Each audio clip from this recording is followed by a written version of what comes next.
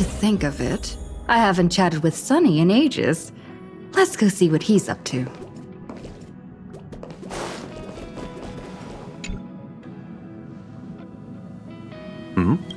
Miss March 7th is looking for you everywhere.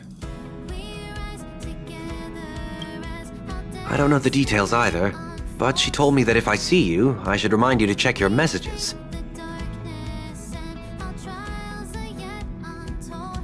She also said that some things you missed are actually extremely important.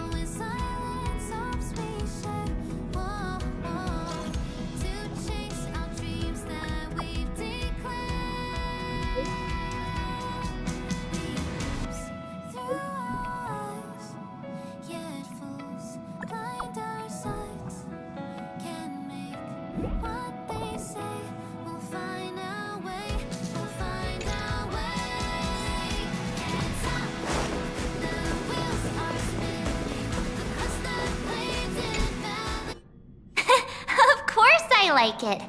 Big Sis Dahlia always knows what's on my mind. So that means we'll be companions again on the next Trailblaze mission? Of course. I deliberately picked up my pace for that. Though, sadly, I still missed out on some things. Indeed. Had you joined the Amphorian expedition, it would have made a lot of things easier. Oh, you're finally here! Big Sis Dahlia has been asking about you non-stop!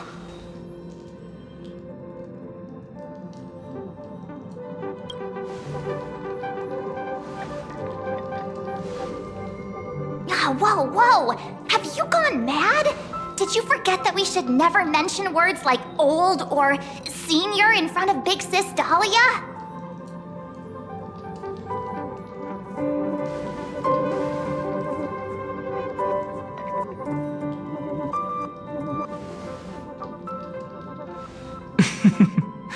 She's just been on a roll with these kinds of jokes lately. No worries. It's okay if she forgot. She's always preferred the latest new thing. Maybe she picked up that bad habit from me.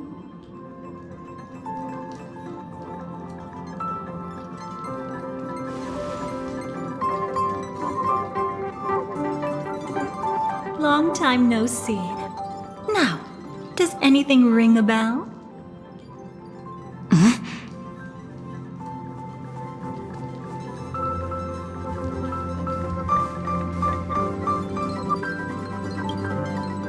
Who exactly are you? What's gotten into you? Did Amphorius give you amnesia? How could you forget about Big Sis Dahlia? She was the one who helped you suppress the rampaging Stellaron back at the space station.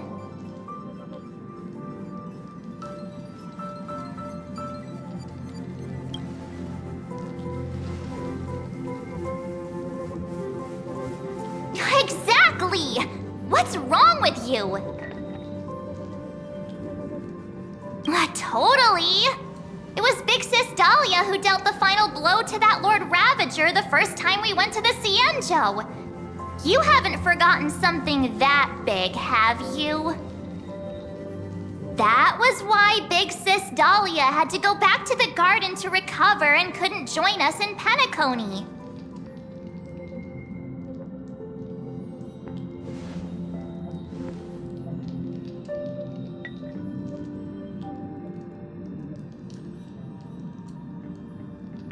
No need for reminders from us. She has spent more time with the Dahlia than anyone else. Why don't you let her diagnose you? She's the Express's resident expert when it comes to matters regarding memories.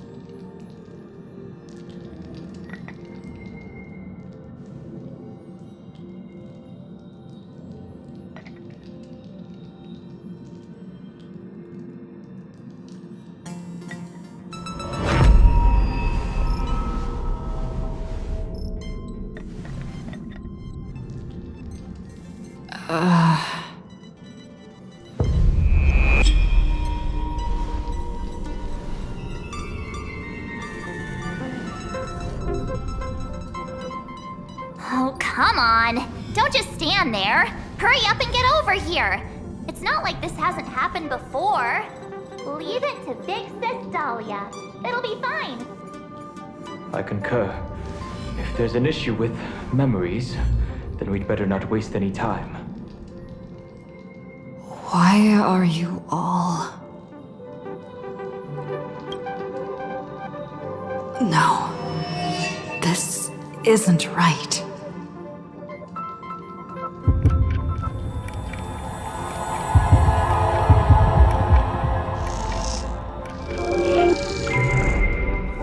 Listen.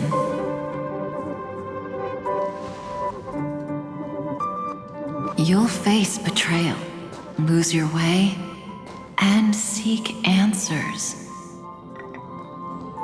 It was a wish from the cosmos that set you in motion.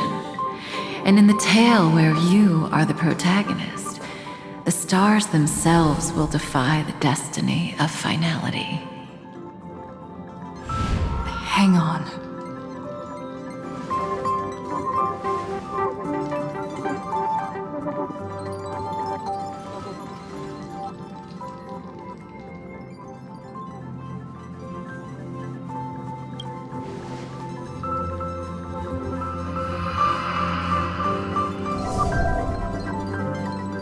Well, this is quite unusual.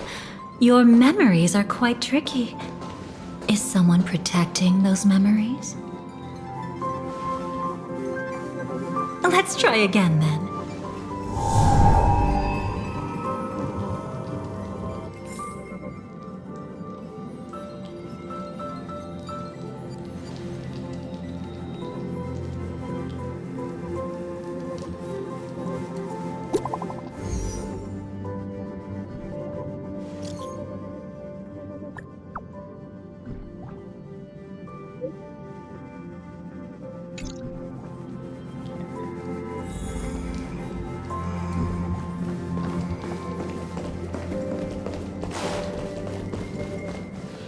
Destiny is much like memory. Since it twists and turns like a maze, even the vastness of the cosmos isn't too great for those fated to meet. Perhaps we'll meet again soon. You're finally here! Lady Black Swan has something urgent, and you almost missed her.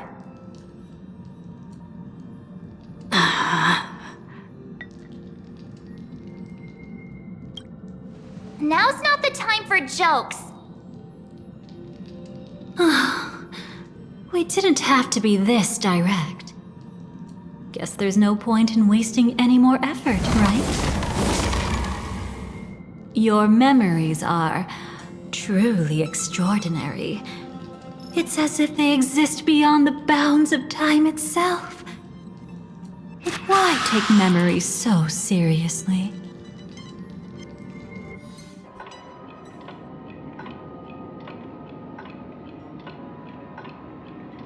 Welcome. Would you like me to dim the lights more? Don't worry, I haven't harmed your companions. What you've seen stays between us.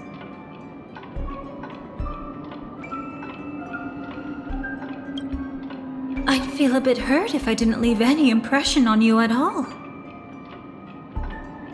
My name is Constance, an ordinary memo keeper. If you'd like, you can do what everyone else does and call me the Dahlia for now.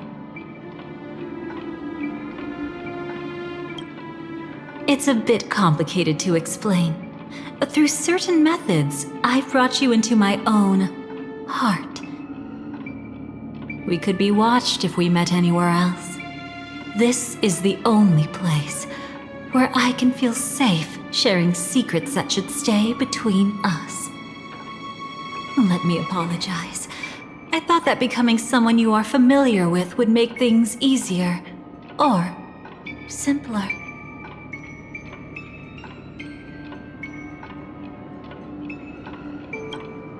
Take it easy. That's exactly why I came to find you. All your questions will be answered. Let's start with the first question. Now, Slowly turn around.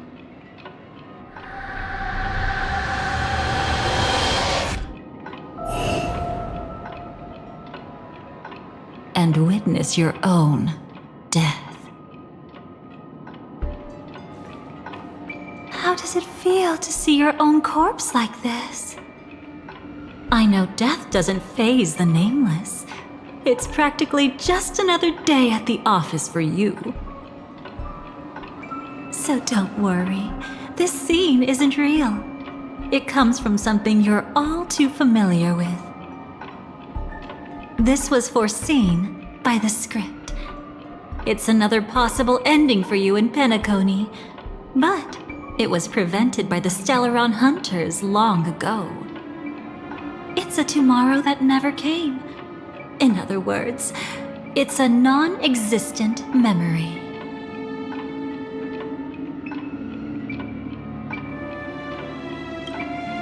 Actually, I'm one of them. That's quite the incredulous look. Like the others, I can't reveal too much. Even if we are hidden in this place, we can't escape from omnipresent destiny. But I trust you won't be surprised by a Stellaron Hunter's sudden visit. After all, that's what our two groups are. The Astral Express travels in pursuit of the light, casting long shadows in its wake. I'm here to tell you only one thing. Your memory of Penacony is incomplete. A part of it has already been stolen.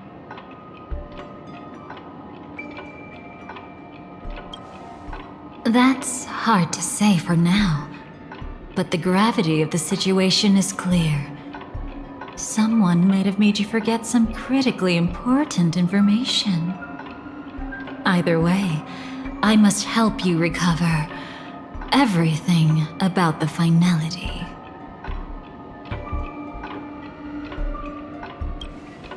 It's not surprising. Have you ever kept a gentle pet? They can always guess what's on your mind, always actively trying to please you. Memories work the same way, if you ask me. Once your brain discovers a void in your memories, it'll carefully fill in the gap on its own, whether you need it or not. I will keep my promise. I will awaken your memories and save the cosmos's future. Perhaps I can also take this chance to peek into your past, which, if you ask me, should be quite interesting. Don't worry, I won't do anything inappropriate. It's just strictly business. Please, let me touch you a little bit. It's the only way I can probe through memories. You'll need some gentle stimulation to recover your forgotten memories, so brace yourself. Let us now go back to where it all began and see what exactly went wrong. Take it slow. Don't let the memories overwhelm you, and don't worry about getting lost. Remember my voice. Remember the touch you feel at this moment. It will guide you back to me. So, what did you see?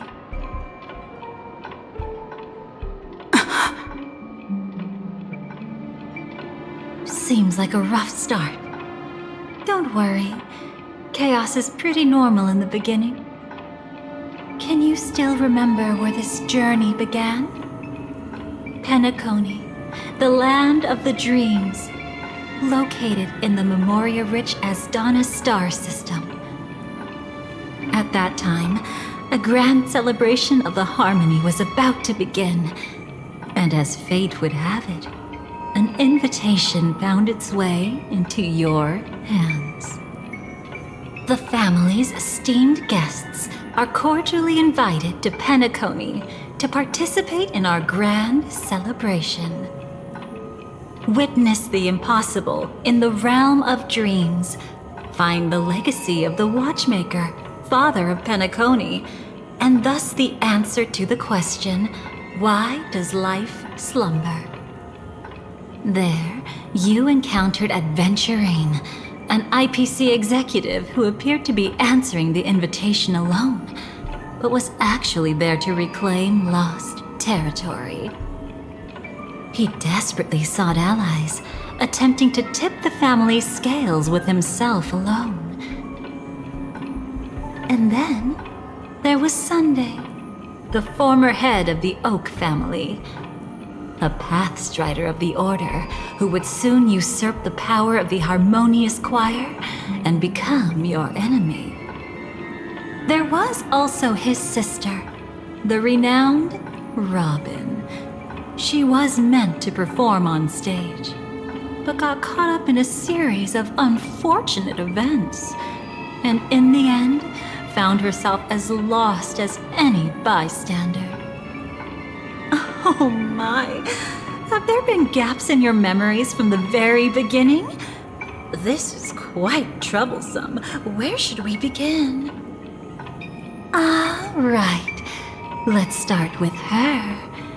You must remember. That girl who called herself an artist and was hunted down by the family. Of course, her true identity is no longer a secret. What you see as a first encounter is actually a long-awaited reunion for her. Let's begin our story here. Think of that girl who could neither enter dreams nor wished to wake. Why did she slumber with you? Is this what dreams are? I can't see anything. Can't hear anything. Nothing exists except darkness. I don't understand. Why do people long for this darkness? Don't move yet. It's going to hurt real bad. Is the surgery over? Yeah. As expected, you can't recover the ability to dream. Even after paying such a heavy price, we only get one shot at this. It's fine. One chance is all I need. Is there anything else I need to do? Just don't die. Take a breather.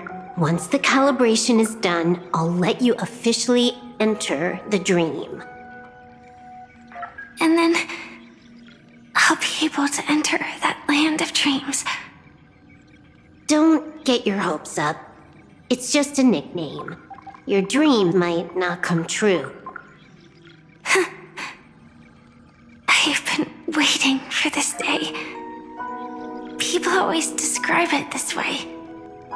Once you wake up, it vanishes without a trace. That's why sweet dreams are so precious. Sounds like you're just trying to make yourself feel better. Maybe. But when the day we cross paths again arrives, I think I'll pretend we've never met and get to know you anew, as if starting all over. I made a promise with her. Our reunion is right before us. I have no reason not to give it my all. Even if she's already forgotten it? But I won't forget. No matter how this story ends, I want it to begin with a smile. In the future that Elio foresaw, we never had an ending. But I still have the chance to wrestle back from fate the right to have a beginning.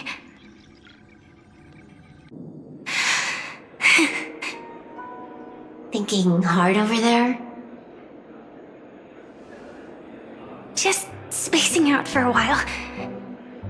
This is my first time dreaming, so it still feels a little odd. Everything here seems just like the real world. It's mind-blowing to think that I'm actually still lying in a life support pod. Are you sure?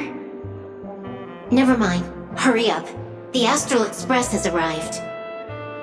How is the situation? Can we avoid the family surveillance? ID's already taken care of, but there's a snag. Let's walk and talk. Head to the room I prepped.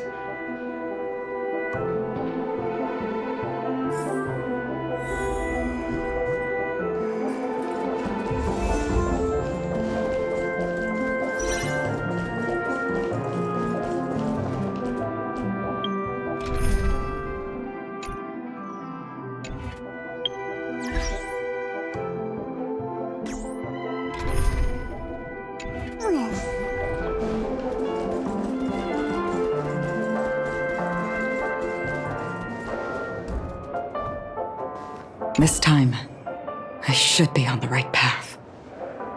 Uh-huh?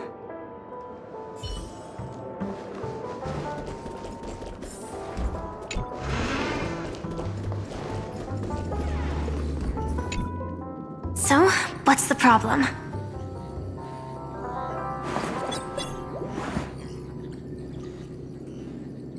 I hired a helper to slip into Penacony ahead of time to snoop around. She just sent me some intel. There's bad news. The family is borderline all-knowing and all-powerful in the Sweet Dream. Is there an emanator of the harmony here? It's not necessarily because of a person. It could be a phenomenon. Can't say for certain. Anyway, just like the script says, no matter how you sneak in, you'll be found out. There's not even a single gap? Even just for a couple of seconds? It's not that we can't create one. The problem is that you're too powerful. You're no small fry. Here in Penacony, you're a colossal threat. They'll be onto you even if you just try to enter the dream. That means, even if I manage to sneak in, I won't be able to escape the family's pursuit. Exactly. And a brawl won't change a thing. This is their turf. You'd be throwing your life away. It might be risky, but I have a plan. The family still hasn't figured out who Stellaron Hunter Sam really is, right? At least not this branch family. Then, let's use that to our advantage. I'll activate Firefly Type 4 and attack the Reverie Hotel. I studied their defenses on the way here. Their basic security won't be able to keep me in check. Create a commotion to force Sam in the spotlight. Then, I'll rush back here at top speed, and while the chaos is still fresh, dive into the dream as Firefly.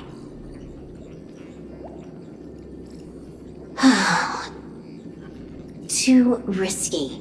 It's not worth it to expose our trump card Sam just for an uncertain gamble. But we're already here.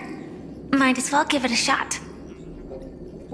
Let me extrapolate the route and calculate the security response time.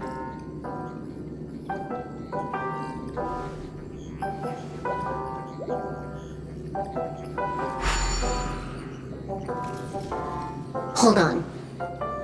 What is it? Weird. My readings show security is practically non-existent. That doesn't match what you told me. Describe to me what you see, just to be safe. Describe? It's just your standard hotel setup. Sofa, dream pool, and... Who's there? Relax. There's no one here. I knew it. What you're seeing isn't quite the same as the surveillance I see. That is weird. How does that work? Let me fix it.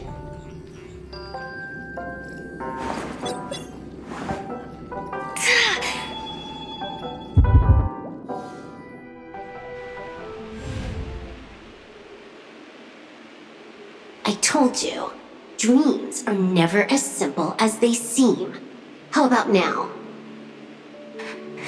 This place is... You haven't gone anywhere. You've been here the whole time, saying weird stuff.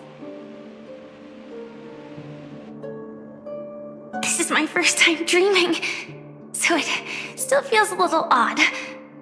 Everything here seems just like the real world.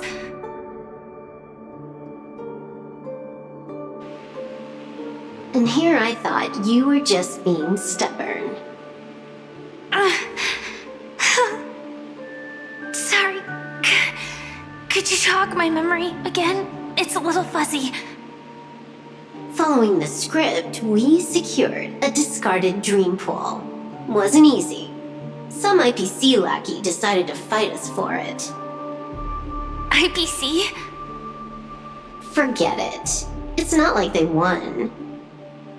I converted it into a life support pod. Right now, we're both drifting at the edge of the Astana system. I see. We're using the synesthesia dreamscape. But it seems I haven't made it into the real Penacony? This scenery doesn't exactly scream sweet dream anyway. It's probably some kind of buffer zone or something. What you saw just now was probably a mirage. Right.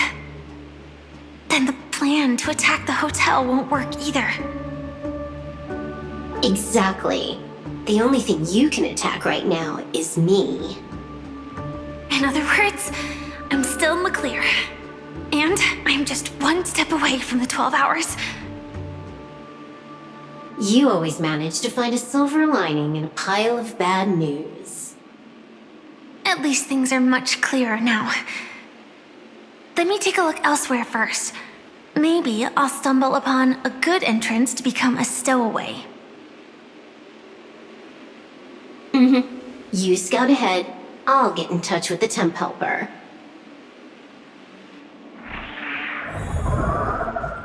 Silverwolf, did you hear something? I didn't notice anything. Strange disturbances in the memory zone are nothing unusual. They say many memories of the past will replay over and over again.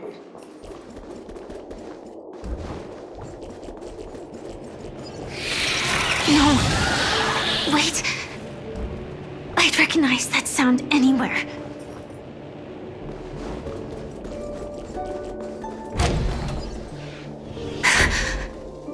Just as I thought. But why? Shouldn't you take cover first? No need. I know them too well. It's not necessarily the real propagation. This star system went through the swarm disaster long ago, remember? And it was anything but small. Are you saying this is just an echo from the past? Ideally, yes. But it might also be more like a meme. A fear buried in the Asdanians' hearts like a nightmare. So this dreamscape really isn't under the family's control. Maybe you're right. Let's keep searching down this path. As for what they really are... Let me try it out. Then we'll know.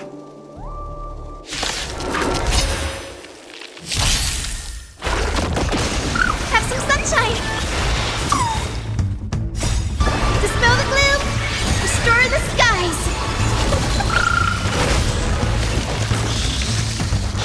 Don't be rash! Stars, shine for the heroes.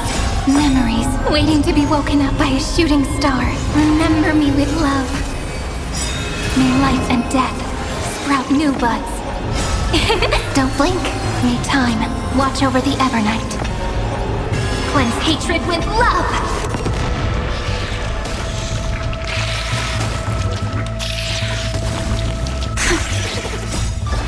Way too weak.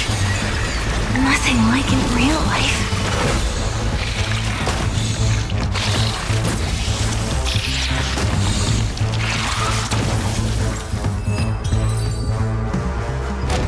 The remains ones are gone. Was it just an illusion formed by Memoria after all? Figures. No wonder a scrapped dream pool isn't worth a dime. Without the family's protection, any regular visitor here is just begging for trouble. Better stay on guard.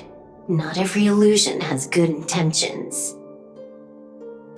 Got it.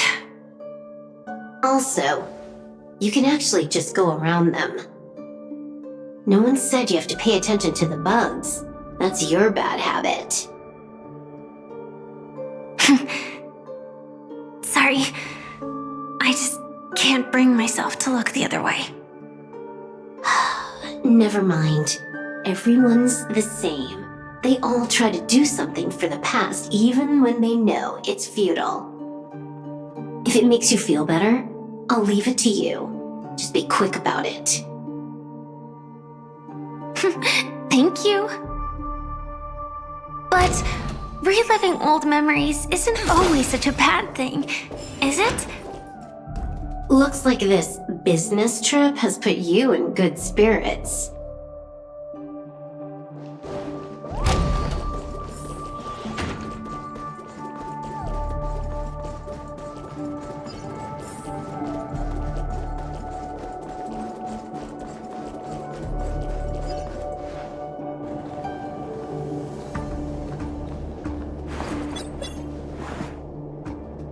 Oh, got a response from our helper. Head to the main lobby. She'll send someone to meet you. But watch your back. That one's a masked fool. Who knows what they might... Hello? The signal's gone. Here we go again. Huh? The mech won't start. Why? Huh? They didn't attack me. Are they running away?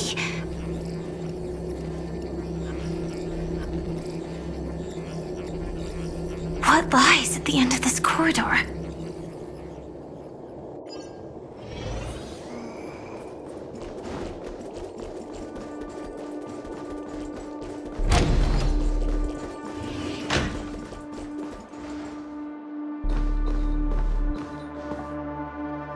Debris everywhere.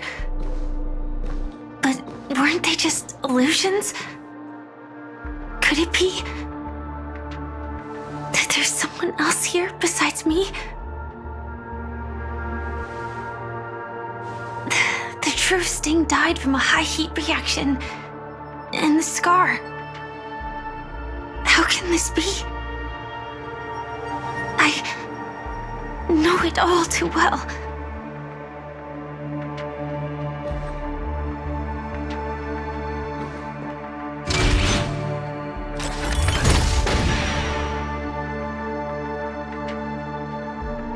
The swarm is one thing, but even for Memoria, why would Glamoth's Iron Cavalry appear in Penacony?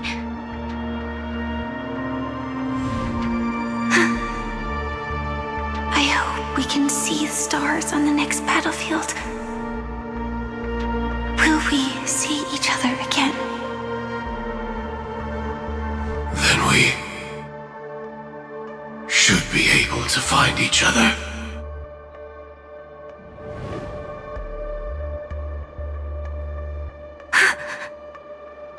AR-214. Is this what dreams are? Is this nightmare your memory? All right. Not the best timing, but that's as far as this first try goes. So, how are you feeling? Any discomfort?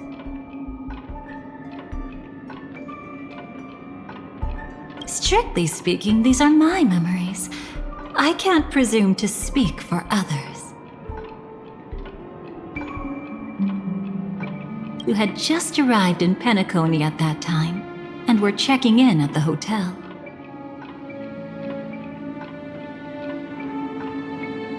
By now, you should know that memories are both precious and dangerous. I must be extremely careful in allowing all the details of the past to come to the surface. If too many memories come flooding back at once, it would be too much for you to bear.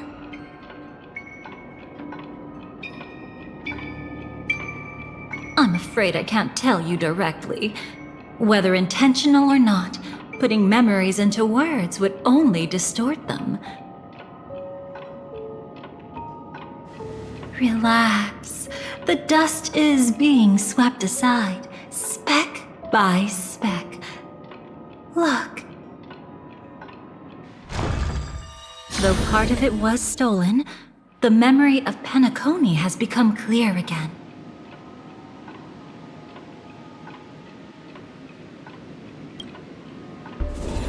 What you just witnessed was her beginning. This dream diverges into two parallel paths. Yours, named the Trailblaze, and hers, named the Finality. These two paths will eventually intersect, and to reach that moment, we must find more contradictions in the memories.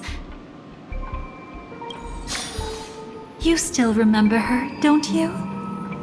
Robin, known by all. You encountered her early on at the hotel in reality. After you entered the dream, she was using the Harmony's power to help you adjust to the sweet dream. Oh, it's just that. After your farewell, she had already become a victim of a sinister plot when you saw her again. What did she discover during that time that would make her suffer such a terrible fate? Be careful. This time, we're going to dig deeper into a past utterly at odds with the memories you hold.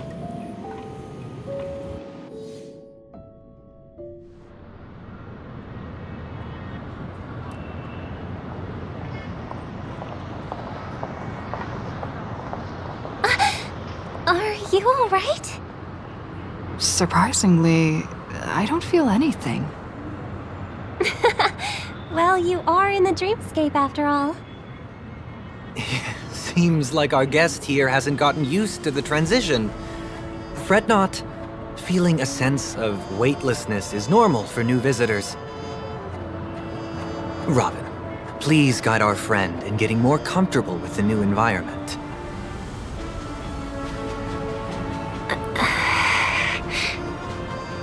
Robin? Leave it to me. Don't worry, just relax. You'll be feeling like your normal self in no time. Even so, tuning is still beyond me. Don't worry. Keep going. I'll help you. But brother, this...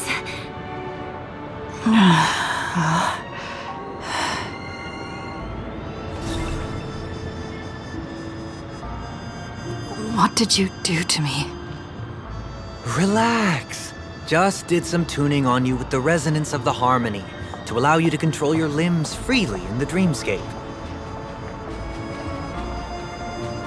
Essentially, the dream of Penacony is a world formed by memoria. Only by fully understanding its nature can you move freely within it. Unless you're one of the memo keepers of the Garden of Recollection, it can be difficult at first to manipulate the memoria as you wish. Once you've been tuned by the harmony, you can use the same laws of physics from the real world to understand how the dream world works. Oh, oops. I've fallen into my professional habits again.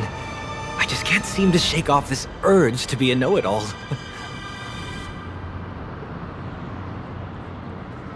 Don't mind him. He's always like that. Please, enjoy the beautiful dreamscape the family has built for everyone. We shall take our leave. Have a blast!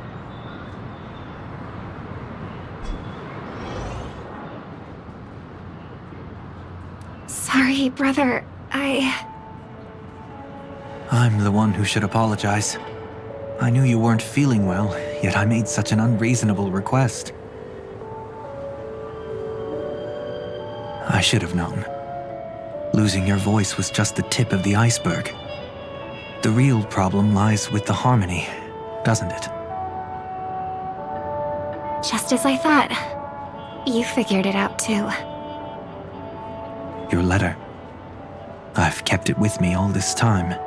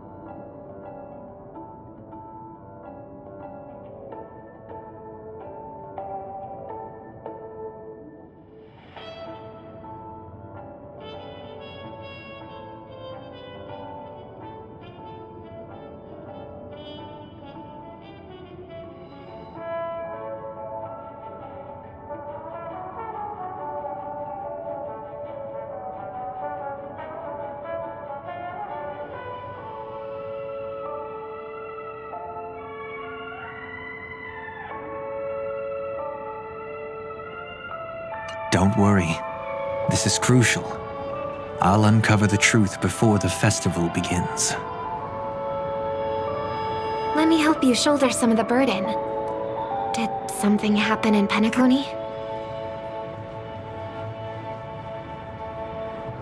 The Charmony Festival is approaching, and with all sorts of guests mingling, Mr. Gopherwood must focus entirely on the preparations, leaving no attention for other matters. This creates an opening for some people to exploit. If there really is a traitor in the family, now would be the perfect time to make their move. I heard the Dream Master has fallen ill. Since I came back, I haven't seen him even once. There was an accident not long ago.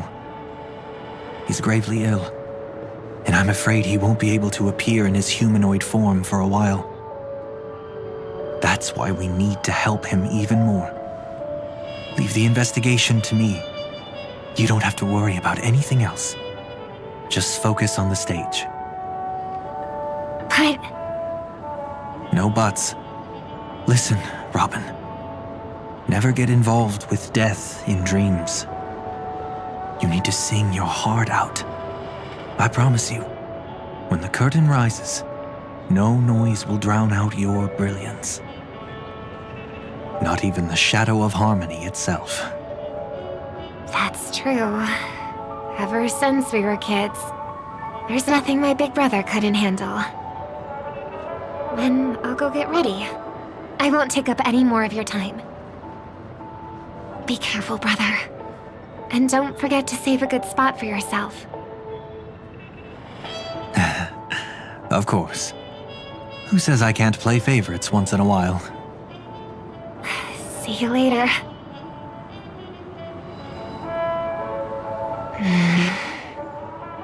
Big brother, you're always hiding your true feelings like this. You're acting like everything's fine. But I saw you at Daylight Pavilion. You were clearly at your wit's end. When I wrote that letter, I could still barely manage to tune. Later, things just kept getting worse. My intuition tells me that something must be wrong with the dreamscape. In my current state, I'm wondering if I can even sense any anomalies. I'll do my best. Let's hope this is just a false alarm.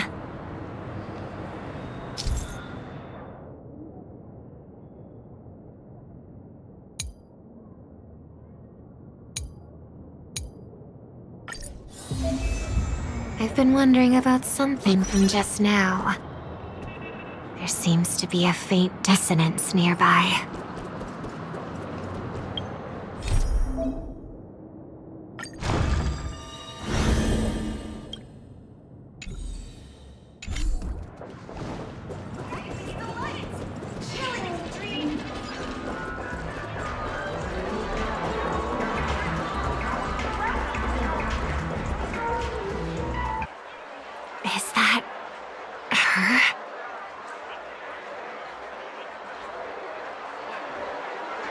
Don't even think about running away.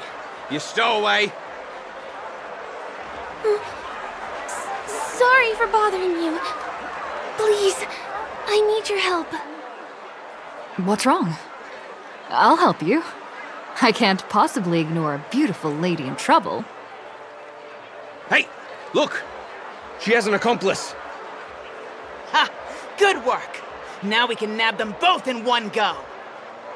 Stowaway? Seems there wasn't a coincidence. The Bloodhound picked up that strange noise too, just like I did.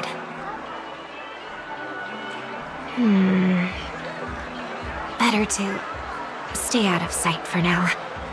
If that girl really is an outsider, this could be my chance. That's enough, boys. Sir. What's gotten into you all? Open your eyes and take a good look. Is this lady the stowaway we're looking for? Huh? Who's this? Don't you know him? Look at his brown hair and grey vest. He's the officer, sent here by the family to maintain order at the Charmony Festival. I see. Sir, the thing is, we're trying to apprehend a stowaway. And that young lady there looks very suspicious. We're sure she's the one. That's nonsense. Take another look, will ya? The witness report says that the suspect is a lad with silver hair, and you guys are going after a girl with silver hair. Does that even make sense? She's our guest. Well, just get out of my way and I'll take care of this. Yes, sir. Something's off.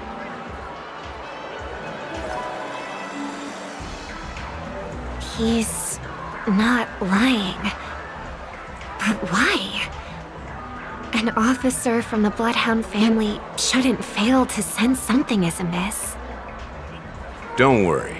I believe this is just a misunderstanding. How could such a lovely girl like you be a stowaway? Thanks. Without your kind help, I wouldn't know what to do. Just part of the job. I need to get going. If you need help, you can reach out to me through the young bloodhounds in this area. I wish you an enjoyable experience in this land of dreams.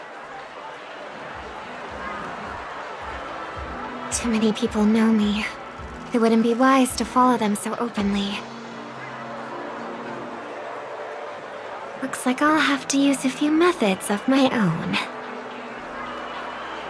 We need to get closer. Find a hidden spot.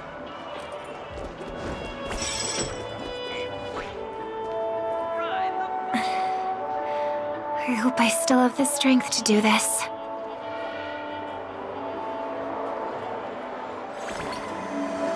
Although the Bloodhounds mistook me for a stowaway, I'm actually a local. My name is Firefly, and I'm from the Iris family. I work as a stage performer, although right now I'm just an extra. Success! Thank goodness I wasn't discovered. That girl claims to be an artist from the Iris family, but I can't hear any resonance in her voice. Well, we can talk about that another time. Right now, I want to give you a tour of the town. Here we go. If I'm wrong about this, I'll make it up to you properly afterward.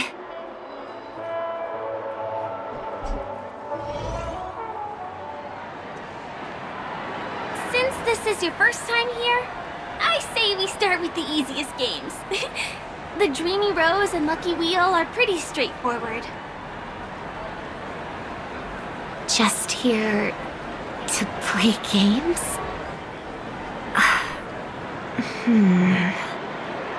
I guess I was worried for nothing. Sorry, Trailblazer and Miss Firefly. Maybe this was just a beautiful encounter. Nothing more. I should leave the dreamscape and see the sights beyond it. Maybe things will be better in the real world.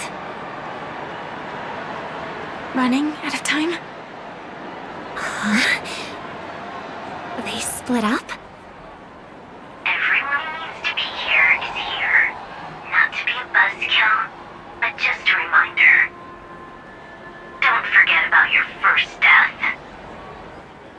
she talking to?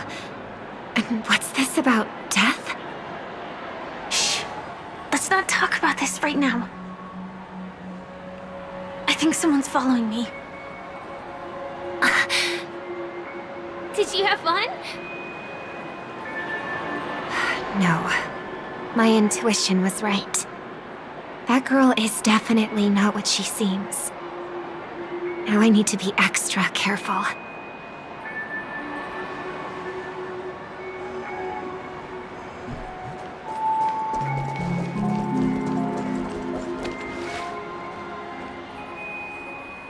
He's coming our way! Hey, well, if it isn't my most loyal customer, the Trailblazer girl. It's been such a long time, old friend. And who's this? A companion? I feel like things are getting more and more chaotic. Long time no see, superstar. There's someone else. Oh! Lady Siobhan? Still radiant as ever. I could spot you from a mile away. I came over to say hi. What brings you here? Drawing too much attention is never a good thing. Oh, reminds me of that old saying, from afar, anyone under the spotlight seems endlessly charming. But only when you get close do you realize how restless that heart truly is. Sorry you had to see that. I just came out to clear my head. The Charmony Festival is coming up soon and I'm a bit nervous. I heard about your voice issue. Drop by the Dream Jolt hostelry when you're free and I'll take a look at what's going on.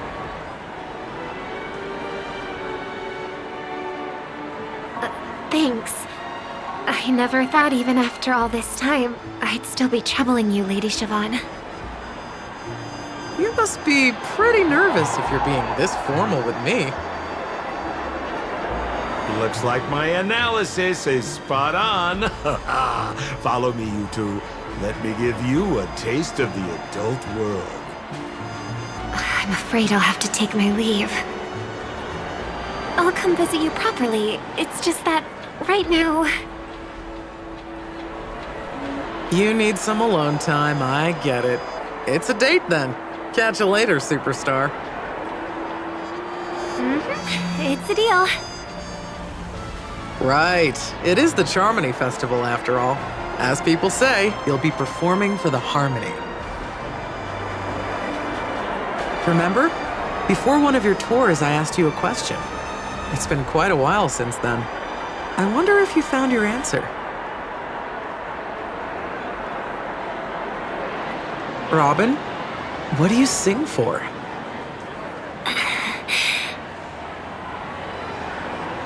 I think I've got my answer now. But instead of words, I'd rather answer with a song. That would be more convincing, no? That's actually more convincing than a straight answer. Looking forward to your performance.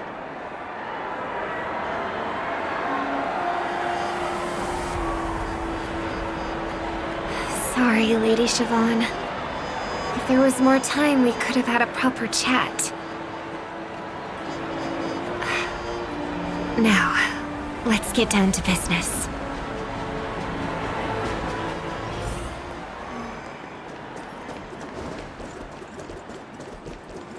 The distance. It's so far. Just where did they go?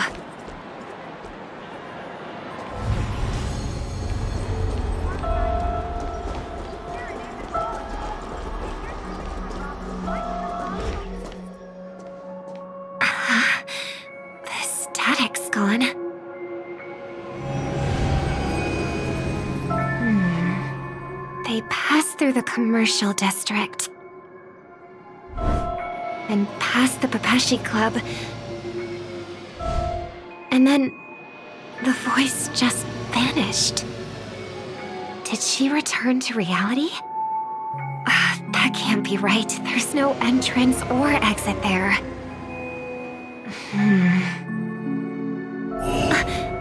Again? Further away than before. This time in... Dream's Edge. Oh, I get it now. It's the underground tunnel. Right. Makes sense. I should have known. That place is a hotspot for smuggling cases. I should have pressed those two bloodhounds for answers back then. Anyway, I'll check it out.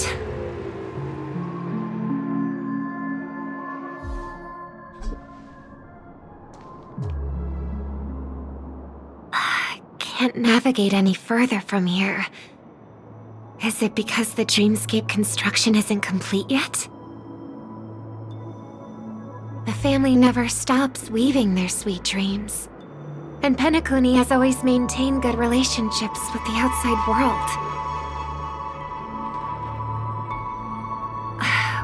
Why would someone choose this moment, of all times, to plot something sinister?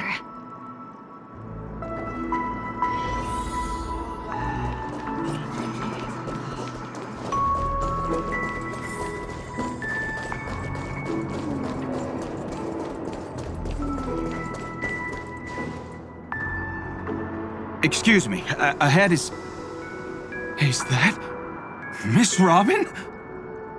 Hello. I never thought I'd meet you here. When I joined the Bloodhound family, you were the one who delivered the family's greetings.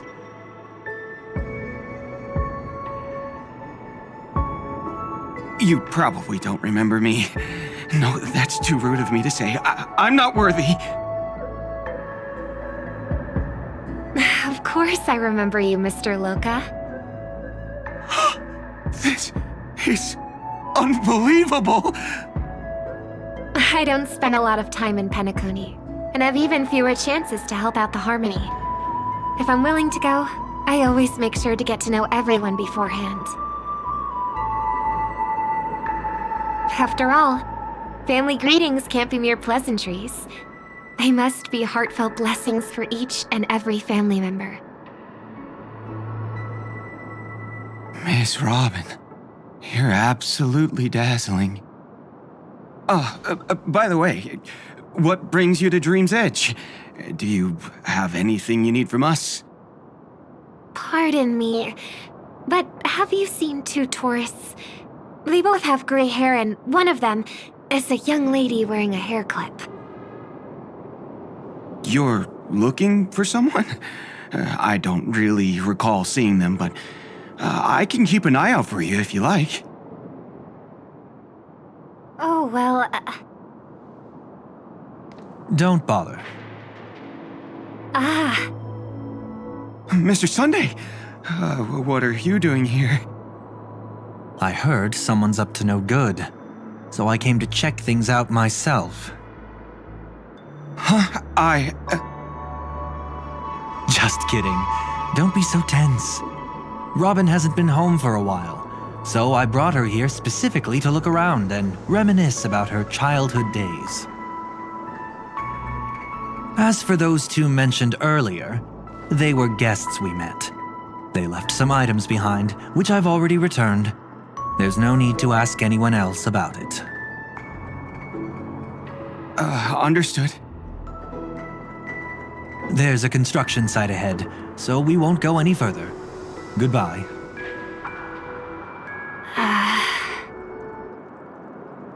Thanks a lot, Mr. Loka.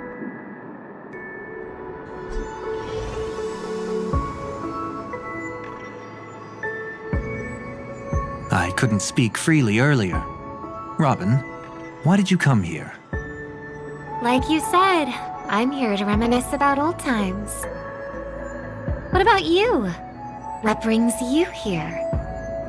Tracking down criminals is my duty. And you, my dear sister, you've always been this stubborn, and in times like these, I wish you never had this trait. You're still investigating on your own, ignoring what I said? Yeah, I can't stop thinking of death, so I followed some people all the way here. After all, I witnessed that horrific scene at the Dewlight Pavilion with my own eyes. I can't let you bear this burden alone.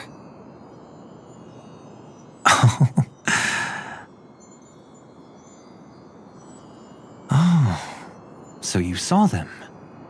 Those family members who were in the sweet dream, yet death took them away. I only saw documents strewn on the tabletop. If my brother had even an ounce of energy left, he would never have tolerated such a disorganized sight. Just like now, if it weren't for getting the truth out of you. I absolutely won't tolerate your arrogant and disrespectful facade.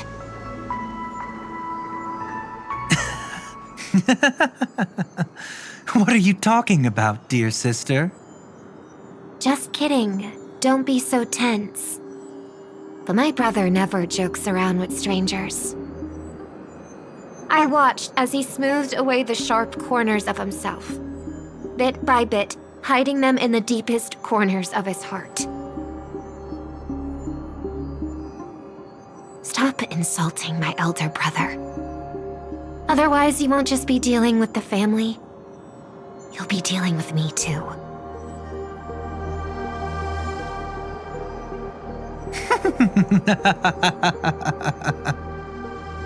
And here I thought you'd enjoy my little creative spin I'd put on him. Don't you think he's more likable that way? I trust you're mentally prepared to face the consequences of posing as a family head on Penacony. Jeez, I didn't expect to get played by a little bird. But do you really think you've got what it takes? There's no shortage of people trying to catch me, chicken-winged girlie. What makes you so special? This place is still governed by the 5 lineages. And along the way, you've seen how many of their members are stationed here. Besides, here at the edge of the dreamscape, I can also...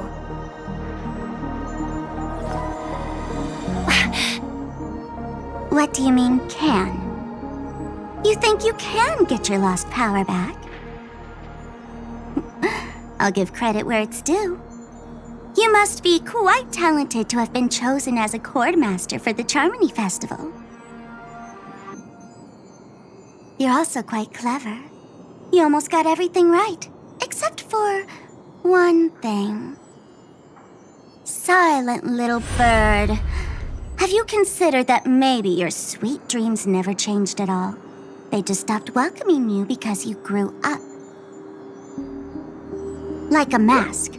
Once you wear it for too long, you can never take it off again.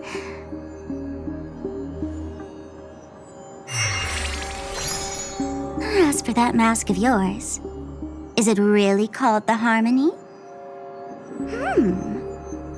The Twin of the Order?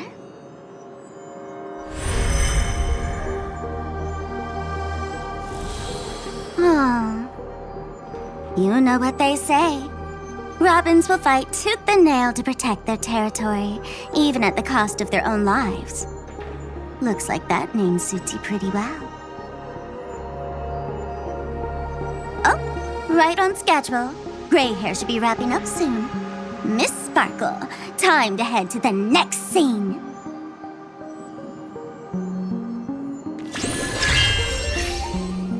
Let's roll!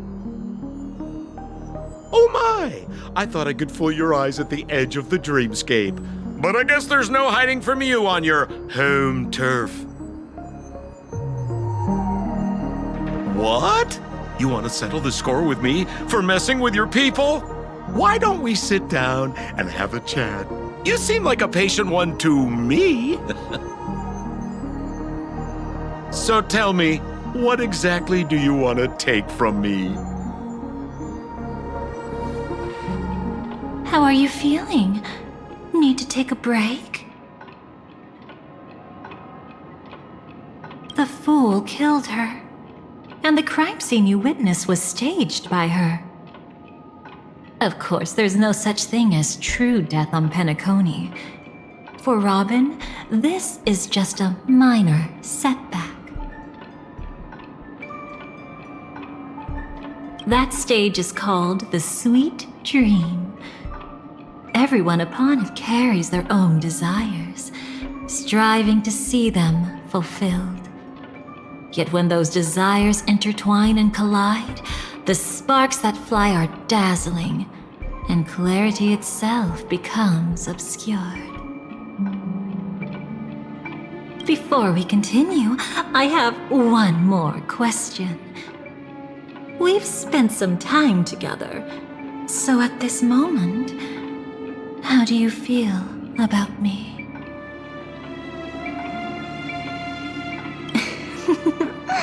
How delightful. A pity, though, because that's not the kind of feeling I was thinking about. How much are you willing to trust me? As a matter of fact, I've appeared in your memories before. And similarly, it was related to Penacony. That's exactly what I like to hear. Let's continue then. Let's follow that train of thought and delve deeper.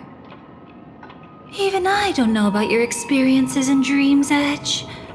When I asked Firefly about it, she declined to give an answer. But judging from her expression, I believe it must have been a beautiful and unforgettable time that belonged to just the two of you. And Sparkle wasn't just here for fun. She's in cahoots with the Stellaron Hunters. She disguised herself as someone from your past, using every means possible to hint at the truth of the dreamscape. In the end, she simply sent you both deep into the dreamscape. What a kind-hearted fool she was. Thanks to her, you and Firefly managed to uncover a piece of Watchmaker Mikhail's past. And the dangers that lurk within. A memory zone meme, something unto death. At least back then, you mistakenly thought it was dangerous.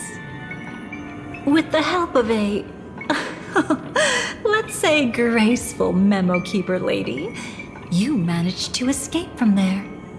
But in the rush, you and Firefly got separated, and her experiences afterward might differ from what you remember. I was there at that time, too. See you next time. Hurry.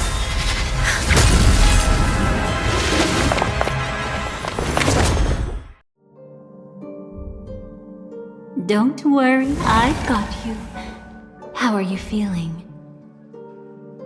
Passing through Memoria so suddenly always leaves you in a daze. That memo keeper had ulterior motives. She could have sent all of you away, but deliberately kept you behind. What happened just now? It's a memory zone meme. Some Penaconian legends mentioned it and called it death. I caught something unusual, but couldn't get a clear look at it. But I saw it. In that instant, before it was about to strike, a reflection of another dreamscape appeared in its pupils. It was somewhat similar to the 12 hours, yet the atmosphere was completely different. What if death doesn't exist in sweet dreams? Or so they say. But what if that's not a lie? Perhaps death is just sinking into a deeper dreamscape. Too bad. A nosy memo keeper had to show up. Next time we meet, leave it to me. I'll give her an experience she won't soon forget. Every time you say that, it's always you who seems to be having fun. This time, try not to go overboard. It's not necessarily a bad thing. If I really do meet my end, I won't have a chance to tell them the truth anyway. Are they still around? I can't sense them anymore. I'm afraid they must have gone back to reality. Hold on. Still no good. I can't get in touch with Silverwolf in the primordial dreamscape. I left her a message. If she gets it, she'll help guide her back here. Or we could head back to reality first and get in touch with Silverwolf. Hold on. Recklessly crossing through the dreamscape now would be far more dangerous than before. What's the matter? Death caused such a huge commotion that the omnipotent being within the sweet dream has turned its gaze upon this place. Then aren't we? We should be fine for now. Death has his attention. As long as we are careful, we won't be exposed. In fact, within this dreamscape, we might find a way to strike back against him. Before you arrived, I did some digging around. From what I've learned, he buried his darkest crimes right here. Whatever it is, I believe it'll be of some use.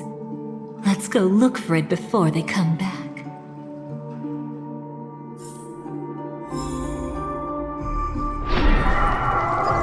It's that memory zone meme. Be careful. What's that? Firefly, let's go and check it out.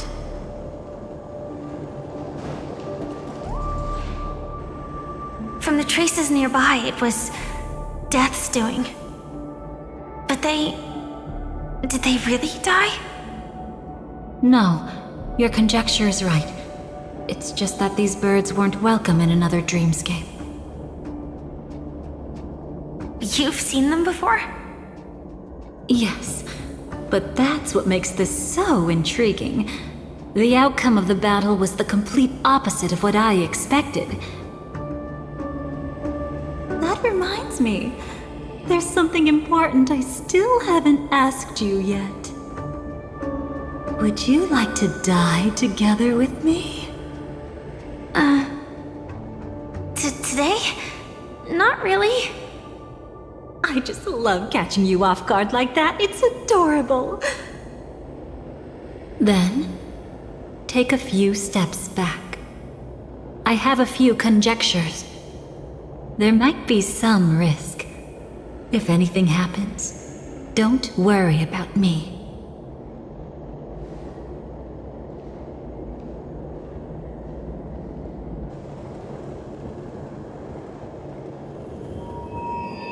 What are you?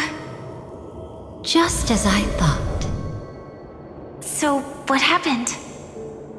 These ravens are the incarnation of the Dream Master Gopher Wood, that omnipotent being in the sweet dream. In front of him, even death has no strength to resist. The power I just released should have been enough for him to notice and deliver a fatal blow. Yet here we are, completely unharmed. You know, you're quite similar to Blade sometimes.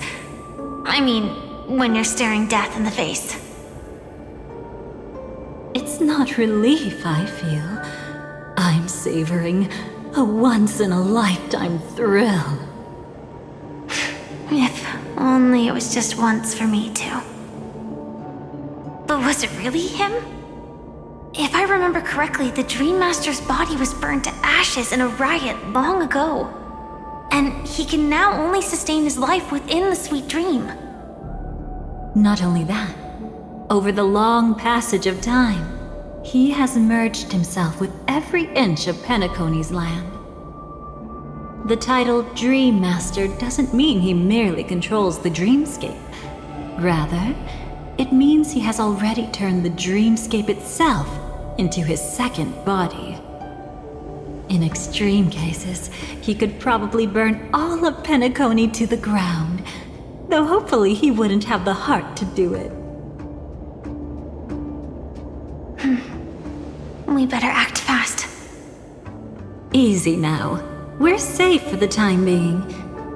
Maybe it's not that he doesn't want to act against us, but rather that he can't. At least, not yet. Lately, Gopher Wood has been claiming to be ill, never appearing in the 12 hours. Yet just recently, he buried his darkest crime deep within the dreamscape. So, you're saying that burying this crime took a heavy toll on him, leaving a flaw in his supposed omniscience and omnipotence? That does sound plausible. Could it have something to do with the Watchmaker's legacy? I don't think so. After all, that secret was branded as the darkest. And perhaps the legacy is not one alone. Only by seeing it for ourselves can we know.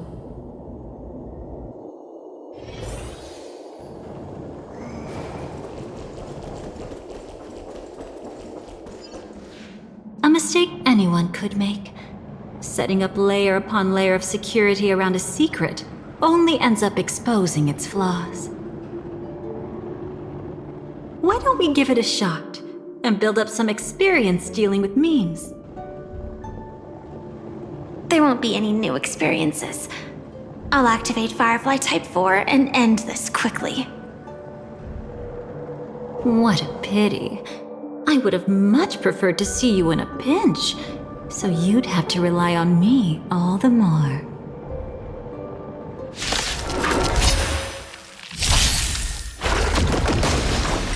Night falls.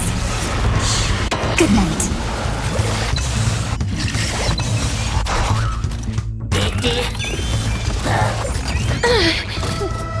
Show me the way. Dispel the gloom. Restore the skies. Till we meet again.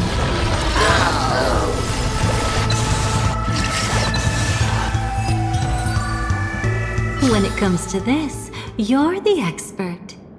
Yet I'd always imagined that calling upon that power would make you profoundly melancholic. I'm not now, and never will be. Is this it? An entrance? It only looks like an entrance. That crack doesn't lead anywhere. It's a lock of memories. And the key is a light cone carrying specific memories. Clearly, Gopher Wood had help from a memo keeper. And since that light cone isn't in our hands, I fear we'll be returning empty-handed. Is there really no other way? We could try our luck. Perhaps the memo keeper helping Gopher Wood shares the same habits as me.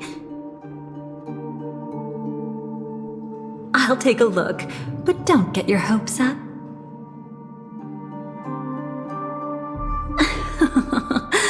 Pretty careless indeed. Just like an old friend of mine. Looks like we're in luck. We found one of their contingencies. Do you have memories like that? A moment in time you never want to forget. One that you find yourself reliving over and over again. Of course. More than just one. What a shame. Huh? Don't take it to heart. I'm just imitating those annoying memo keepers. In their view, the more memory is recalled, the more likely it is to become distorted beyond recognition. Each time you recall a memory, you risk distorting its true face. That's how they justify the necessity of light cones. How tragic. They never understood the truth. The more eternal a thing, the more it stirs the desire to destroy it. But they weren't wrong about the present situation. Even if Gopher Wood were to come in person, he'd need to bring a specific light cone. His own memories can no longer be trusted. That's exactly why we have a contingency plan right in front of us. But I haven't seen anything since just now. Oh, sorry.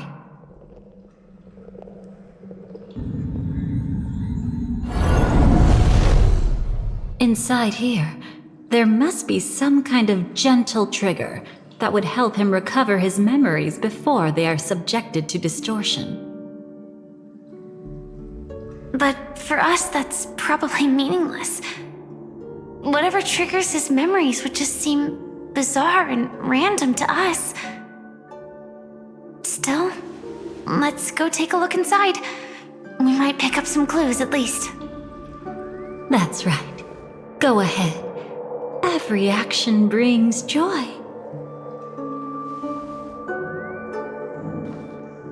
And a price to pay. Paradise shall fall into this world of sorrow. And once dawn breaks, it will shatter in the light of day. How could anything golden abide in glory forever?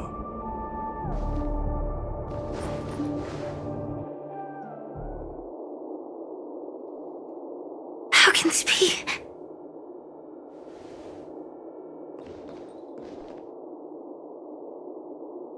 AR 214.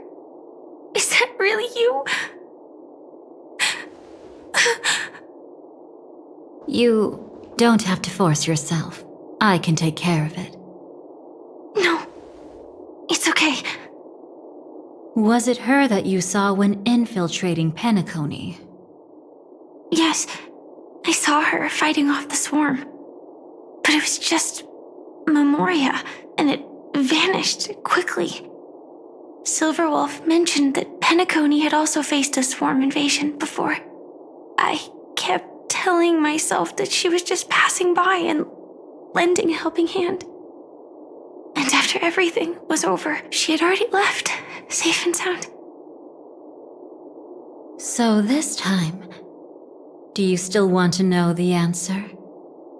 Would it be any different? I really want you to tell me that this is not real. It's just Memoria. But thinking about it calmly, nothing can change it. A memory is ultimately something that's already happened. You're more composed than I expected. I wish I wasn't like this. She and we could be called friends. I wish I could just break down and cry for her, like any normal person would, to mourn her loss. But what surfaced in my mind was that one sentence. This is our predestined fate, and one day, I too shall meet the same end. One day. Not today. Though it's already too late, there are still other things I can do for her. Maybe you should calm down first. Unfortunately, this isn't Memoria, but a real Glamoth Knight. Clearly, Penacony was her final destination. I'm surprised she made it to Penacony at all. Oh, the Glamoth regulations. She broke those prohibitions? Worse than that. She was the first and only deserter of the Glamoth Iron Cavalry. The Empire hadn't fallen yet, but she didn't want to accept a fate of dying in battle. So she left on her own. She said she wanted to choose how she would die. We had a brief farewell, but I didn't stop her. I couldn't. Leaving the Glamoth Empire itself would quickly drain her life away.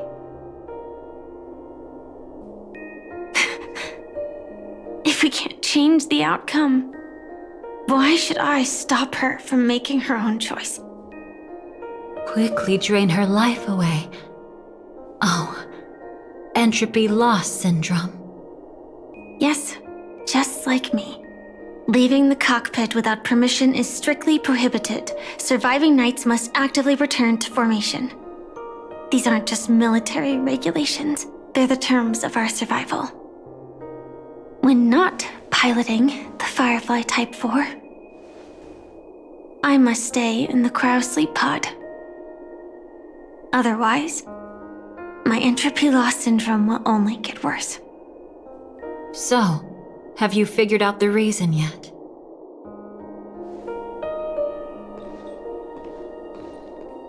When she and Kafka found me, I had just finished my duties as a Glamoth Knight. My final battle as a Glamoth Knight. The Empire fell, and all restrictions vanished. For the first time, green flames ignited upon my body. And for the first time, I touched the true path power that the Glamoth Knights wield. That's when I realized entropy loss syndrome is a death called living. The propagation? That's the true source of the Glamoth Iron Cavalry's power?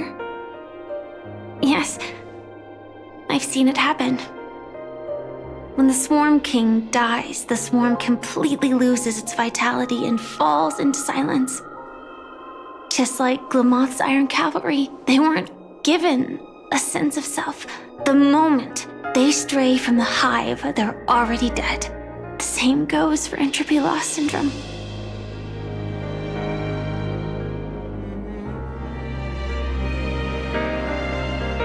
Could you help me take her away? I don't want to leave her here alone. After all this is over, I want to give her a proper burial, just like any normal person. I'm happy to help. She wanted to escape her fate, but in the end, she died fighting against the Swarm in Penacony. The detestable thing about destiny is that it brooks no defiance. Do you know her name? When we parted, she had no name, just like me. But I hope, by the time she leaves this world, she will have found both a name and a purpose for her life. Why did Gopher Wood leave her here? No matter how much I think about it, everything he's scheming couldn't possibly be connected to the propagation. How deeply is your past intertwined with this place? It's not clear yet. But obviously she had multiple fatal wounds on her body. She didn't die from entropy loss. Before we left, Kafka told me, in her view, dreams are inherently a convergence of the past. It's the same for everyone, no matter how much you want to avoid it. No matter what you're seeking, you can't avoid it. Perhaps she was right. However, the Dream Master's weakness has also given us an opportunity. Good. Now then... Oh? Good news. It seems like we've got a few intruders in this dreamscape. Looks like Silver Wolf can still pick up signals from here after all. That was fast. Must be that Memo Keeper's guidance. Either she's lost her sense of restraint or got something nasty up her sleeve. Let's go check it out.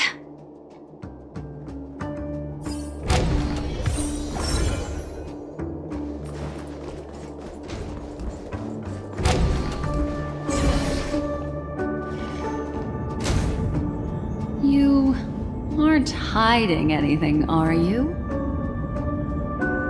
Great. She's okay too.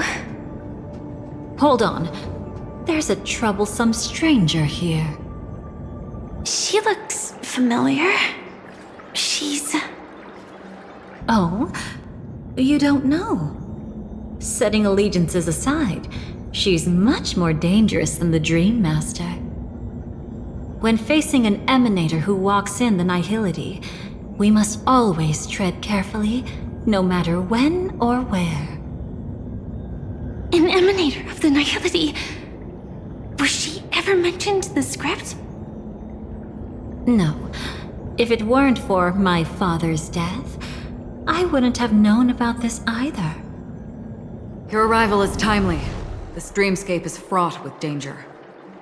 Since our destination is the same, how about we join forces? I can protect you from harm, but in the memory zone, I'll need assistance from the Memo Keeper as well. And if we run into the family, it wouldn't hurt to have one more person to explain the situation.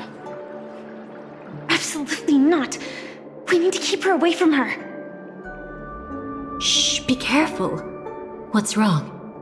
Right now, their journeying together is actually saving us a lot of trouble. I can sense it. Death has cast its shadow once again. It's close. And unless things change, they'll cross its path before long. That Miss Stellaron is clearly unfamiliar with Memoria. And that arrogant swan, always mindful of appearances, is unwilling to show all her cards. Only with Acheron present can they cross beyond death. Then all the more reason I should find them right now and tell them the truth. There's no need for another conflict with death.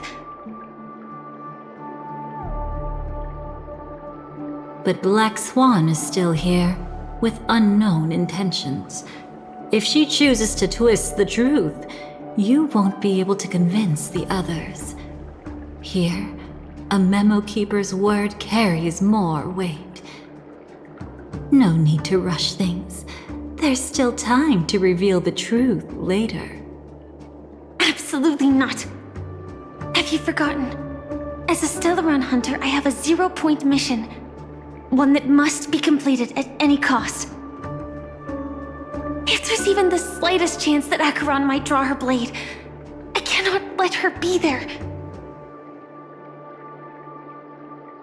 Oh, I thought you wouldn't care. Haven't you had enough of sacrificing yourself for duty?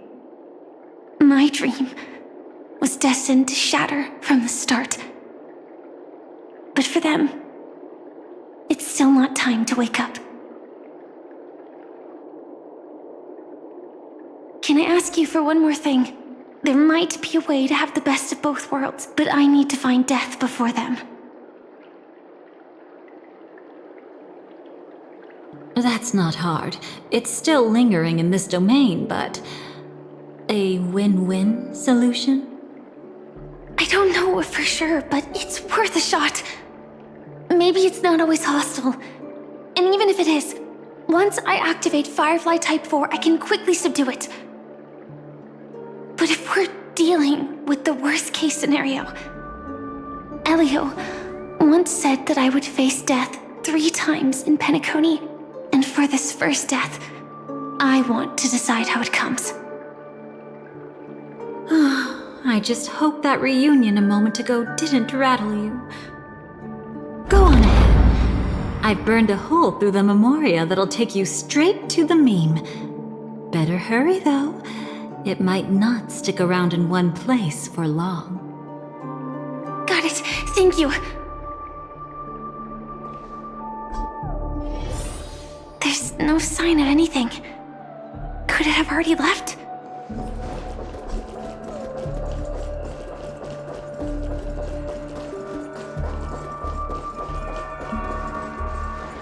Nothing strange here either.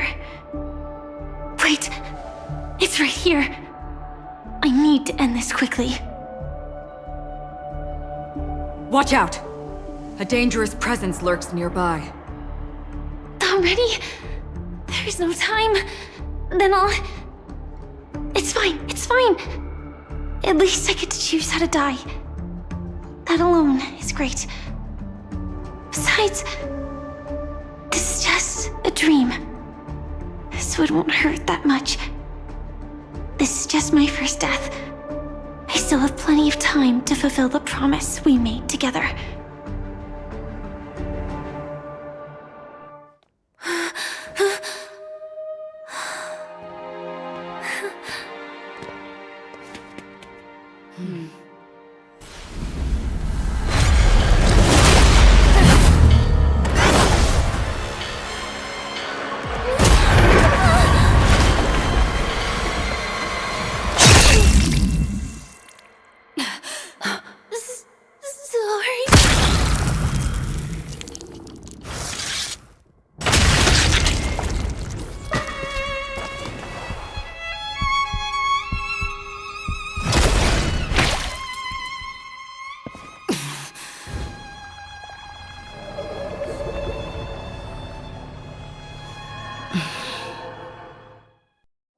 You should be able to recall at least some of what comes next.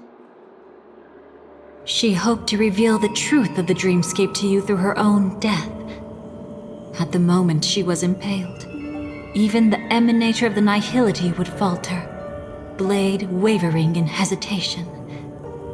That was her way of securing the best of both worlds. Unfortunately, fate still played a cruel trick on her. The Memoria transformed so quickly that she didn't even have a chance to explain. After that, she arrived at Dreamflux Reef, land of the exiles, the true Penacony. The family went to great lengths to conceal its existence, using death as their justification. However, at that time she still couldn't venture deeper with peace of mind. Unable to reveal the truth, the situation that had worried her before continued to persist. She was burning with anxiety to return and get you away from the battlefield. Fortunately, a kind and caring lady was still watching over her. I reached out to help once again. Her worst fears didn't materialize. Death retreated on its own, allowing you all to escape unscathed. After that, guided by Black Swan, you tried to uncover the truth behind Firefly's death. However, as you must have noticed, be it losing contact with her companions, or the embarrassment of being unable to activate her mech, those Memoria illusions were clearly left behind when she infiltrated Penacony from the memory zone. But that hardly matters. Because of Black Swan's blunder, Firefly gained the precious time she needed. When she appeared before you again, she was already using a different identity. That encounter stirred the whirlpool of destiny, causing many paths to converge. And after you left... Do you still dream, Hunter? Of those slain by your hand? I still see them in my dreams. Hold it. Your time hasn't come yet. My time? I've seen many clever disguises that can conceal appearances, but they can never cover up who a person really is. And you're no different. You had no desire to kill the Trailblazer. You only did what you did to drive me and the Memo Keeper away, but... why? Did Destiny's slave make you do it? You know, Elio. I thought this is just the kind of thing that'd get written into your script. My script has always been brief. Other than that, anything beyond that is unnecessary. Now it's my turn to ask. Who exactly are you? Why ask when you already know the answer? I tend to forget things.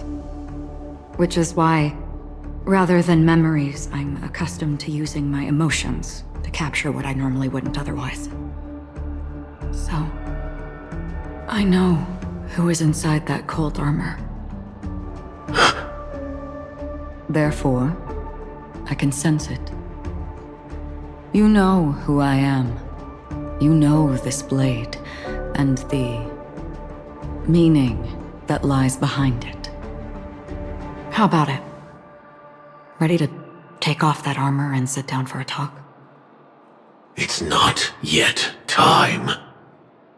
You shouldn't know so much, lost self-annihilator. Like I said, my memory isn't great, so you needn't worry. What's next, then? The Trailblazer's been taken by Black Swan. Will you go look for her? No need for that. No harm in telling you. On Penacony, Elio only gave me one instruction. Allow the Astral Express to pursue the Grand Legacy. The Astral Express is not your enemy. If your goal is the Watchmaker's legacy, then go look into the family. Not only are they covering up the existence of death, but they're burying the past and the truth about the dreamscape. Already on it. Before we part ways, let me give you a piece of advice. No matter which path you and I walk, death is the inevitable finale. Even if we say farewell in the mortal realm, we shall have one final reunion when Terminus ascends to godhood once more. And the same holds true on Penacony. I've already been to the Dreamflux Reef. It's not a secret that's hard to uncover. Well, I'm afraid you have yet to realize just how awake you truly are. It is precisely because life dares to slumber that they can awaken. Ascends to godhood once more. Even if she's an emanator, she shouldn't.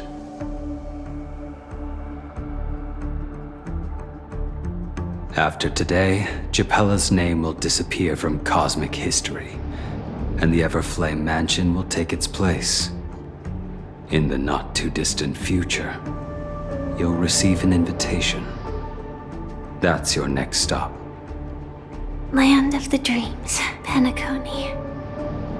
I hope you find whatever you seek there. Be it answers or salvation. Thanks. I hope. Huh? A phone call? At a time like this? You can turn him down. You know what I mean. But Elio said I'm the perfect candidate. Candidate? So Elio finally came to a conclusion. Yes. He said he saw the fourth fate clearly. And there won't be any more surprises. He also chose me as the last survivor. Just like her. Which path is it? The Nihility. After it engulfs everything, I must be the last survivor. Giving my all to turn the tide. How ruthless. However, it's a bit different from the other three. Before that, I have other matters that need my attention. If possible, I must prevent her from being tainted by the power of Nihility. Even the slightest trace of it. After all, everything she carries is not only heavier, but also more precious. If possible is a bit vague. I suppose, if it comes to that, even if I have to die for it, I cannot run away.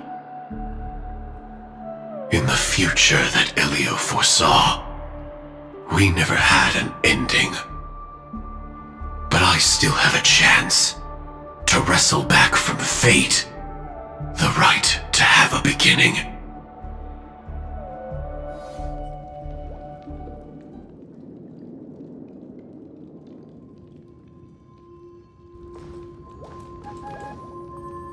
Your guest room in reality is surprisingly modest.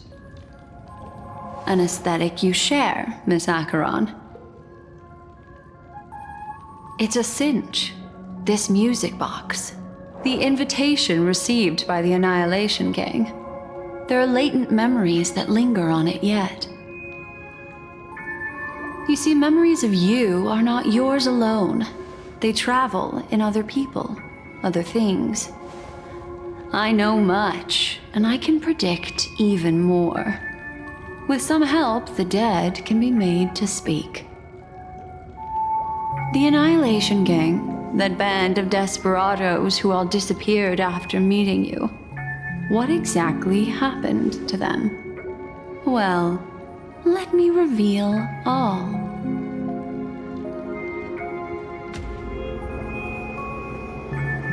Gradation 12. Dreamscape 12. Father, I dedicate this to you. Well done, Dubra. Wherever they go, shall be met by annihilation. There it is. It's hazy, but it's Ifrit's voice. The other one is probably his progeny. This is the residual memory from when the invitation was first delivered. They were abruptly interrupted. Then, what happened next is...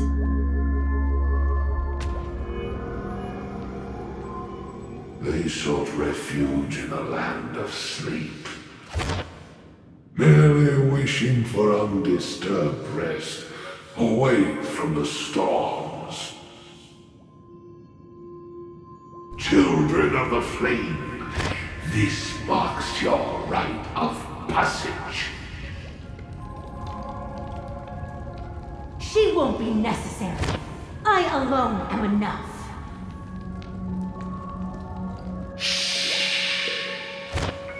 When have those on the path of destruction feared death? The Everflame Mansion has set out on a journey. Those poor people, they have no idea what lies in wait ahead of them.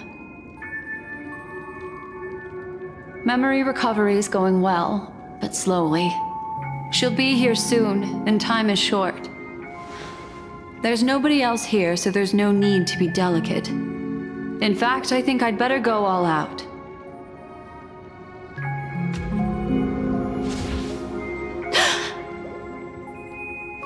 What happened?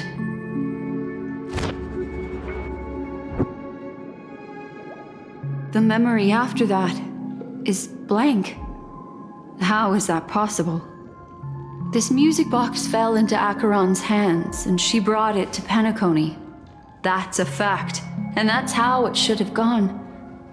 But along the way...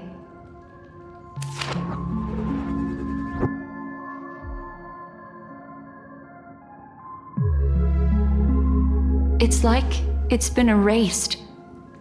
Who's done this?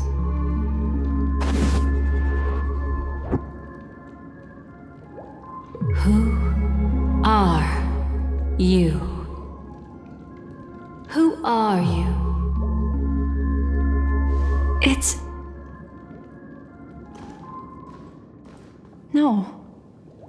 Is this not a memory? Oh, a memo keeper. Do you serve the Garden of Recollection? Or the Cremators? My name is Constance. A pleasure to meet you. We were supposed to meet in Penacony and spend an unforgettable time together. But that seems unrealistic. Dolly is not welcome on the Banquet Star, and I don't need a coming-of-age ceremony. And you, I know what you're looking for. Want her secret? I can give it to you.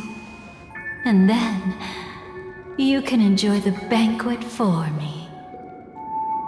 I wish you unforgettable memories. Cut the mystical act.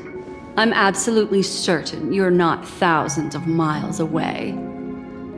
In that primordial memory zone, my acuity was blocked at every turn. I thought it was because of the family, but it turns out there was a colleague present. What brings you here? My, how aggressive. Are you backed into a corner? Or have you figured something out? What could bring Constance of the Everflame Mansion here? That's your fatal flaw, mysterious cremator. The Annihilation Gang has always operated in plain sight, with no secrets among its members. And Duke Inferno has never had an offspring named Constance. Oh? Are you so sure? What if I'm just too capricious and can't help but betray anyone? That's impossible. The Antimatter Legion has been after her this whole time. Aren't you the same? The Garden of Recollection launched 14 pursuits trying to erase me. And in that final one, I died right in front of you, didn't I? It really is you.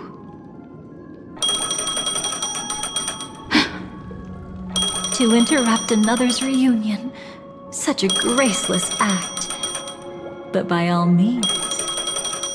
After this, we'll have ourselves a nice long talk about your ingratitude, my dear cellmate.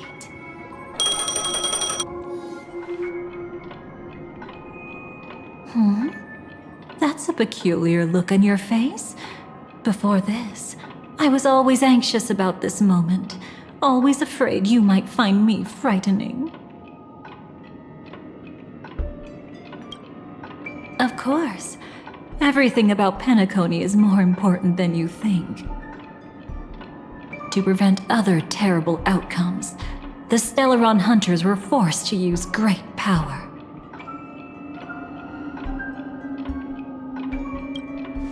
If you're willing, and if you can endure it, I can keep going. Or perhaps... would you prefer to indulge in my double standards?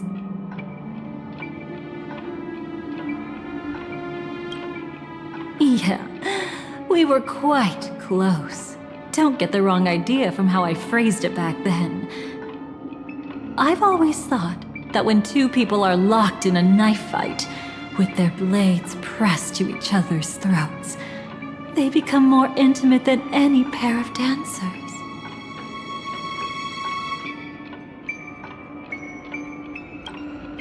Now, let's turn our gaze to where the threads of destiny intertwine. Soon after, you finally learn Black Swan's intentions. She made a deal with the IPC to bring you before Aventurine. In order to reclaim Penacony, the IPC had been seeking temporary allies. As a show of initial sincerity, he revealed his discovery to you.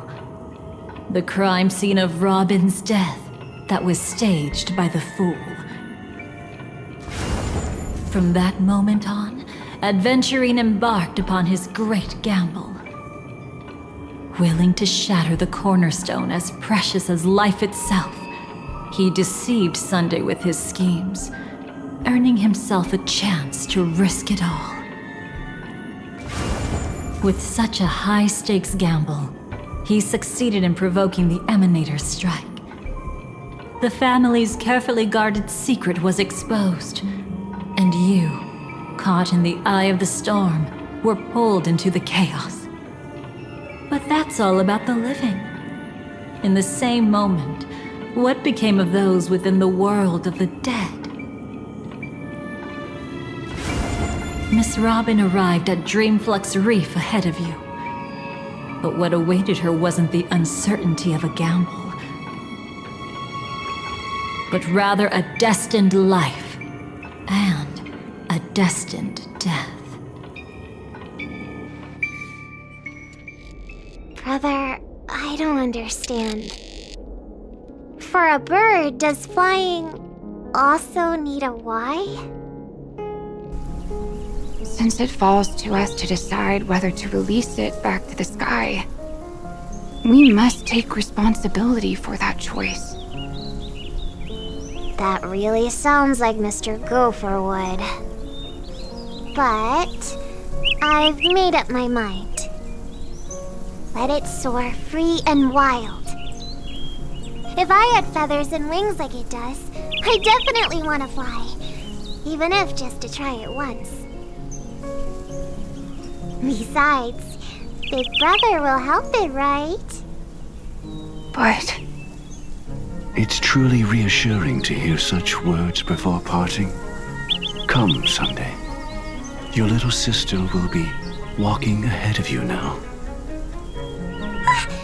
Mr. Gopherwood, how did you... The gods bestowed upon us heavenly fire, and with it divine tribulations.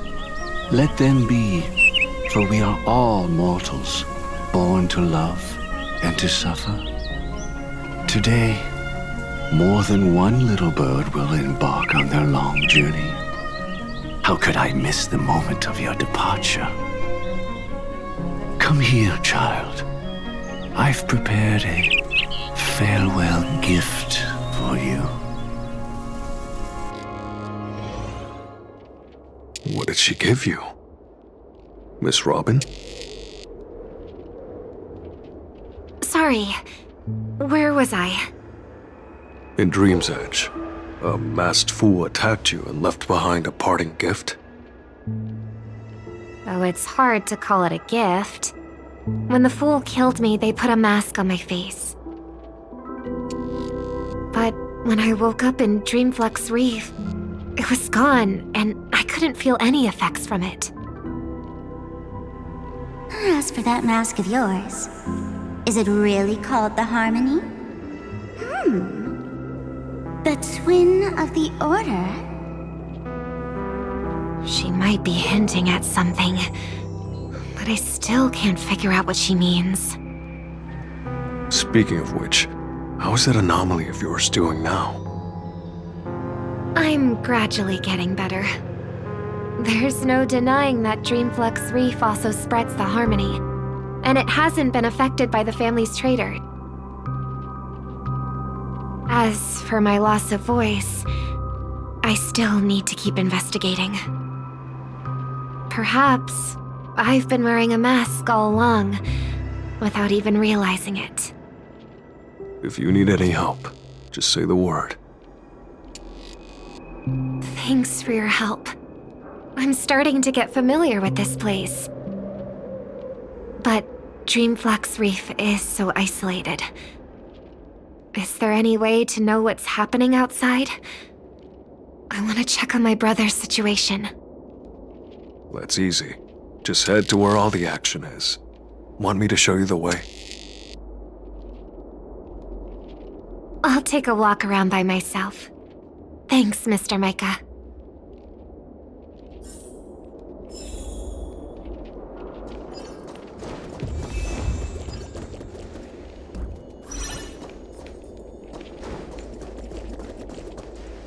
Miss Robin, can you hear me? That voice. Over here.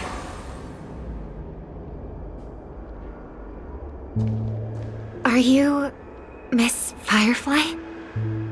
So you did notice me after all.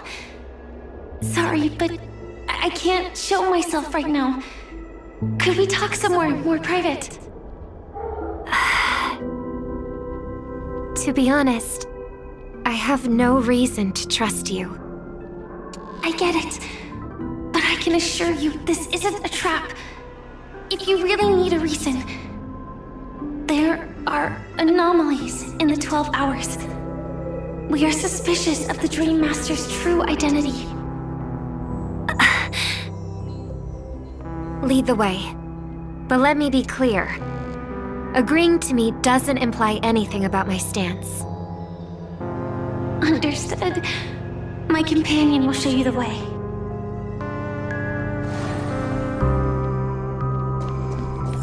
Blue flames. Is there a cremator among Miss Firefly's companions?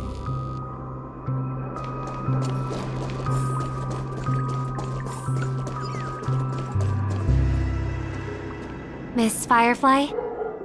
You can show yourself now. Sorry, just a moment. My companion will bring you this way shortly. This way?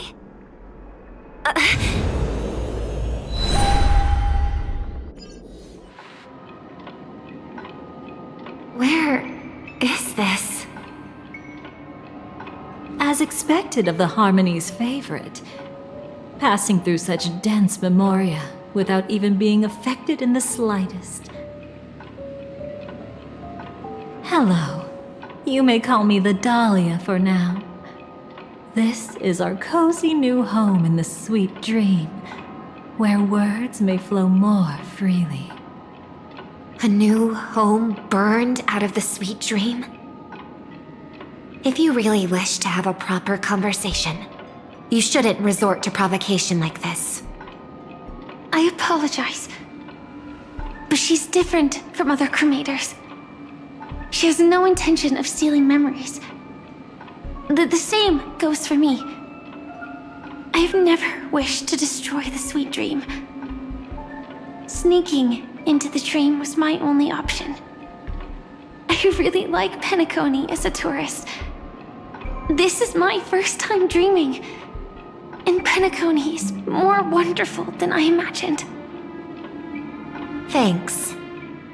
So, what brings you here? I'm sure you've noticed it too. The Dream Master Gopher would completely merge with the dreamscape, becoming virtually omniscient and omnipotent in Penacony. But now, he's losing his grip on the dreamscape. To find out why, we conducted some investigations. In the primordial dreamscape, we uncovered a crime that he had buried away. We suspect that's why his powers aren't what they used to be. And that's why he's been telling everyone he's under the weather. Crime? I'll show you later. Belonging to his family, you wouldn't believe me unless you saw it with your own eyes. You've indeed uncovered many clues. But before we proceed, I must confirm your true intentions. My purpose is about a reunion, a rescue, and a farewell. Will you believe me? Miss Firefly, that expression and tone of yours just now, I've seen it many times in my audience. Expression? That's the look one has when describing what they hold most dear in their heart. So I'll trust you this time. When I first left Penacony, the Dream Master gave me a parting gift. A divine law, so to speak. For a leader of the 5 lineages, that's pretty cheap, isn't it? Since then, I've walked the path of harmony as a Pathstrider, wielding its power. Until I returned once again for the Charmony Festival. In the 12 hours converged by the Dream Master, I developed symptoms of losing my voice, and the strength of the harmony began to wane. Yet in Dreamflux Reef, I wasn't affected at all. I believe that the path he once pointed to might not have been named the Harmony. That's That's why I gradually became incompatible with the sweet dream. In the past, the Dream Master would harmonize for me. But when he was too busy to tend to me, I finally noticed something was wrong. So, which path did he choose to walk? It's not clear yet. There aren't many clues about this, but I suspect it's the Order. Thank you, Miss Robin. You've helped us clear up many of our doubts. However, regarding the Dream Master's path, we have different conjectures. What is it? Come with me. It's time to see it with your own eyes.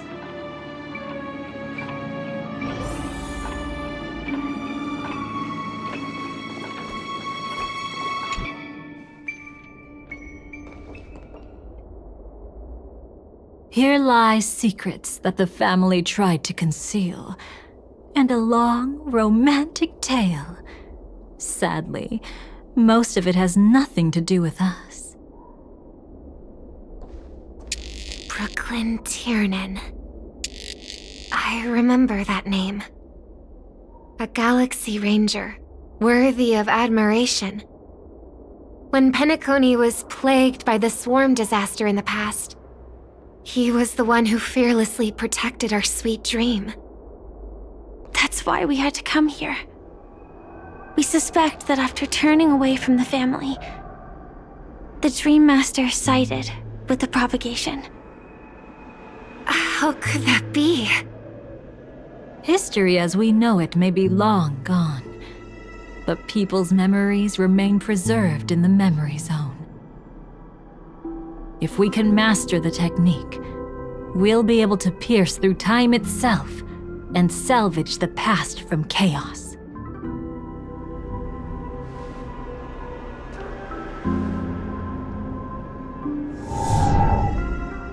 Is this Memoria? Every disaster brought by the swarm was accompanied by countless sacrifices. Some names were remembered, but others were not only forgotten, but betrayed. What are you doing? I am not your enemy. Indeed. Our true foe is that abominable fate. Then why? Why? Easy, child. Your struggle only adds to the pain. The strike I just delivered, dishonorable though it may be, did not miss. Here and now, your death is certain. But I was clearly helping fight against the swarm here. Indeed. As the swarm ran rampant, a Glamoth knight passing through joined the battle without asking for anything in return. Truly admirable. But have you ever wondered why, right after that, the infestation only grew worse? Could it be? The Glamoth knight, born to purge the swarm, turned out to be a path strider, walking the path of propagation. The sweet dream has never been tainted by the propagation. You brought it here, and only your death can remove it. How can this be? I can leave and never come back here. I can't die. I don't want to die. That's precisely why I said that strike wasn't honorable. I explored your secrets for the sake of the sweet dream. But striking you down That came from selfish desires after glimpsing eternity. Paradise shall fall into this world of sorrow, and once dawn breaks, it will shatter in the light of day. How could anything golden abide in glory forever? You shall become my darkest crime, in the beginning of a great undertaking. Your remains shall become the foundation for eternal paradise.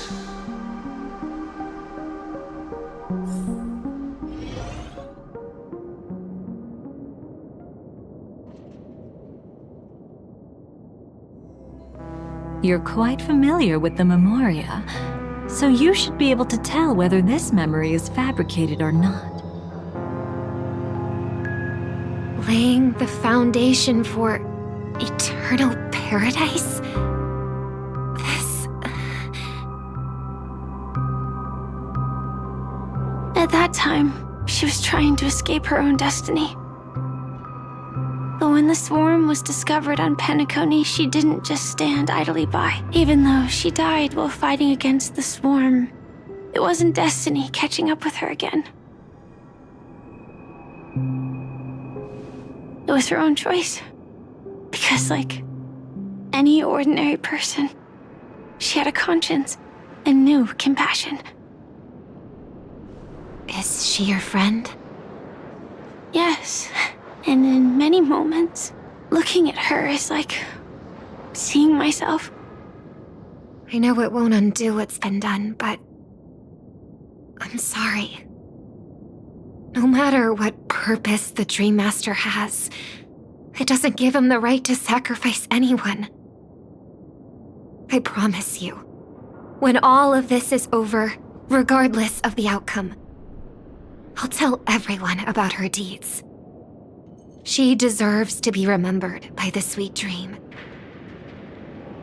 Thank you. But there's one thing I don't understand. Even if the Dream Master is after the power of the propagation, there are plenty of swarms left in the cosmos. Why resort to killing? That's exactly why we came to find you. With the Charmony Festival about to begin, it can't be a mere coincidence that the Dream Master is pushing forward with his various machinations now. And you were chosen to perform for the Harmony. Whether you're aware of it or not, you must be absolutely crucial to his plans. I see.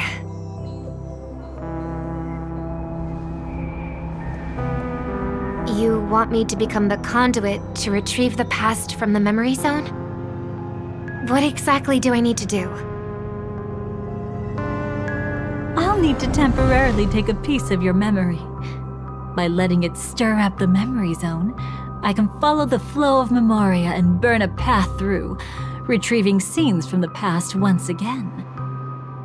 Whether I succeed or not, I'll return your memories to you safe and sound. Let a cremator access my memories? I also think it's too much to ask.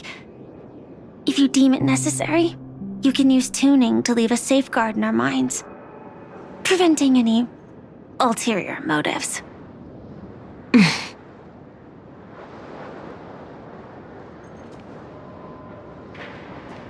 There's no need. Let's get started. May the harm that befalls you never lead to your downfall. This is a blessing that has been passed down through the family for generations. I don't want all trust to be built upon mutual threats. So this is what star power looks like. You've even made me a little starstruck.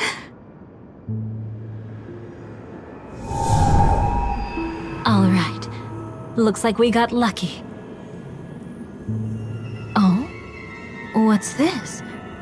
A piece of worm-eaten oak? Found something new? This time, I'm afraid we've uncovered quite a disaster. Let's go see it with our own eyes.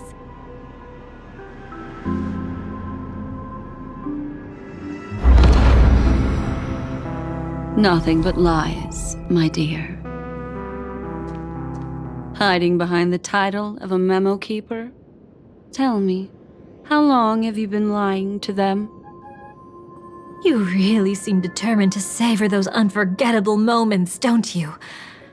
Be smart and take a hint. I don't have time to entertain you right now.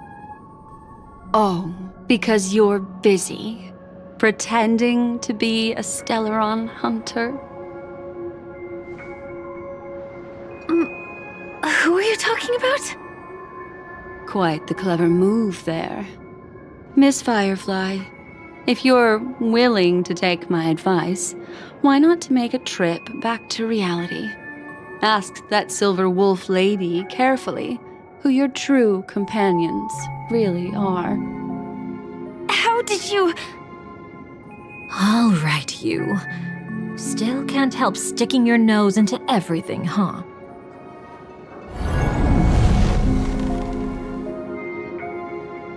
Who exactly are you people? She's just a cremator who manipulated memories and pretended to be a Stellaron hunter's companion. She fooled all of you. What about Miss Firefly? Is she alright? She might get lost in the memory zone's turbulence, but don't worry. She's quite something. She'll only be stuck there temporarily. I'm here to bring you back to the Oak family. Mr. Sunday is worried about your safety. He tasked me with finding you in the dreamscape. As for this Dahlia, she cannot be trusted. To extract specific history from the memory zone through just one memory? While there might be memo keepers capable of such feats, they certainly wouldn't be mere pathstriders. Seems you've been watching for quite a while. Yet you only show up fashionably late when we're about to make progress. Who's the untrustworthy one here, I wonder? Save your excuses. I bring a message from Mr. Sunday that will prove my identity.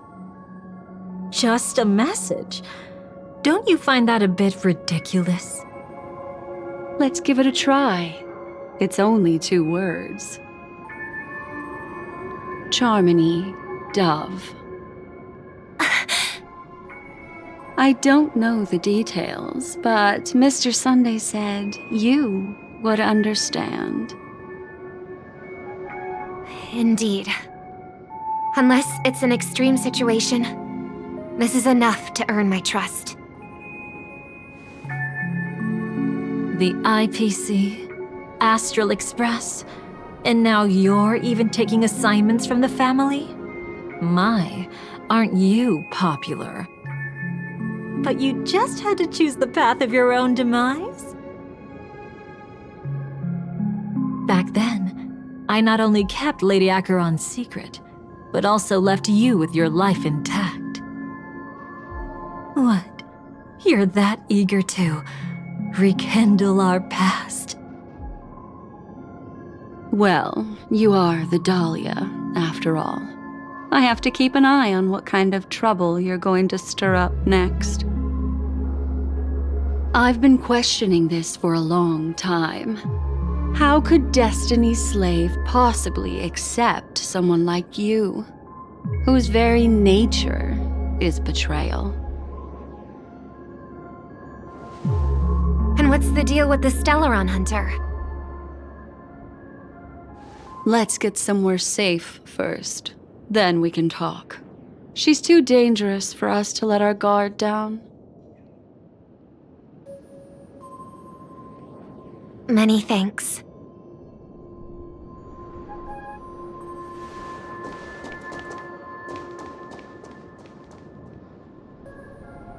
You've gotten more composed.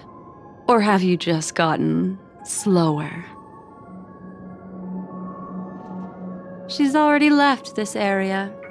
There's no way you can catch up to her now. Catch? Why would I'd chase after her. Arrogant swan. If I didn't take her memories just now, then what exactly did I do to her? I might as well tell you. I planted a spark of the cremator's fire in her memories. It will spread silently, and in an instant, it will burn away all her memories of seeing me. She'll believe she was never here. The suspicions that have already taken root in her mind will also gradually fade away. No matter what she has discovered, the moment she attends the Charmony Festival, she'll revert back to that good child who was born to walk on the Order. You're the one who's run out of time. I see. Not a member of the Everflame Mansion, and definitely not a Stellaron Hunter. Your true ally is the Dream Master? Oh, aren't you clever? How about a little reward for that? Cut the act. Even with your usual reckless methods, you can't handle me alone. You're right. I can't do it alone. But I rarely feel lonely anyway. Repent and return to righteousness. Though you soar like an eagle and make your nest among the stars, I will bring you down from there. Now, can you still keep your cool? He actually gave you strength through the divine law. The Dream Master would go this far for an ally? What can I say? I'm just that trustworthy. If he hadn't done that, how could my control over Memoria far exceed that of ordinary memo keepers? Let alone allow me to tamper with the Stellaron Hunter's memories. Unfortunately, you lost your composure in your euphoria. In the dreamscape, I might not be your match. But if I want to leave, you can't keep me here. Harsh words. Want to test that theory? It's easy to throw away a flower, but the fragrance lingering on your hands won't fade so easily. I can be quite persistent, you know. Even if we rekindle what once was, I remain unchanged.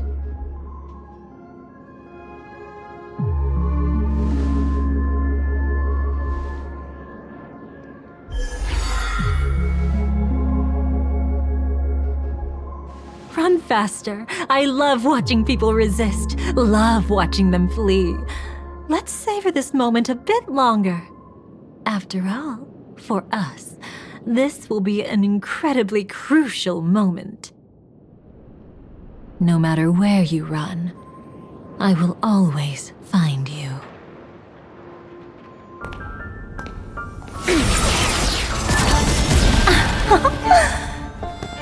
I have the numbers advantage. You have no chance of winning. I don't want to use the cremator's tricks. Not that I can't. I knew it. Your ever-shifting morals. Never changed.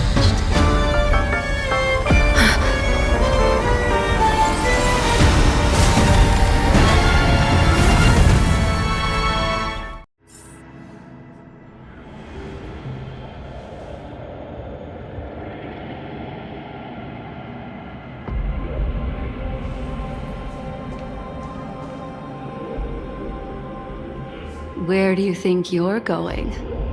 After putting on such an elaborate show, won't you stay for a little chat?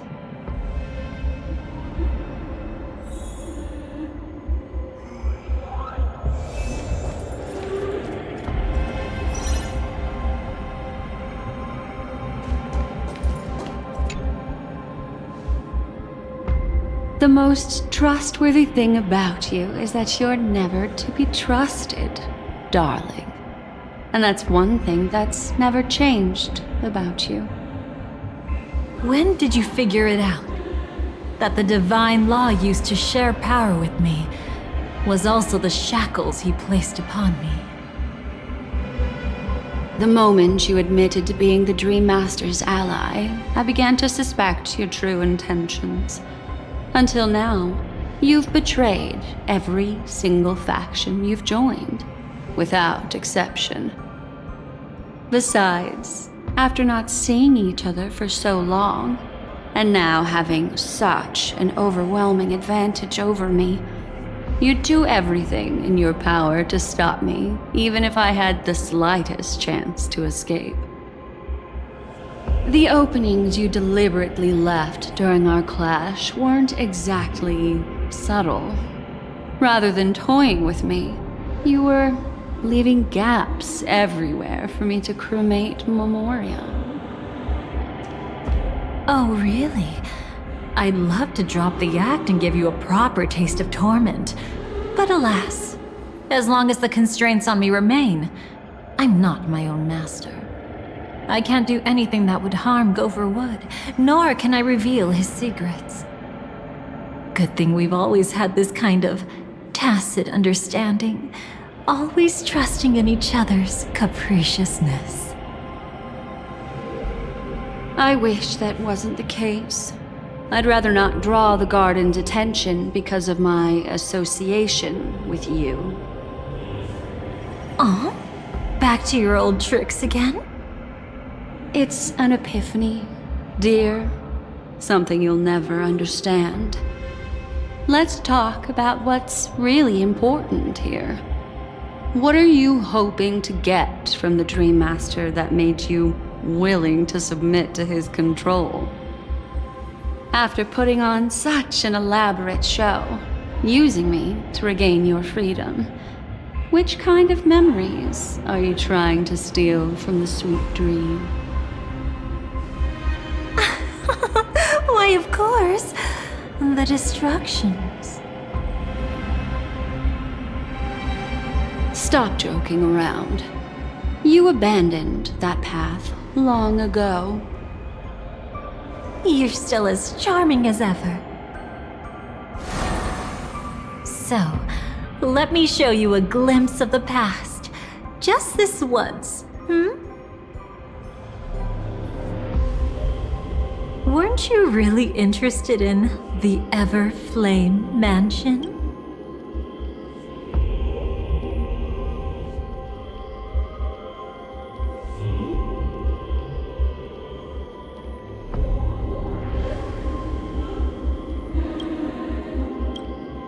So you were the one who erased the memories from that music box after all. That's right. I kept only this scene as a memento. I wanted to remember how I felt at that moment. And look closer. It's not just the memories. The Everflame Mansion itself has ceased to exist. Those claw marks. You've long since strayed from that path, yet you can still wield the power of the destruction. Isn't it the same right now? I've betrayed the Garden of Recollection, yet I can still show you the memories. If you have time, I can help you savor the memory of our first encounter. Go ahead and savor it on your own. I want to put it behind me. The sooner, the better. But can't you tell me something I don't already know? You betrayed the Everflame Mansion. Is that really supposed to be surprising? Destruction is a glorious moment. As Duke Inferno's daughter, I will see his last wishes carried out to perfection, even if my role as such is only temporary. And besides, who said I betrayed them back then? I came here to fulfill Duke Inferno's last wishes. This was his command to me. make the Knights of Penacony crumble and wither, leave naught but a tomb of remembrance. In other words, everything on Penacony related to the Remembrance was my target for destruction. But this was already a world of Memoria. How could I possibly accomplish this without any help? Working with the Dream Master may be like dancing with the devil, but I have no better choice. Oh yes, everything tied to the Remembrance includes you, of course. Grateful? You should be. My whim is the only reason you're still alive. I won't be grateful for that. You couldn't have done it anyway. Filial piety has never been one of your strong suits, so drop the act. That's exactly why I'm saying, you only think you understand me. Think about it carefully. As a Stellaron hunter, didn't I work my hardest to help Firefly get closer to the truth? As an ally of the Dream Master, I also helped monitor the dreamscape. And when a hunter infiltrated Penacony, I seized the chance to pose as her companion and trapped her in the memory zone. As for Robin, whom he chose as his songstress, I burned away her doubts too, leaving nothing to chance. Like the destruction, betrayal is but a fleeting moment. And before it came, whether with Duke Inferno, Gopher Wood, or Firefly, I wasn't pretending. I truly, wholeheartedly became their companion. What about Robin? Those sparks that burn through memories. Don't you think that was a bit too much? Oh my! I thought I could fool your eyes at the edge of the dreamscape. But I guess there's no hiding from you on your home turf. What? You want to settle the score with me for messing with your people? Why don't we sit down and have a chat? You seem like a patient one to me. So tell me, what exactly do you want to take from me? Don't worry, I only went with the flow, suppressing her power a little to make it easier for you. I trust. You're someone who knows how to return a favor, right? There's this thing called the script. Now that, I find quite intriguing. Stellaron Hunter collaborator. Soon, Robin will understand the true purpose of those sparks, and thank me for it. I can hardly wait. Even though I'm not a Stellaron Hunter, this time, I might have a chance to betray destiny too. So stop thinking you've figured me out. I don't want to miss out on any possibility life has to offer. Betrayal isn't in my nature. Greed is. Darling, are you fatally wounded or terminally ill? Unless you're on your deathbed, I don't believe you're actually being this honest. I can make an exception for you, but most people, I certainly don't want them to remember. Sometimes I resent memories, because some people don't deserve to witness my radiant bloom again in their memories. And besides, you're no better when it comes to greed. On my deathbed, I suppose that's not entirely wrong. I was hoping a little honesty could talk you into dying with me. No, thank you. Too late. You're already caught up in the secret. Come on, just a few steps more. Even if I tried to turn you away, you wouldn't want to.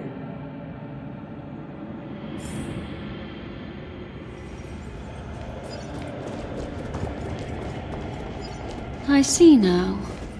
A piece of worm-eaten oak. You weren't just making that up. Oakwood is prone to insect infestations. Nothing surprising about that.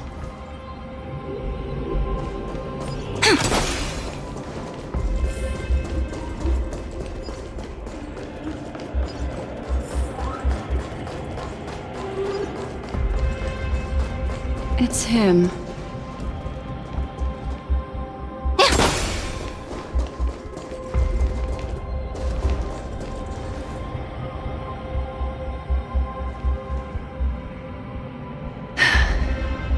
Just look at this place.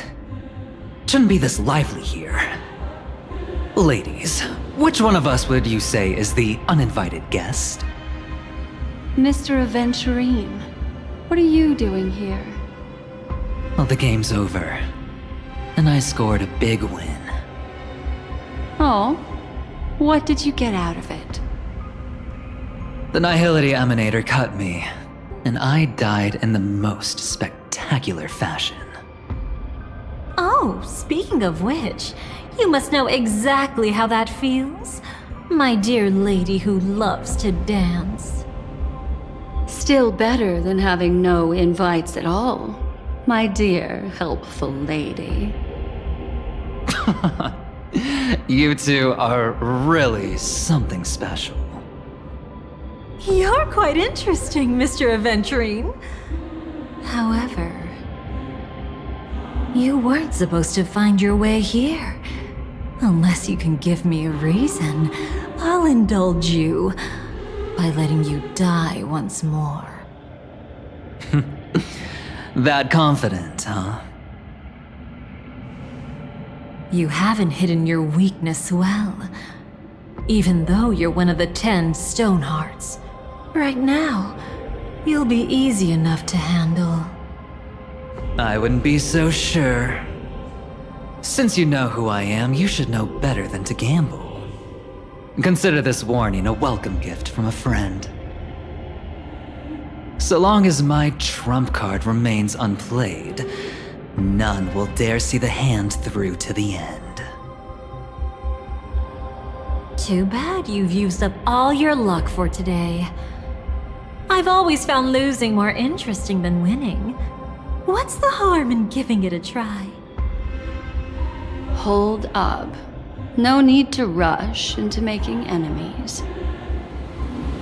Mr. Aventurine, congratulations on uncovering the truth behind death. But from what I know, you should be at Dreamflux Reef instead. Well, after taking a solid hit from the Emanator's blade, I never got the chance to enjoy a good nap. Thus I sank into the chaotic memory zone, and then my desire led me here. As I thought. You two haven't noticed. The answer was right under your noses this whole time. You can traverse through Memoria without relying on roads, which is exactly why you missed it. Ladies, you didn't think the IPC would enter Penacony unprepared, did you? Backed by a most attractive package, I quietly assembled a team to research the memory zone. And I only asked for one thing in return. How to escape alive if I accidentally got lost in Penacony's Memoria. To be honest, they didn't contribute a thing.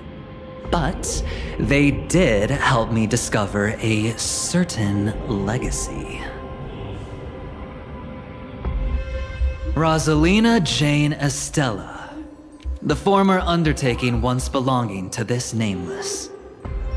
She once boarded the Astral Express as an outstanding surveyor. Years ago, in pursuit of the primordial dreamscape's secrets, she ventured alone into the memory zone and was never seen again. Everyone believed she had perished, taking the mysteries of the dreamscape to her grave. But that wasn't the truth. Before departing from this world, she single-handedly forged the pathway of Memoria. Mr. Aventurine, do you even realize what you're saying? Look, I didn't believe it at first either. But the Nameless, as it happens, had quite a unique background that led her to devise a brilliant solution. Using the technology from the Zarina Erd system, she gave her life to the Memory Zone, giving Penacony's dreamscape a unique signature. When dream chasers wander into the Memory Zone, they'll drift towards places that can fulfill their desires. Those who yearn for freedom will witness the form of the primordial dreamscape. Those consumed by obsession might encounter certain special dream bubbles. And those who are lost and directionless will return to the 12 hours, seeking their path within their own past. The family discovered this trait and cleverly utilized it, allowing guests to be sent to different hours upon their first dream entry. In other words, this Nameless is the true founder of the planet of festivities. As for me, maybe I ran into a good doctor. From the look of this place, he's the one who let me blunder my way in. The impossible in dreams is not death, but dormancy. Do stay alive. I wish you the best of luck. Looks like I'm pretty lucky. I can't wait to see what I'll discover here.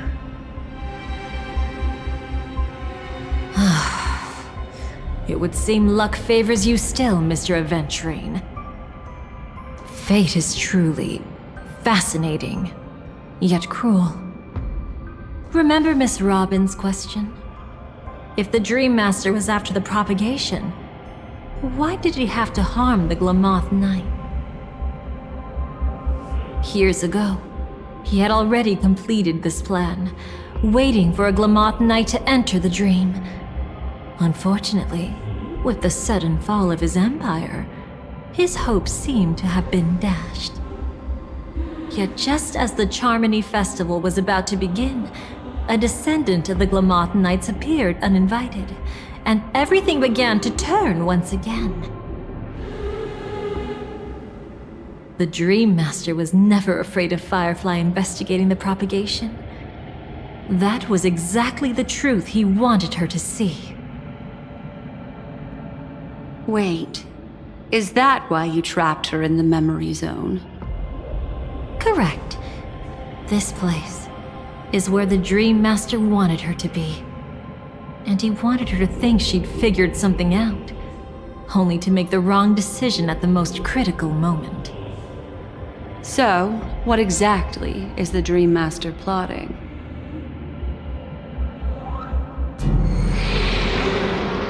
It doesn't matter anymore. We've missed our chance to stop him. Even if we catch him in person? From the very beginning, he never existed anywhere at all. When he attempted to merge with the dreamscape, he transformed himself into 4 primordial divine laws. The gods bestowed upon us heavenly fire, and with it divine tribulations. Let them be, for we are all mortals, born to love and to suffer. The first law. As his parting gift, he bestowed it upon Robin, guiding her onto the harmony. Repent and return to righteousness. Though you soar like an eagle and make your nest among the stars, I will bring you down from there. The second law is the power he bestowed upon me as his collaborator. At the same time, it serves as a constraint to ensure I won't act recklessly. And the third law... Paradise shall fall into this world of sorrow. And once dawn breaks, it will shatter in the light of day. How could anything golden abide in glory forever? I haven't seen it myself either. According to him, it was an all-out attack, like a torrent of fire pouring down from above. And the last one? Nobody knows. After claiming to be ill and withdrawing from public view, even though the constraint remained in place, he never contacted anyone again. Not even me, his collaborator. It's just my theory, but I'm pretty sure I'm right. By then, he had finally completed the last law and used it to eliminate the one weakness that exists in any plan. The mastermind himself.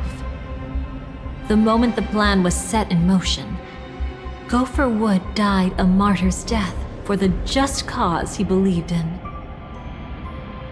And the swarm disaster shall reappear again in the sweet dream.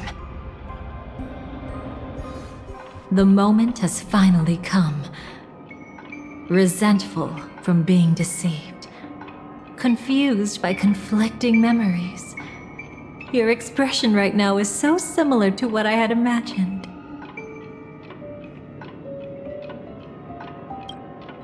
Every side. I'll try to fulfill Duke Inferno's last wishes, advance Gopher Wood's plans, and yes, indeed, I've helped the Stellaron hunters uncover the truth. Don't be too mad. I wasn't a Stellaron hunter back then, but wasn't everything that happened in Penacony the perfect opportunity to join?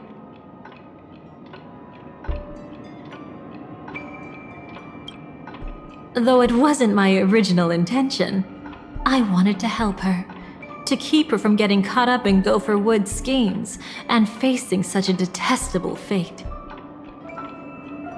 Alas, I couldn't make it happen. The path your predecessor Rosalina left in the Memoria pushed Firefly towards a new lease on life.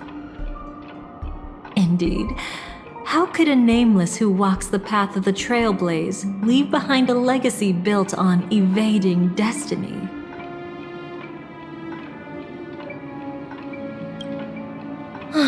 As you can see, he became a martyr, leaving all his power in the 12 hours, like a self-turning hand of time, driving his plans forward. The Order truly is a harsh path. Enna, Gopher Wood, and Sunday, the one you know even better, they all chose to sacrifice themselves for it. But then, something interesting happened. You turned out to be that variable. As Aventurine said, Rosalina's legacy would send dreamers to where they truly yearn to be. For Firefly, that place turned out to be by your side. She revealed her true self to you, reuniting with you as a Stellaron hunter. Then, guided by a history fictionologist, you witnessed the life of the watchmaker Mikhail. It was truly a life worth remembering, worth giving everything for. I would have loved to raise a glass of hello and goodbye to him, just like the one who saw things through to the end, Mr. Gallagher. What a shame I can't do it properly here. Sunday also came here, feigning cooperation, to reveal to you the truth about Penacony, the foundation of the sweet dream, hidden behind the Grand Theater's curtain, was actually a Stellaron, and the true mastermind behind everything was none other than the Dream Master Gopher Wood. But you know now that his words weren't entirely true. What followed was one of the few beautiful memories that Firefly has held onto to this day. In order to win tickets to the Grand Theater, you and Firefly participated in the moment of scorched sand auditions. Your coordination was so perfect, like you were companions who'd long shared the same rhythm. See? Even though you've forgotten everything from before, some traces remain etched in this moment, becoming part of your instincts. Until, following the script, Firefly sent you all to the final stage before departing on her own. In those beautiful moments before that, she experienced the joy of living, yet she still had to face the terror of death. However, you may have noticed that during this period there was a small gap. She and you weren't together the whole time. You returned to a child's dream through a dream bubble left by Mikhail and witnessed his legacy. However, Firefly was not a Trailblazer, so she couldn't enter it. While waiting alone, she met her true collaborator, and thus learned that there was more than one legacy in Penacony, and more than one watchmaker.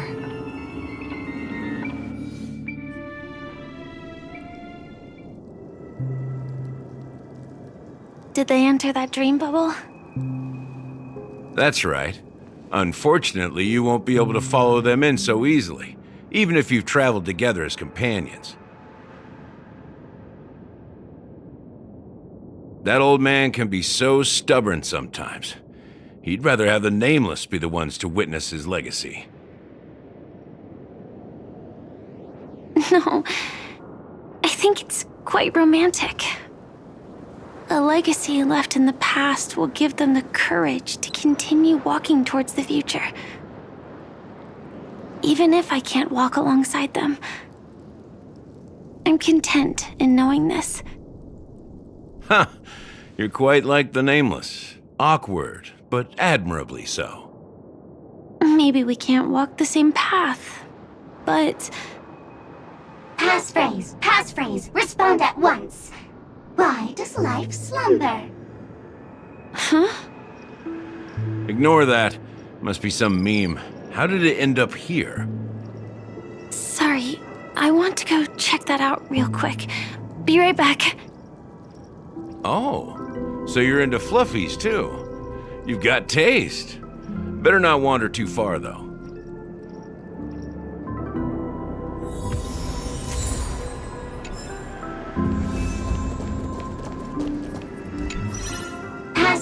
Passphrase, respond at once. Why does life slumber? Because people are afraid to wake up from the dream. Perfect! Identity confirmed. Welcome, Agent Mech Tycoon. Please proceed to the next rendezvous point. Our people will be waiting for you there. Is this really necessary? Gotta stay in character. Follow the instructions, Mech Tycoon.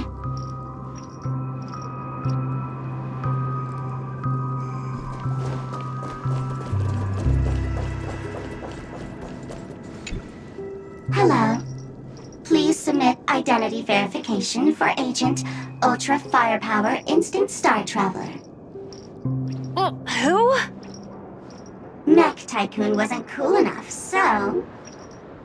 So, Miss Sparkle went ahead and changed it. Masked fool. You shouldn't be here. Well, someone's been kept in the dark this whole time, completely oblivious to their real body standing right in front of them. Buddy? Don't tell me you still haven't noticed. That memo keeper has already stabbed you in the back once. No way. Silverwolf never mentioned me? But she's the one who invited me to team up. The family's omnipotence in this sweet dream, that was my intel. Now you all are going back on your word? Your intel? With Kafka's Spirit Whisper, my cognition shouldn't be susceptible to distortion. Could things be different now that I'm in a dream? Before heading to Penacony, Silverwolf did tell me to keep an eye out for anyone asking, why does life slumber? But as evidence, that's not enough. Oh, really? Then what if you were to die 3 times in the sweet dream? Then why is this the first time we're comparing notes? What else could I do? As a fool, how could I ever catch up to a memo keeper in a dream? Every single time, just when I was about to reach you, poof, she'd vanish with you. Who exactly is Constance? She works for the Dream Master, but she definitely has her own agendas.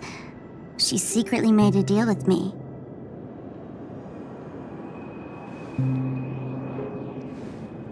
She pointed to a nightmare in which all the Dream Master's schemes would be carried out. I've been looking everywhere for you just to give you this spoiler.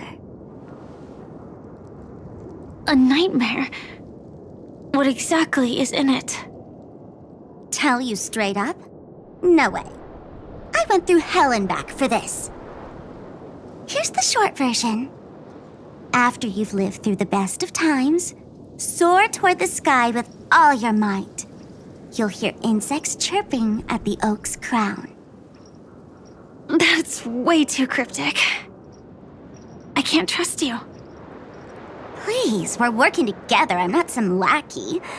Just because someone else fooled you doesn't mean you get to pin it on me. You're back sooner than I thought. Any results? Yes. And now, it's up to us to forge ahead.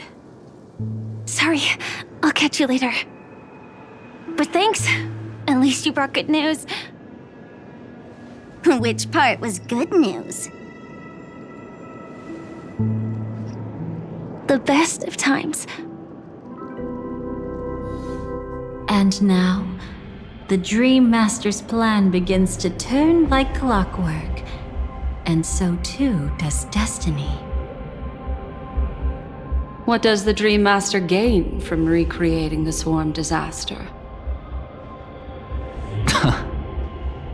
Oh, reminds me of the good old days during the War of Gods. Oh, silly me. I almost forgot. I need to retrieve a certain lost item. Otherwise, there's a lady who won't be too pleased. Sorry, but I need to get going. Sorry, but you're not going anywhere. This is the land chosen by Gopher Wood to meet disaster.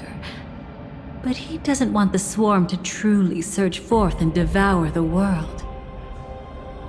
The swarm disaster will be trapped here, and so will you in your weakened state. Unless a kind memo keeper lends a helping hand, right? But I can't find a reason. So far, there hasn't been a single case of one of the 10 Stonehearts being killed. It's driving me crazy with curiosity.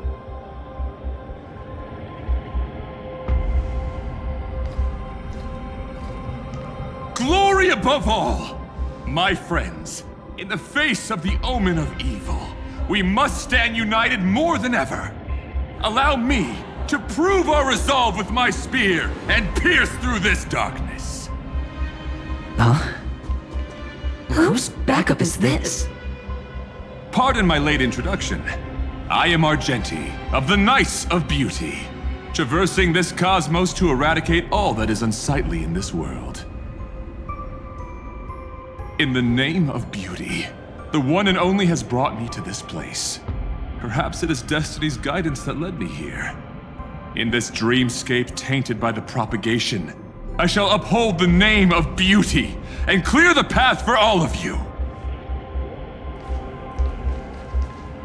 Ah, passing knight. You found just the right person.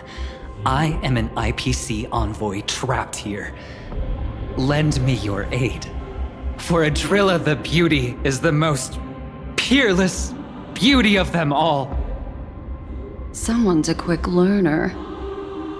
Nothing else to say. This is far too much of a coincidence.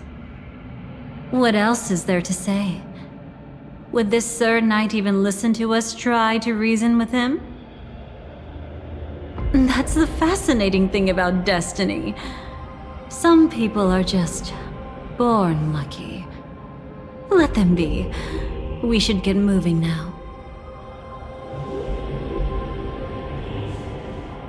Where are we going? To find your dance partner, darling. By an unexpected turn of events, the Dream Master's plan is about to come to fruition. And to deal with him, we'll need an emanator to step in.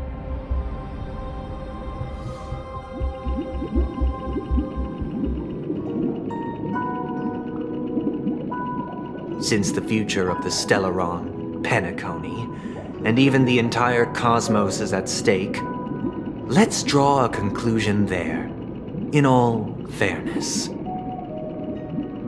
Does that mean he wants to fight us during the Charmony Festival? I'm afraid so. Anyway, we can't leave the Stellaron unchecked. This is about trailblazing a bright future for Penacony, and fulfilling the long-cherished wishes of Mikhail and our other predecessors. After you've lived through the best of times, soar toward the sky with all your might. You'll hear insects chirping at the oak's crown. It's all over now. So that's how it is. Well then, it's time for me to depart. They've harnessed the will of an entire planet to create an eon. This confrontation is far more complicated than a simple power struggle. To secure Penacony's future, fighting on the stage alone is not enough. What do you mean? Are you not coming with us? I believe Firefly is trying to say that she's heading off to another battle.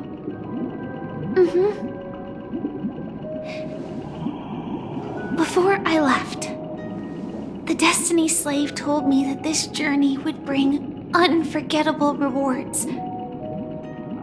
Even though the script he gave me only had a few lines, I couldn't ignore them. Because one of the lines said, I'll experience death 3 times in the land of the dreams. 3 times? This can't be serious, right? The first time was a painful death when I was stabbed by the Blade of Dormancy, which led to all subsequent events. The script will always come true, but in a way that will only be revealed when that page is turned. But the death granted to me by the planet of festivities was merciful enough. For my first death, I chose how it would come and what it would change. For the next 2, I want to try my best to achieve the same outcome. Have you made up your mind, Firefly? Yes. Otherwise, I wouldn't be here. Thank you again for your assistance for the Astral Express. May we meet again, in reality. Yeah. Farewell, everyone. May your trailblazing expedition never end.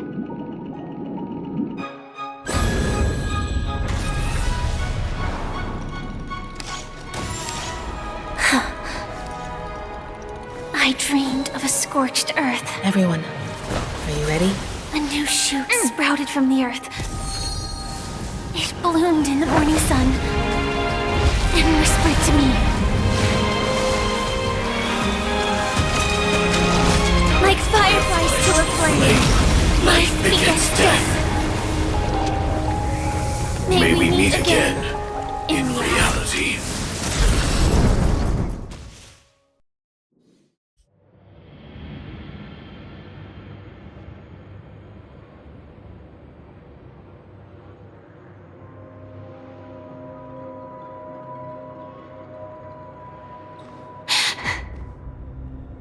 this the place where the Dream Master executes all his schemes?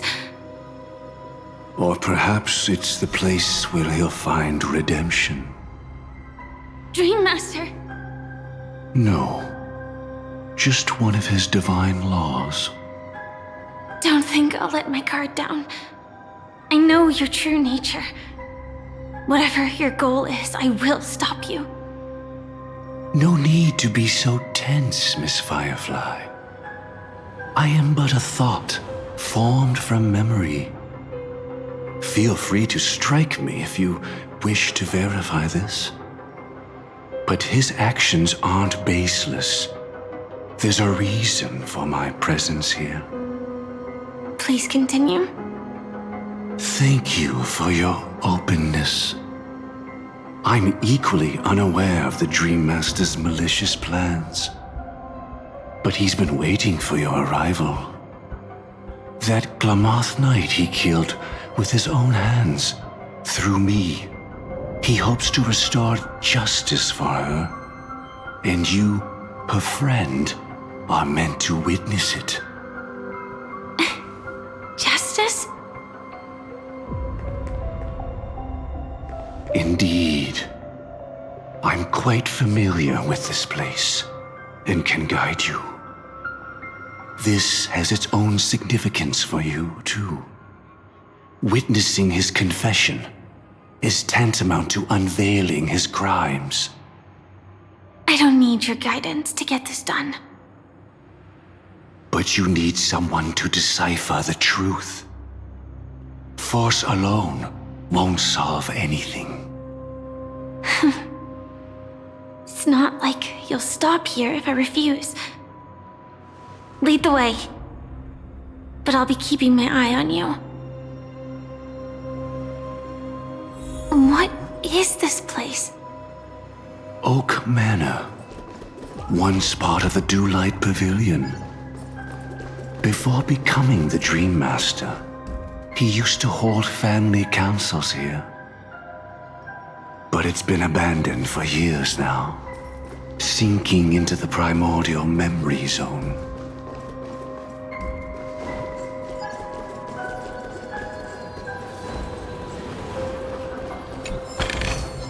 Ta-da!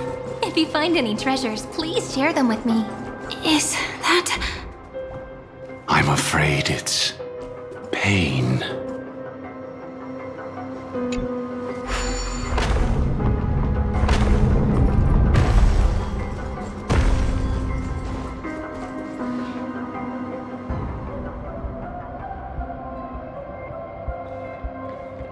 Did Oak Manor always have decor like this?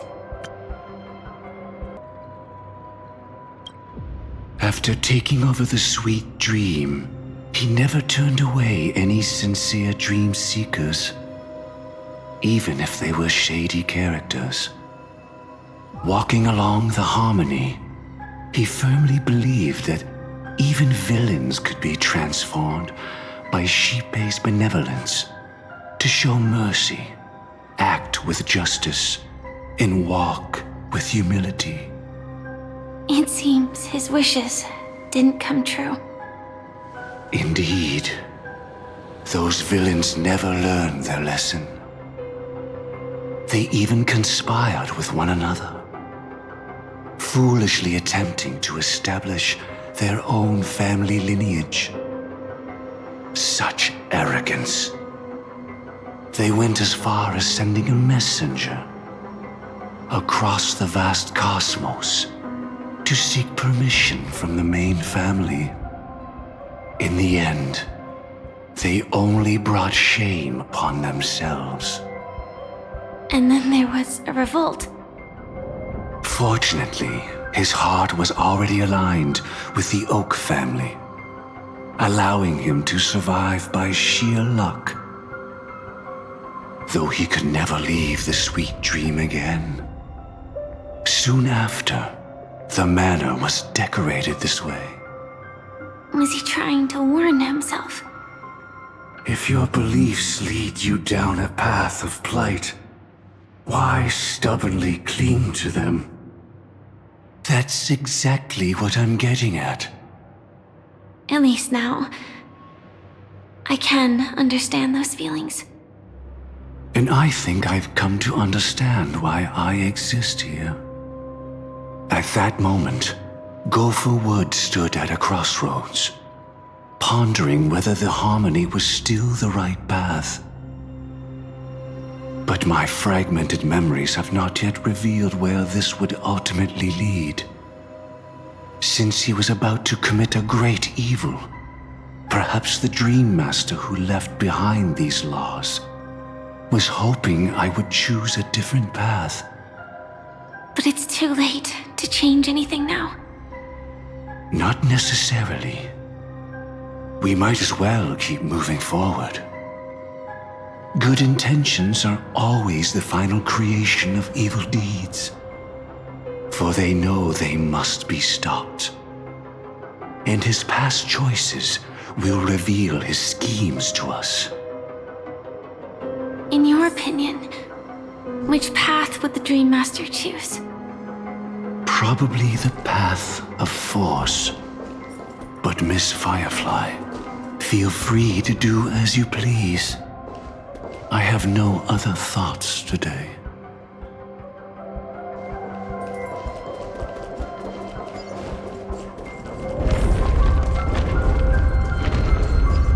The road not taken can never be retraced. Even in dreams, this truth remains.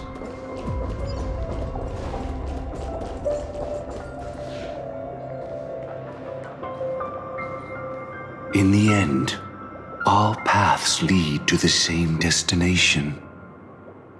Human will, it seems, truly has very little impact. Is this?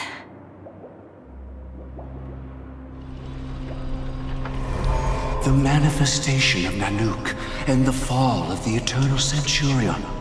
Such news has shaken the universe, and I've long since known about it. So why would a messenger of the main family take the trouble to visit this frontier? Just so you know, I'm here to deliver punishment, and you're the guilty one. I barely escaped death, and I still can't reveal my true form. Tell me, why have I been branded a criminal upon returning to this place? You've already confessed to your crimes. The family doesn't tolerate incompetence, even from a branch leader on the frontier. Not only did this one fail to quell the situation, he was even murdered. If it weren't for Nanook's manifestation, the Eternal Centurion would have descended upon Penacony to eliminate these villains. But you survived by sheer luck, and I set out for this very reason. You must settle this matter yourself and reclaim your lost respect. Not for yourself, but for the family. To survive, but without the power to do anything. Therefore, your crime shall be punished with a blessing. I shall bestow upon you another crime. Its evil reaches even the heavens, and once known, the name Gopher Wood will lose all meaning. You will be alive in body, but dead in spirit. I know my sins. Please bestow your punishment. Here and now? That's not possible. Before I lead you to that honeyed fountain, I shall tune you, so that you can no longer speak out. People believe it to be a creation of the destruction, for it always arrives coupled with calamity. I shall clear the shadows before your eyes, so that you may once again behold that almighty force that giveth and taketh, and worship the mercy bestowed by the triple face. The harmonic cancer, the Stellaron.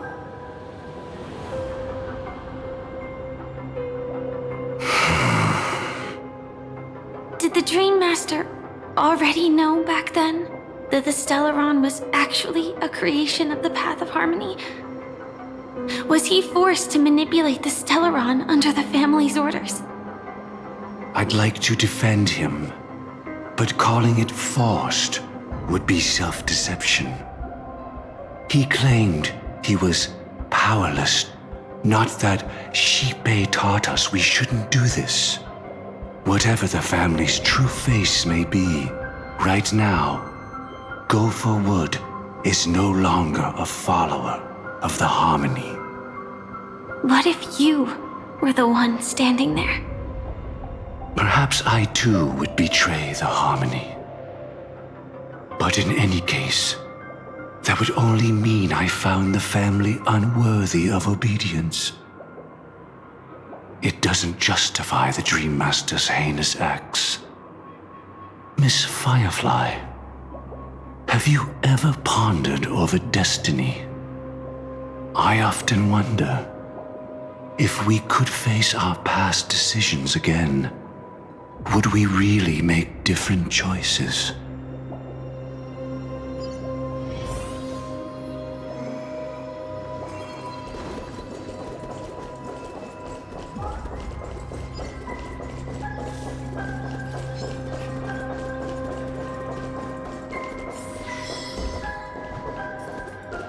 It's in that puppet's hand, Lady Firefly.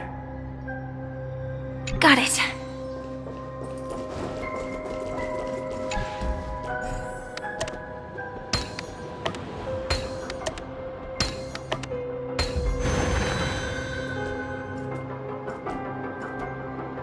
Rest in peace now, old friend.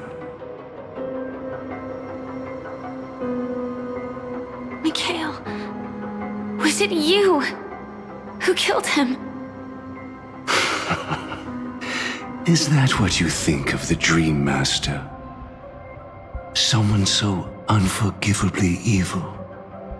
He was once the Dream Master's closest friend, but they ultimately parted ways due to their differences over the sweet dream.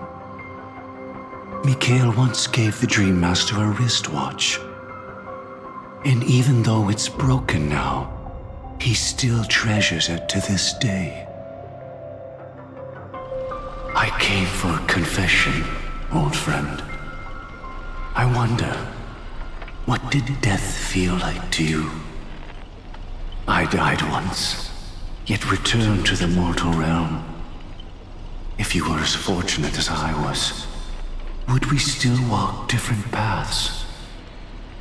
In my eyes, you can still hold on to hope precisely because you've never faced inevitable death. Would you blame me? Would you, Mikhail? I tried to unveil Xipe's third face, but I was wrong. It wasn't the propagation. Yet destiny was so merciful, making me realize the propagation was able to continuously evoke people's prayers for the order through the fear brought by the swarm. When the swarm disaster ravaged the universe, that was also when the order reached its unprecedented peak. But after that, the Great One deliberately ignited a war among gods, leading to their own downfall. They would rather fall than let the order ascend upon a staircase of falsehoods. They were wrong too. The Great One wished to restore justice to the mortal world. But what people prayed for wasn't justice. It was freedom from fear. Will you forgive me? Will you, Mikhail? I shall commit an act of transgression, mending the errors of the gods. I will restore the missing hand to the celestial clock and show mankind death. I know my sins. They are ever before me. but I shall never repent. Using the propagation to lay the foundation for an eternal paradise. So what he meant was recreate the swarm disaster using fear to force people to pray for the Order's return? Perhaps that's why your friend was killed. The Dream Master wanted to find out how the Glamoth Iron Cavalry obtained the propagation's power. That's not a power that can be easily controlled. We need to pick up the pace.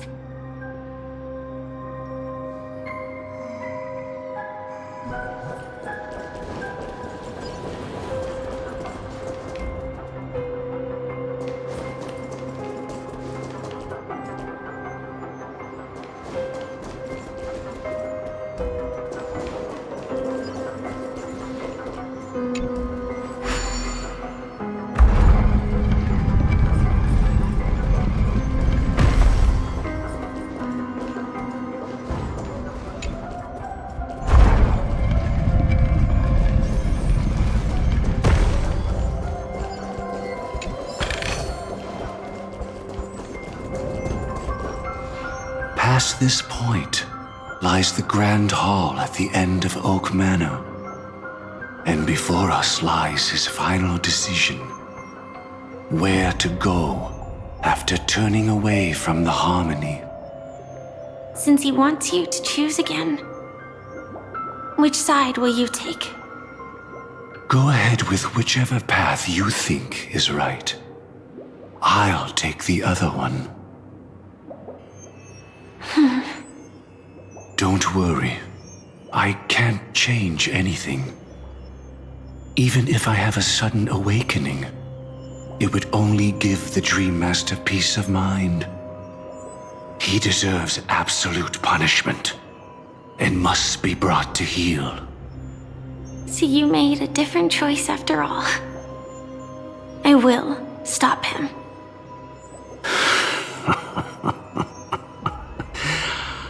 I hope everything goes well. This is goodbye, then.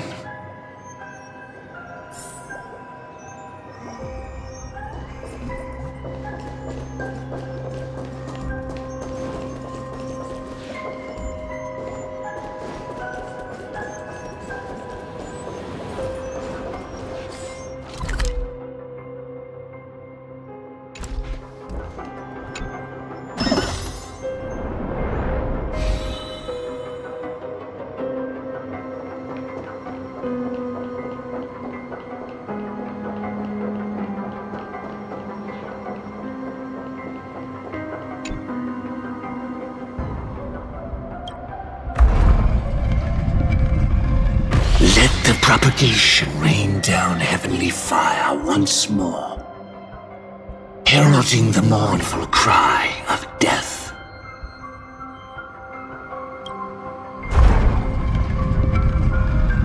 Let the Harmony's lies be exposed in an instant, revealed by the piercing blade of truth.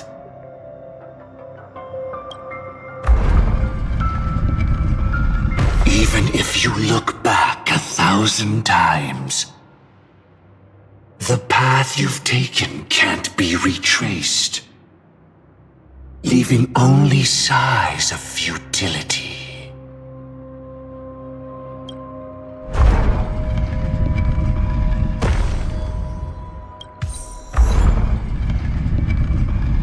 Let the propagation rain down heavenly fire once more. Let the Harmony's lie.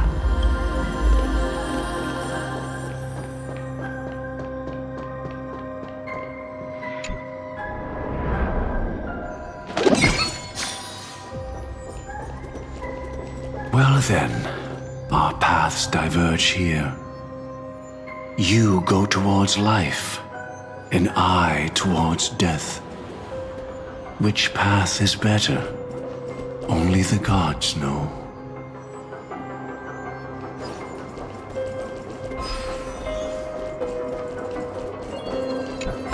What a desolate sight.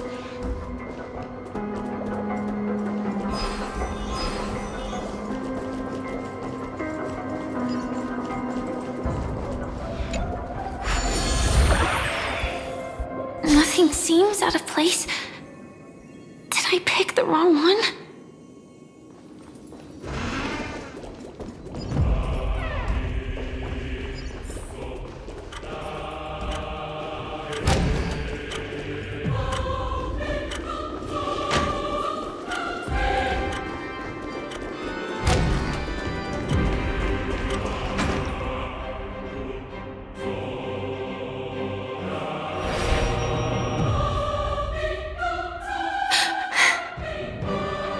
No doubt about it. This is the place. My apologies for keeping you waiting, Lady Firefly. Huh. It's you. It seems the other path leads here too.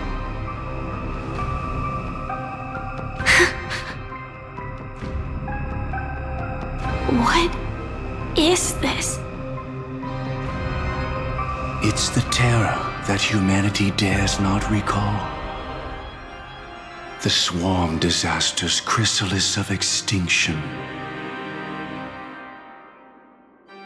The Dream Master's devastating strike, like a torrent of fire, lies hidden behind the stained glass, waiting to shatter it and unleash the swarm disaster once again.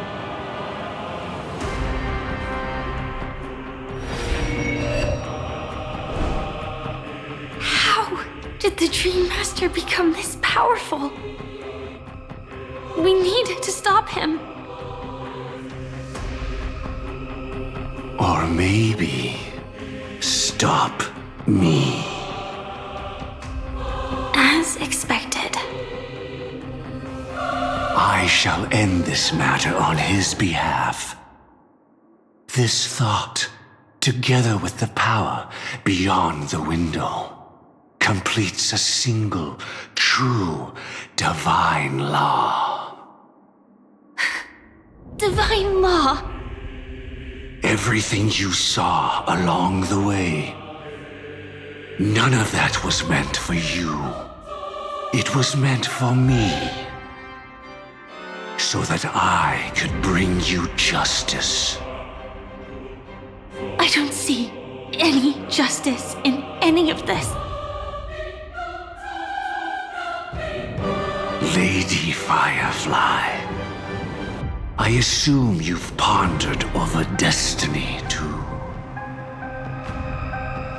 I don't think it can be used as an excuse for anything. Even if the ending is predetermined, we can still decide how we get there. That's just self-deception. You've never been able to change the course of events. When we stand at the crossroads of choice, no matter how many times we start over, we'll always make the same decisions. By that moment in time, we've already been shaped by our past, believing that choice to be the only correct path. All the past you've left behind has already determined your future. Your friend tried to escape destiny, only to meet the same end. And now, here you are, no different.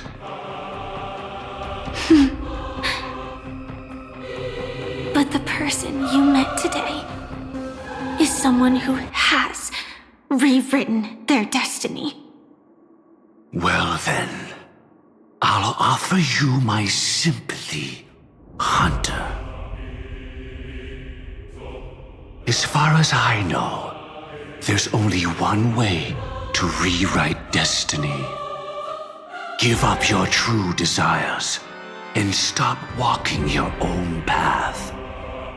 In doing so, your destiny will indeed change, and you may even sway the course of the world. But from that moment on, you will have killed yourself. Alive in body, but dead in spirit.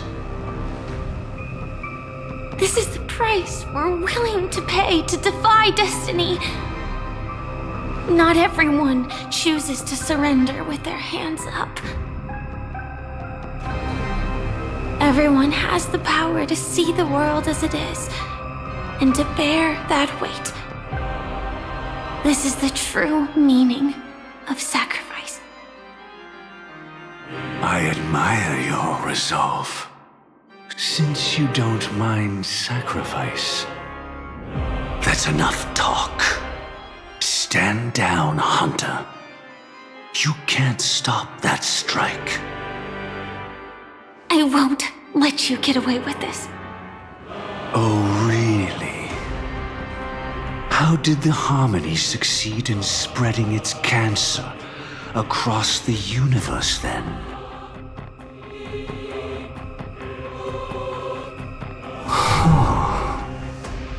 Though she wasn't my true companion, the cremator left me with a spark of her flame. I never trusted you. During our journey together, I planted it on you. And now, I'll let it reignite. It can burn away a thread of thought with ease. Impressive. But do you really think you can get ahead of me? If I can't, I still won't run away. If that strike is inevitable, I'll be the only one who dies in this nightmare. Your courage shines like pure gold. Even so, paradise shall fall into this world of sorrow, and once dawn breaks, it will shatter in the light of day. How could anything golden abide in glory forever? Come forth and present yourself, last heir of the Empire. I permit you to unveil the true face of order. I permit you, with mortal hands, to bring forth the Great One. The swarm will again devour all things, and fill the hearts of the lost with terror. Someone must cast down rage in their stead.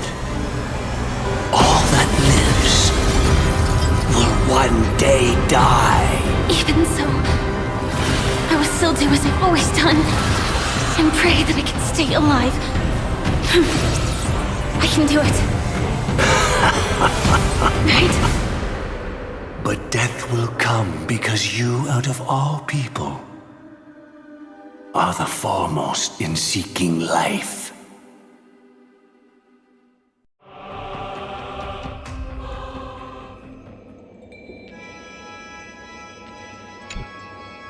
Your last confession took me by surprise. Mr. Gopherwood. No. The final divine law.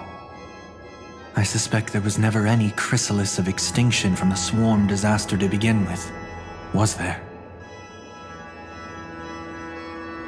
What exists in Oak Manor is nothing but a disguise. The only thing hidden within is a Stellaron. True. I never unraveled the secrets of the propagation. Now, split into 4 parts. A single strike of mine cannot harm that hunter. But if a Pathstrider of the same origin as the Swarm were to be deceived by tuning, mistaking what lies before them as certain death, if they were to make a wish to live before the Stellaron, the outcome would twist into a catastrophe that brings death. The Swarm disaster.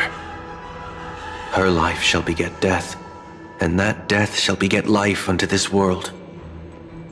But why are you so certain that nothing will go wrong? I've already glimpsed the secrets of the Stellaron, and I have no need for certainty here. Even if she never entered the game, that strike would still fall at the appointed time, causing the Stellaron to shatter. The dreamers will learn that the power to destroy their own lives comes from the harmony, but that it is ultimately the worst option. You should know that I won't agree with this. Too late, child. The hands of time have struck midnight. Look up at the stars. Do you know why they are so cruel? That reason shall be the final divine law. And with this, we entrust everything into your hands. Because the stars belong to everyone, they have never belonged to anyone. If you love everyone, then you love no one. Well, that's where our conversation ends. Go ahead. The 107,336 souls of the Oak family have dreamed of this moment too many times. The opening is near. Go, my child. Seize the power of the harmony and reveal your karma. I shall walk the path of the Order to its end, as you wish. But I can no longer accept your divine laws. If I become the only star in the sky, even if I belong to no one, there would still be no cruelty. The stars are cruel, only because they have never shared their heat with the masses, burning fiercely only for themselves. Well, there can't be two suns in the sky. I'll step up and take down the other sun if necessary. Moreover, how could I allow other stars to shine during the day? Paradise shall soon be created, not at midnight, but at noon. I shall initiate the first and only divine law of the great Septimus. I shall ascend to the heavens, becoming the scorching sun. Bathed in my light, my people shall flourish, while all evil shall be eradicated.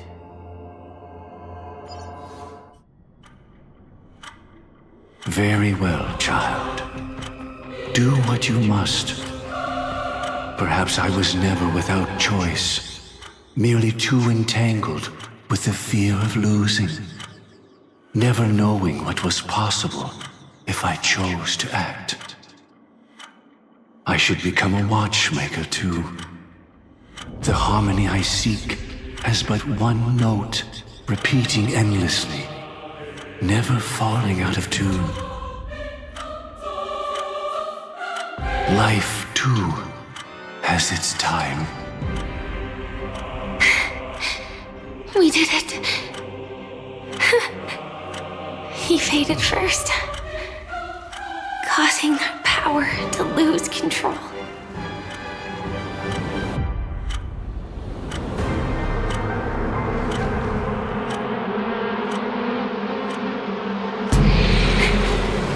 Is that the...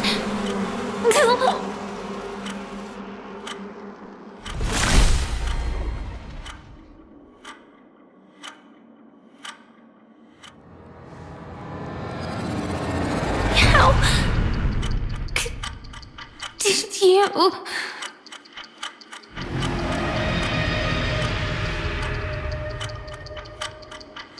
Death comes for us all, eventually.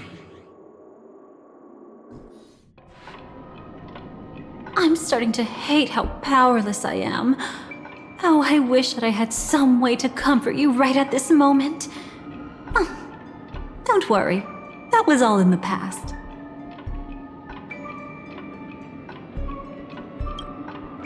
She had almost reached her demise, yet she survived. Her second death hadn't come yet. It would be upon her soon.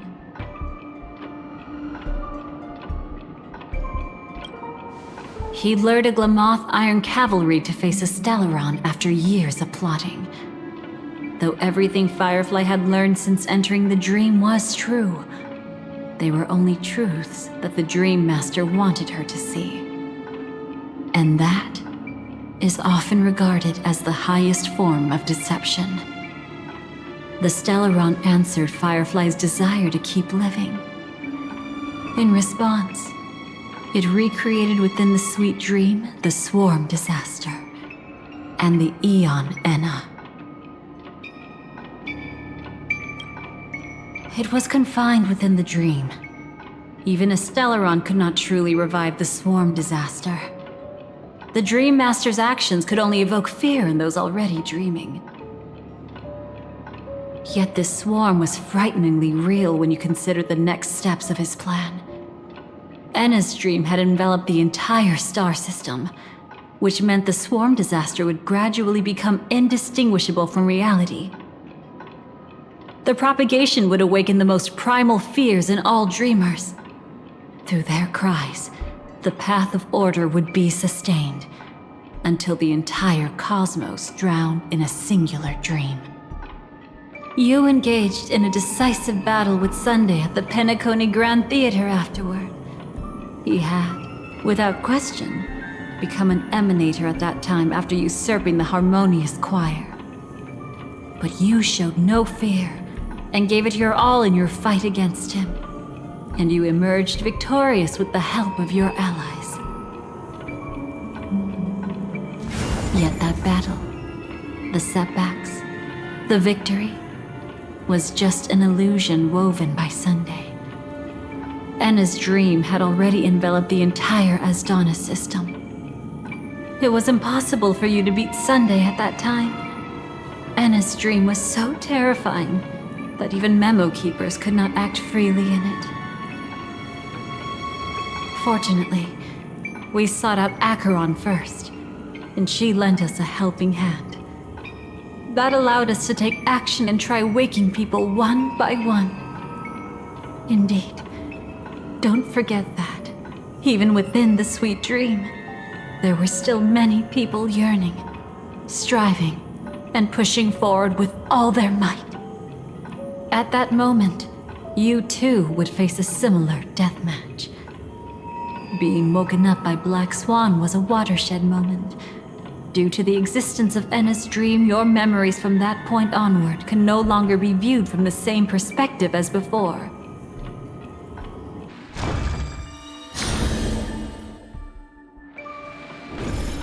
It's not that they're not real enough.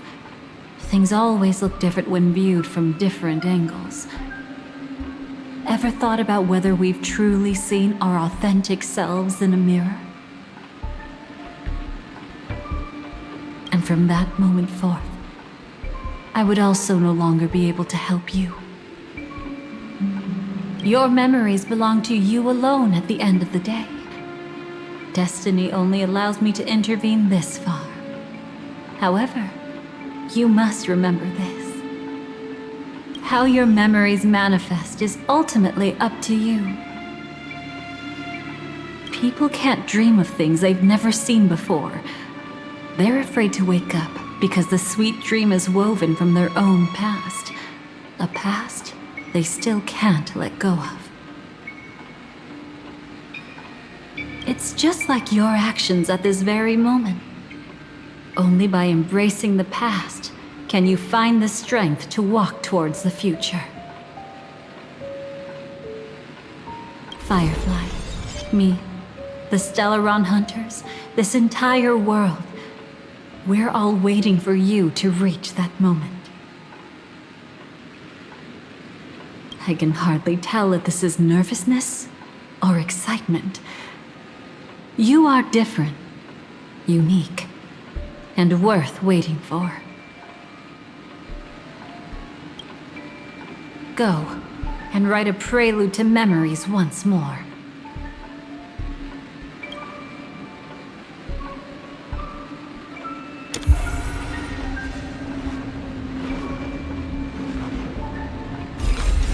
from within the ashes of time. You must reignite destiny.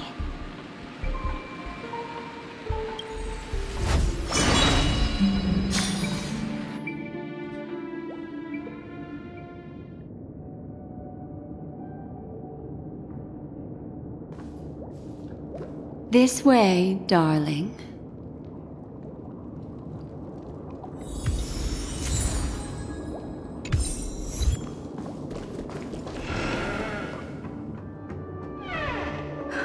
Not another one. Thank you so much, Black Swan. Finally, I can breathe a sigh of relief.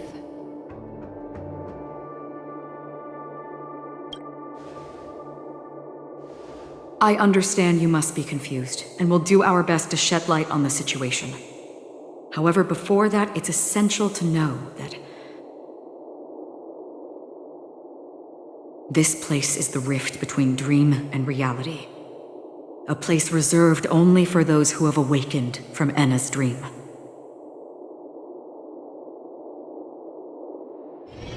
Do you remember Sunday's ambitious plan? He intended to harness the power of the Stellaron, the collective will of over 100,000 Oak family members, and the desires of everyone in Penacony to usurp the harmony and restore the order. Unfortunately, it didn't stop there. From the early days of our journey into Asdana, we were already affected by the Stellaron. That strange dreamscape where we met. Maybe it was a sign that your thoughts were beginning to drift away.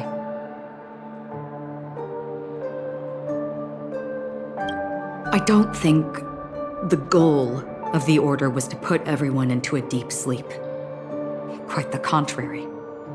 They used the Stellaron to catalyze the leakage of Asdana's memoria into the material world, allowing the dreamscape to blend with reality. People think they are awake, but their spirits have long since stepped into the Temple of Order. This is what makes Enna's dream so powerful. In this paradise governed by the Order, everyone indulges in their delightful dreams and lives happily ever after.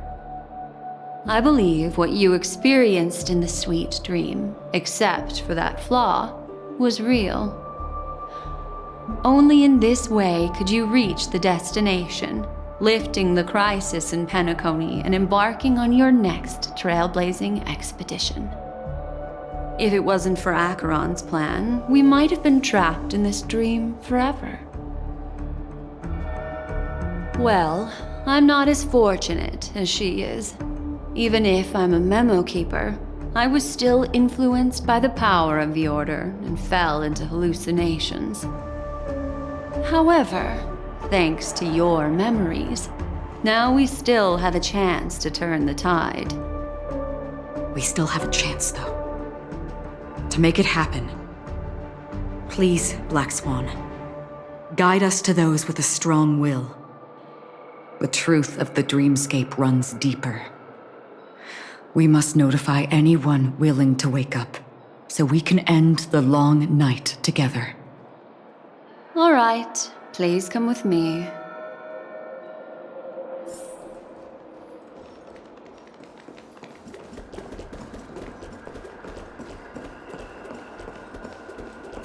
Stay calm.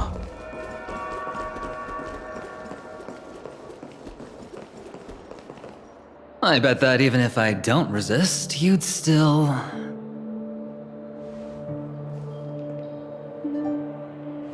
Time to get down to business, cowboy. Huh. You okay?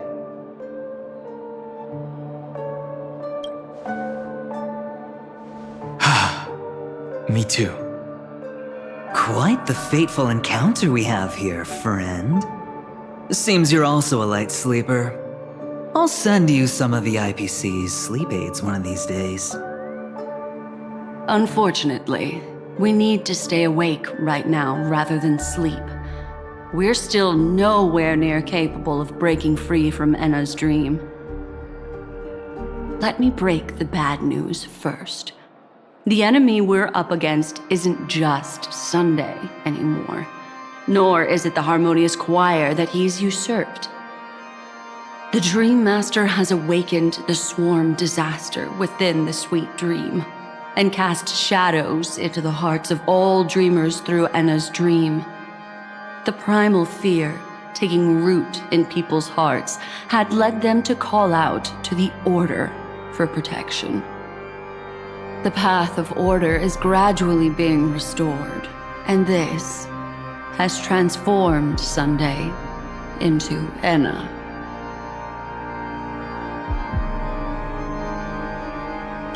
Specifically, he's just one step away from becoming an Eon.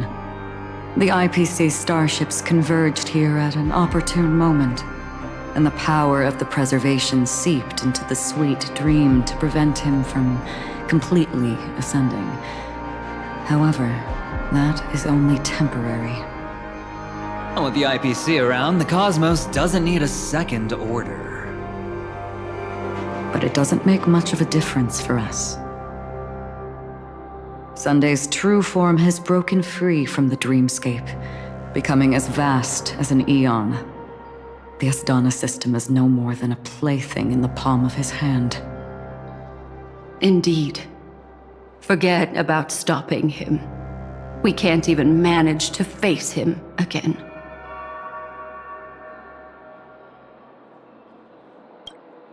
The key still lies in Enna's dream. Fear and sweet dreams. He relies on these two lies to gather the dreamer's shared wishes. He's still just a false god who barely managed to ascend. If we can wake people up and break Enna's dream, Sunday's divinity will fall with it. But the current sweet dream is extremely complex. Miss Black Swan, could you please explain the rest of it? My memory isn't the best, after all.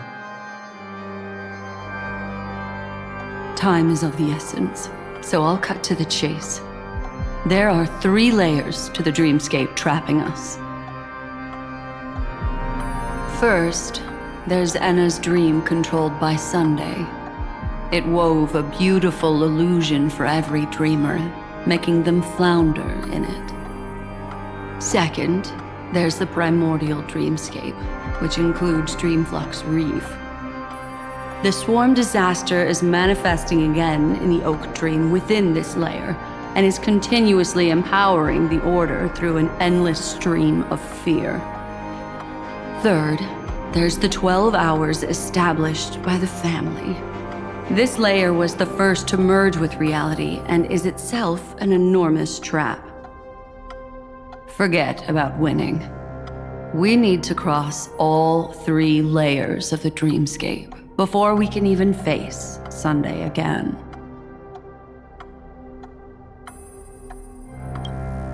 Unfortunately, we're still in the first layer, which is Enna's dream. Although we've regained our sense of self, we're still dreaming.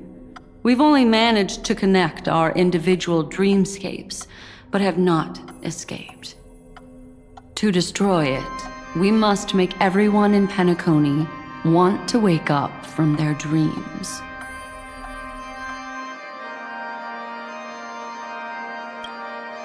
Humans yearning for sweet illusions borders on obsession, leading them to subconsciously resist the harsh reality. Therefore, I carefully selected a moment where she was completely unguarded, guiding her to uncover the truth herself to make her regain her consciousness. However, to wake up everyone in Penacony and get them to share the same determination, that would be nearly impossible. But we can't just stay here and do nothing. This is the first step of our plan. With the assistance from the Garden of Recollection, those who possess a strong will, like you, will gradually awaken from the dream. These free wills are the discord that will sway Enna's dream. However, Awakening a mere handful of individuals is insignificant compared to the vast number of people immersed in the dream. We must find other ways to awaken the free will of millions of people within a short period of time. Looks like the Jade Abacus of Allying Oath will be the only solution. No need for that. Keep your once-in-a-lifetime treasure. We don't need to bother the Cienjo Alliance for such a tiny request. You want thousands of people with unwavering free will? That's easy. Just leave it to us Galaxy Rangers. Do you know what it is, Acheron? It's the relic I returned to you. Exactly. Its owner must have told you that it's meaningless to anyone other than a Galaxy Ranger, and that it can only fulfill its purpose when returned to its rightful owner. Because it's a burial artifact, worthy only of a hero who has served the Galaxy Rangers with honor. When its light illuminates the universe, it means the fall of a hero, and in the direction it falls, countless meteors will streak across the sky. Those meteors are Galaxy Rangers, coming from all corners of the cosmos, driven by a shared purpose, without questioning the cause or counting the cost, because we abide by a bottom line. The shooting stars of the hunt only descend on the longest night, and with them comes the dawn. We've stayed silent for far too long. Now, it's time to remind all the cowards, oppressors, and villains of the universe of our presence. I'll be the one to ignite the first spark. This should be enough to delay his ascension to godhood. As for the foundation of Enna's dream, it would take an immense power to shake it in an instant. I think that shouldn't be too hard. So, you're the key in the end, I assume? Even if it is just a counterfeit god, we'll need an emanator to step in. Perhaps it's not about being an emanator. This is a different collective wish. I will do everything in my power to strike down that evil god for you all. What about the other two dreamscape layers? There's nothing we can do about them. They're even more dangerous.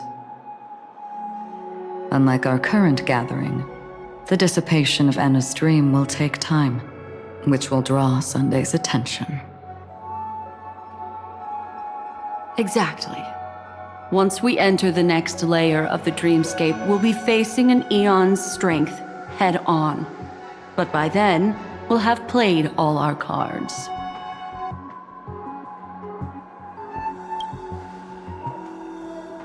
It's too late. Unless another eon intervenes, but that would be tantamount to igniting a cosmic war among gods. Yet the Harmony stands idle at this moment as Enna is being reborn, without any further intervention. There must be some deeper reason behind this. Enna's dream is no ordinary matter. Even with Constance and me giving it our all, we can only reach the few of you here. It's impossible to find more help. But time is of the essence. We must take our fate into our own hands. In other words, those who only want to survive by playing it safe will die. All those who dare to face death head-on will live. I like that.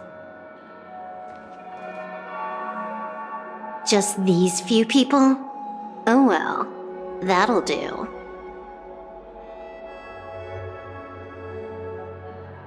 Quiet down. You're just a kid yourself. It's not just Penacony. the entire Asdana system is done for. A Stellaron hunter? She was at the edge of the Asdana system, but she still got dragged into this mess. Just finding her nearly wiped me out. Quite a bold investment strategy. Tell me, with such a huge risk, what kind of payoff are we talking about? The other 2 layers of the dreamscape will be handled by the Stellaron hunters. One of our associates is searching in the 12 hours for the other person chosen by the Harmony. Oh? Miss Robin? She broke free from Enna's dream through her own strength, and left behind a song for those in slumber. It's true that some people are born strong, and others are born weak. If the Trailblaze is the target of heroes, then the Harmony will guarantee that the strong help the weak. Only the people of Penacony themselves can be the saviors of their homeland.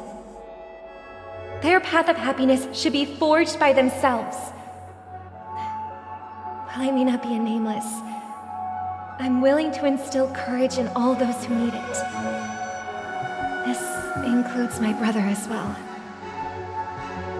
Enna's dream is too cruel for him and everyone else. I see. So, we were able to wake up thanks to Miss Robin's help. But the flaws rooted in human nature can't be eradicated overnight. Do you believe that these efforts alone are enough to convince everyone to choose the right path? I agree with you, Black Swan. That's why the most critical aspect of this plan is not to convince everyone to choose the right path, but to inspire them to save themselves. They'll stir up something big to help break you free from the 12 hours. As for the primordial dreamscape, Sam is standing by, just waiting for you to break free from Enna's dream.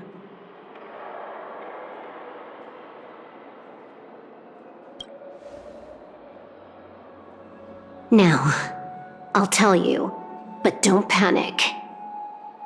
She will die. She will die a second time, facing everything she wants to run away from. But her fate will be determined by you. She will help you break through the second layer of the dreamscape. Then, she'll fall into Enna's dream, which hasn't fully dissipated yet. If you defeat Sunday and wake her from that dream, then her second death, too, will become nothing but an illusion. But if you fail, the dreamscape will ultimately merge completely with reality, and her death will become a fact. But that still doesn't solve the fundamental problem. What about Sunday? He could wipe out all our efforts with no more than a glance the moment we cross the 3 dreamscape layers. Oh, Miss Memo Keeper. It's time for a game of recall. I once said something to you lot back in the Oak Dream. So long as my trump card remains unplayed, none will dare see the hand through to the end. And now, it's time to reveal that ace. Let me point out 2 mistakes. One of them is yours. Having personally been to the heartland of the Dream Master's plans, wouldn't I have already found a way to inform the IPC? The fleet's deployment was never meant for a direct confrontation. It was to seed the preservation's heart into the dream. The other mistake was Sunday's, and it was a fatal one. He should never have confiscated my cornerstone. He should have kicked me out right from the start. That's how every gamble with me goes. The moment you sat down at my table, you've already lost. A jade-colored light still sleeps deep within the dreamscape, and it does not require the presence of its owner to unleash its powers. So what? Even the power of the 10 stone hearts can't rattle an existence already approaching eonhood. That's why I said the cosmos no longer needs a second order. The Dream Master's plan is indeed flawless. However, when faced with the terror of the swarm disaster, how is calling for the preservation any different from calling for the order? The release of the Cornerstone's powers will absorb the Dreamer's desires and offer them the preservation's promise instead, guiding them to cry out these words. All for the Amber Lord. Is this the IPC's real goal? To completely take back Penacony on a conceptual path level? What, you think I'm also trampling over others' beliefs? Sorry, but that's exactly what the IPC believes in. Don't question your own ruthlessness. All that matters is profit. The new swarm disaster will end the same way as it ended before. The hammer strike will echo throughout Asdana, seizing the Order's powers on the level of paths to launch our counterattack, leaving Sunday powerless to interfere with your actions. But a new Amber Era will not arrive because of that. Today's hammer strike is not the wrath of an eon, but humanity's battle cry of defiance. I'll hold my breath and listen for that moment. Once our plan succeeds, we can strip Sunday of his godhood, but we'll be too drained to join the battle afterward. So...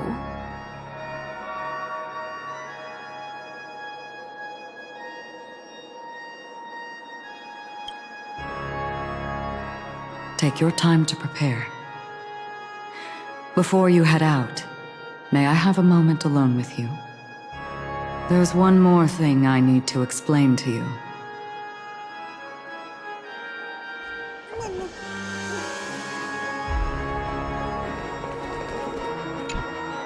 It's you. I've been wanting to meet you.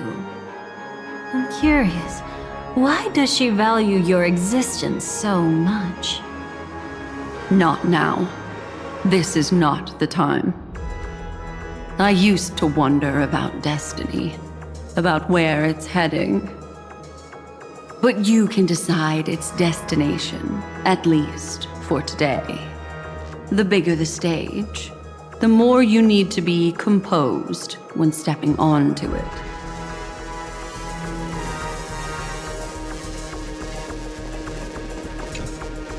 We've always been interested in the Stellaron Hunters. How about we have a chat after all this is over? A chat? You're just after my bounty, aren't you? Stay in your lane. No way I'm just after that. If you're worried about the bounty, how about I add another billion to that number?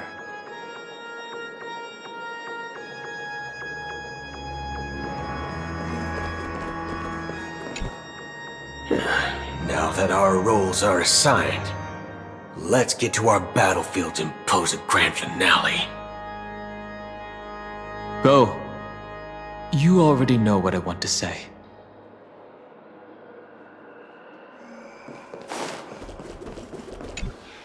This grand festival is drawing to its close. This is the starting point for the ultimate stage of our journey, just as it marked the beginning of all the stories in Penacony. Are you ready?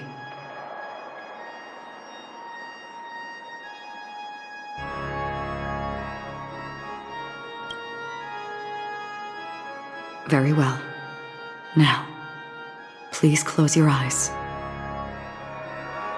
A glimmer of fireflies, a sigh of regret. It is because life dares to slumber that they can awaken.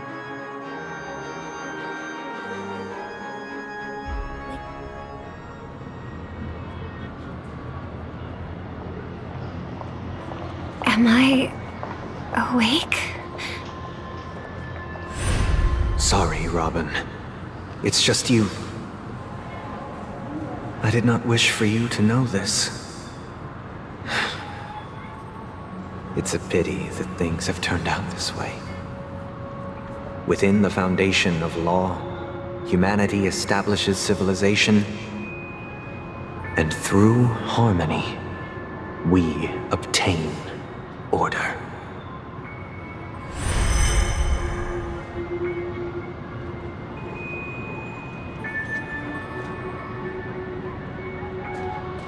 My brother. Did you still bring the Order's sweet dream into our paradise?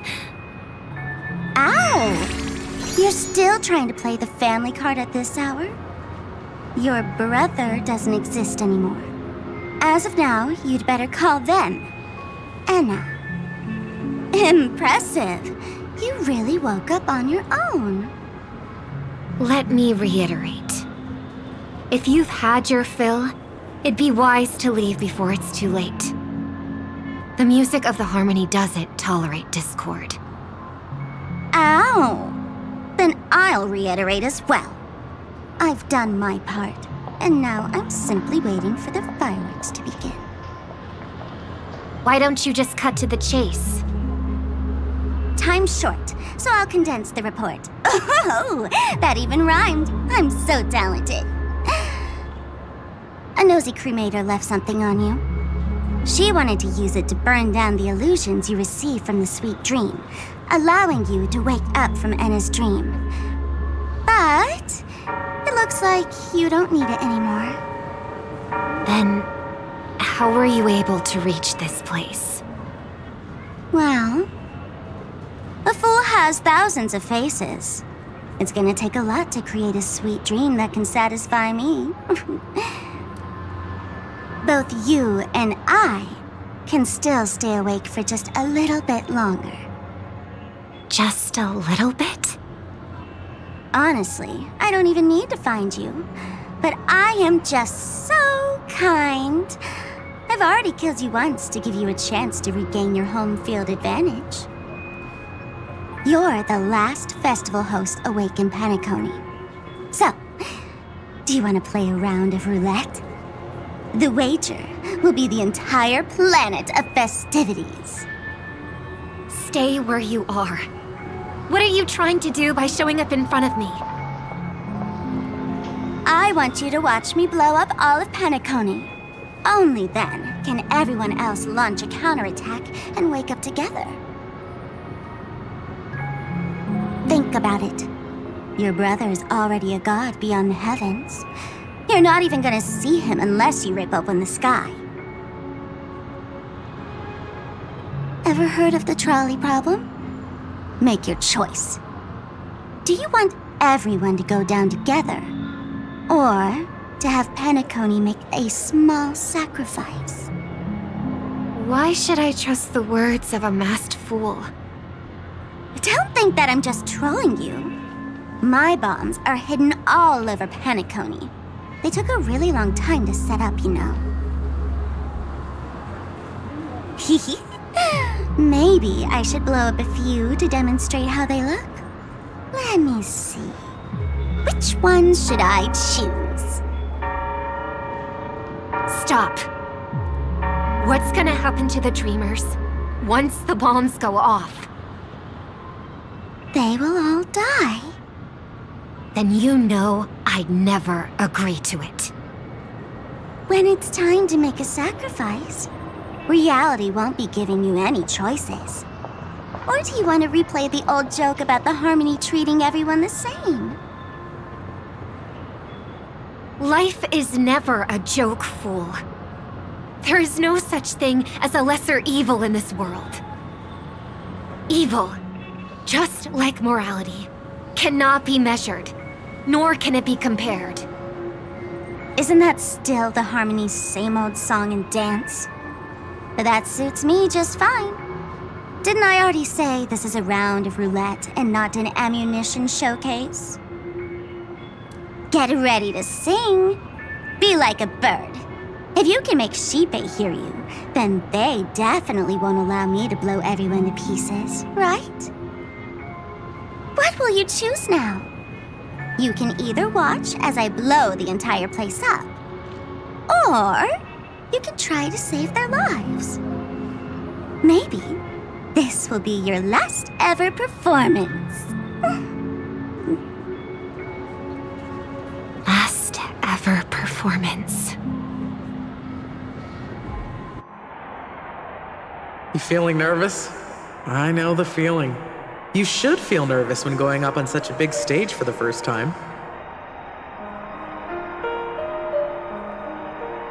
I'm okay.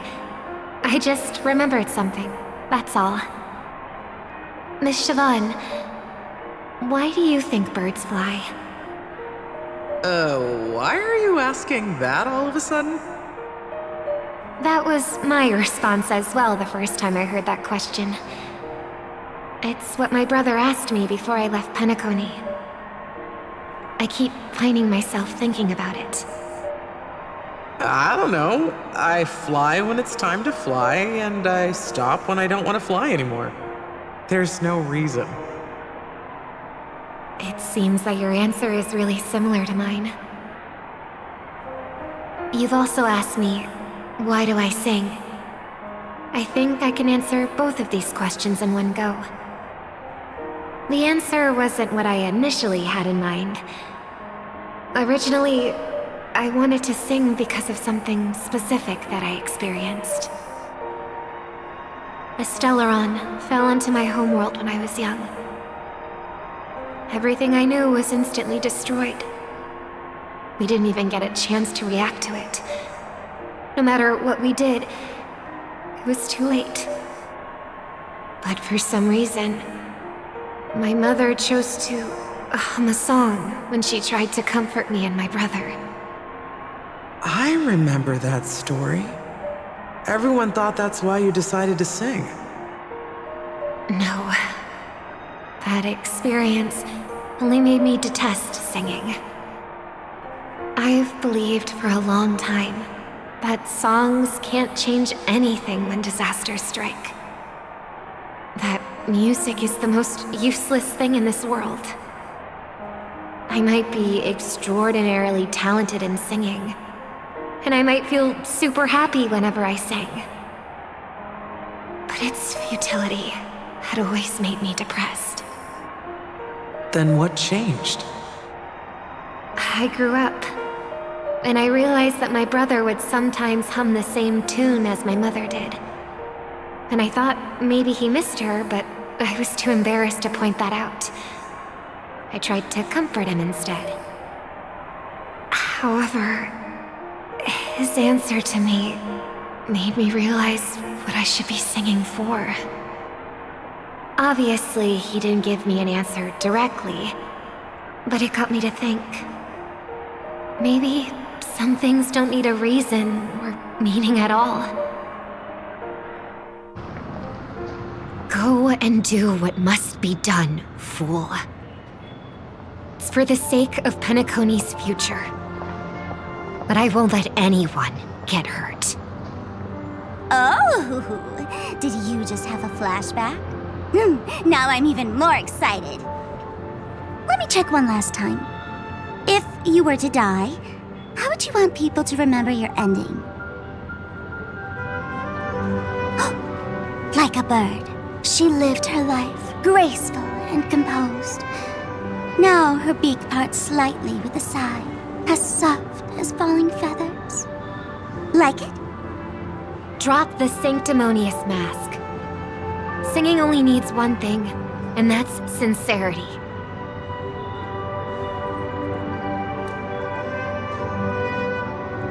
My brother. Birds born with wings need no reason to soar into the sky. And those forced to fall back to Earth don't need anyone's condescending sympathy. The sky and Earth are each other's proof and aspiration. When a soaring bird looks down below, it discovers that even after falling, life still holds hope to continue. And when a fallen bird looks up to the sky, it discovers that the possibility of soaring once again still exists in this world. With wings need no reason to soar into the sky. And those forced to fall back to Earth don't need anyone's condescending sympathy. The sky and Earth are each other's proof and aspiration. When a soaring bird looks down below, it discovers that even after falling, life still holds hope to continue.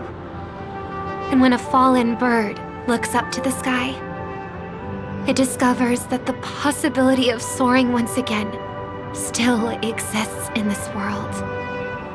Perhaps they'll never truly understand each other. But what people need is an understanding. It's showing a little more compassion for the way others choose to live.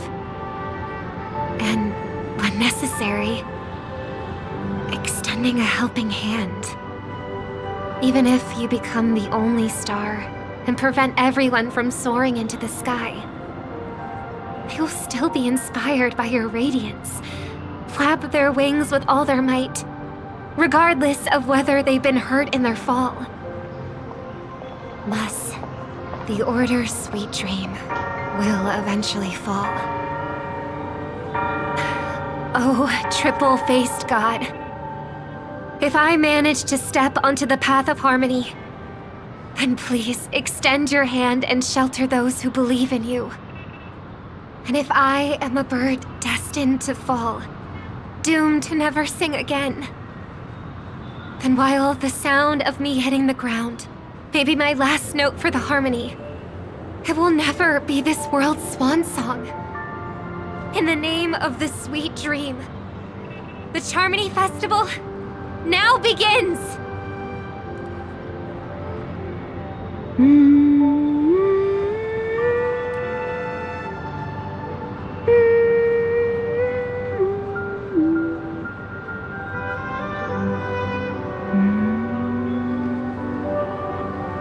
Brother, do you miss home? Even if I do, it's too late.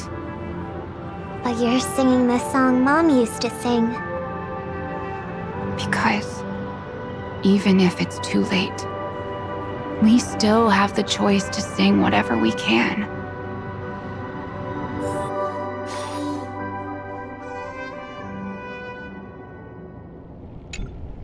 Welcome to the horizon of existence.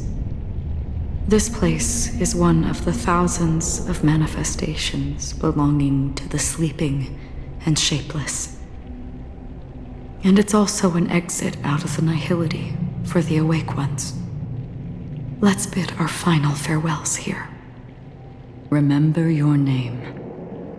I'll be waiting for you at the end.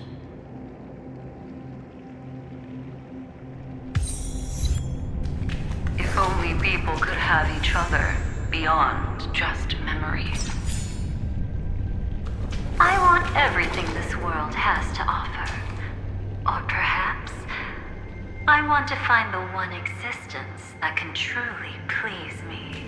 I hope that I'll see her again after I die. Then she'll know that I too am only human. And all humans will find happiness in the end. I hope everyone can always reunite with their family, enjoy home-cooked stew, and keep on laughing. One day, those who live will all come to understand how they need to think to create their own happiness. May people embrace each other and offer their most sincere compliments to whoever they meet. Our hopes and dreams are in your hands now. Please guide them to witness every sunrise that is yet to come.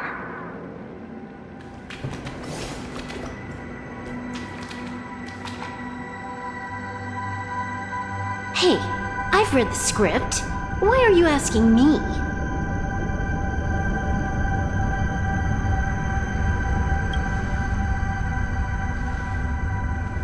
Do your best to not fail.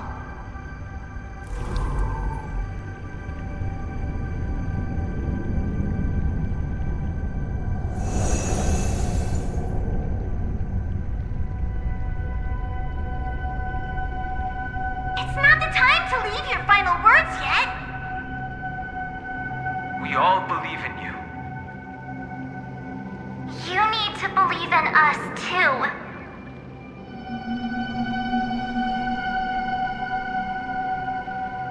We'll wake up together.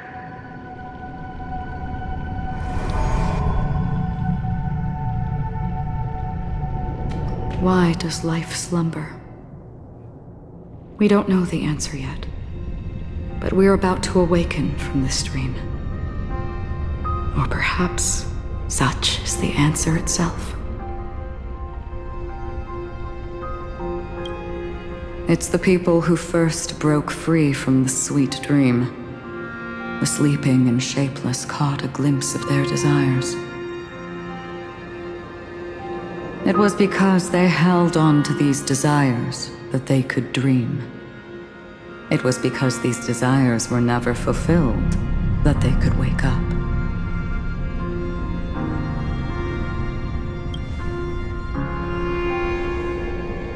I think that's not entirely true. I wish people could find happiness, but I've been tainted by too much nihilism. Sometimes I can't help but think that the nihility is a proud and terrifying dream. It's brought forth not by gain or loss, but by the severing of roads, or even the loss of desire itself. Fulfilling a wish can certainly make people feel the joy of being alive. But if no new wishes ever surfaced again in people's hearts,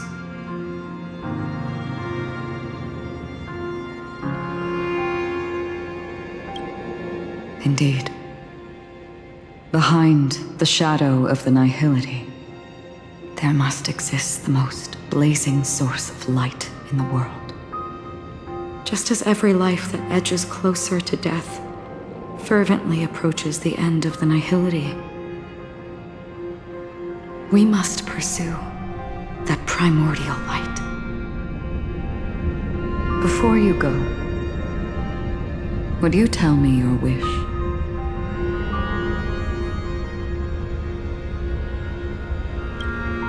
I'm glad. The answer itself doesn't matter. What matters is that you've made a decision. Only a name remains. A person that I was, and now want to become.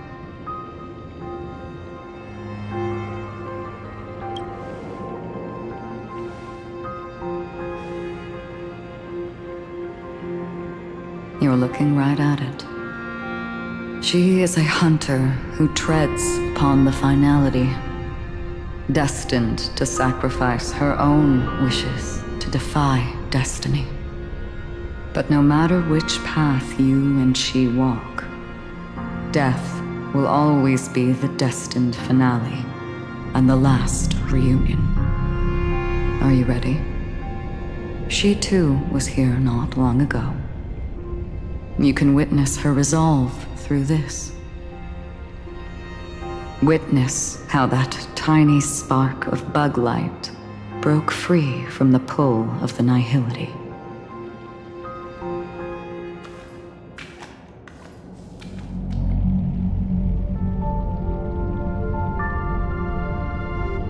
Who were you in the past? The scenery. Am I dead? Really dead?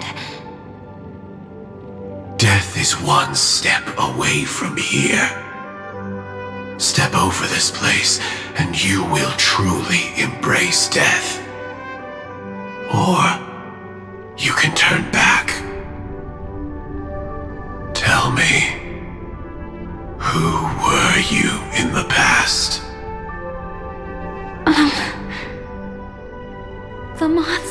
cavalry. And who are you now? A Stellaron hunter. Then who will you become in the future?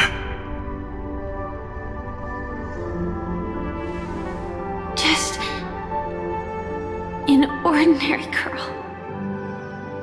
Well then, keep walking forward. Death would suit you better. Never. I fought tooth and nail to get where I am today, and this isn't over yet. Even if everything burns to ashes, I won't give up. You should know that's a wish that can never come true. You couldn't become an ordinary girl, even in the last sweet dream. Why do you think that?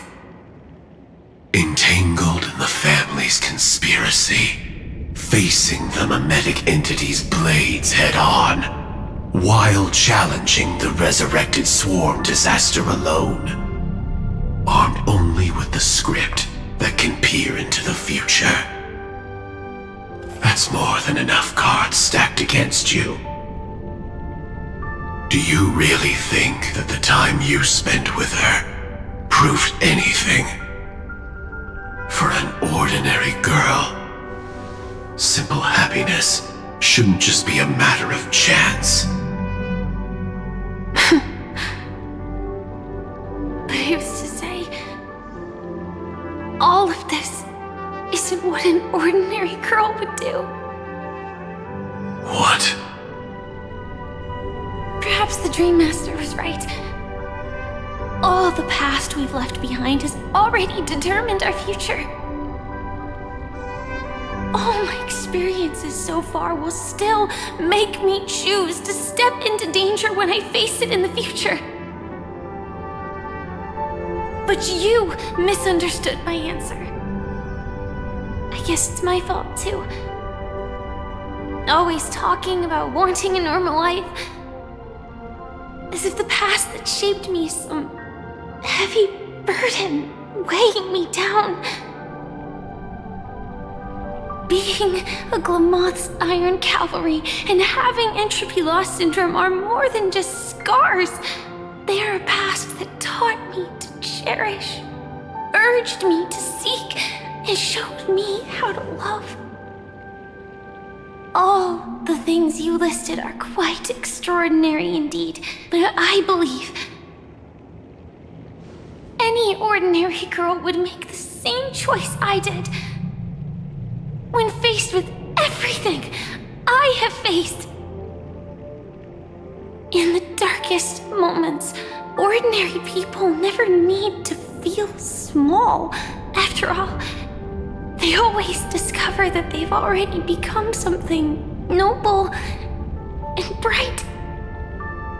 Indeed, I can't change the outcome or even the process. But I can decide how to view my destiny. This is just an even deeper form of self-deception compared to actually changing the outcome. Free will is mere self-deception for most people anyway. But as long as I'm not asking others to do the same, there's no shame in it for me. Everyone has their own answers as to why life slumbers. Some will never find their answer. But no one can take away their chance to keep looking for the answer. I won't give up, nor will I blame those who do. All I need to do is return their right to make that choice, and return that right to myself as well. So, I will leave this place together with you.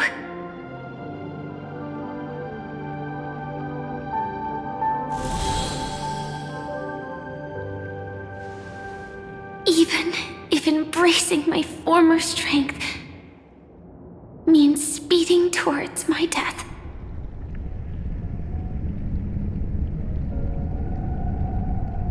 The name I gave myself is Firefly.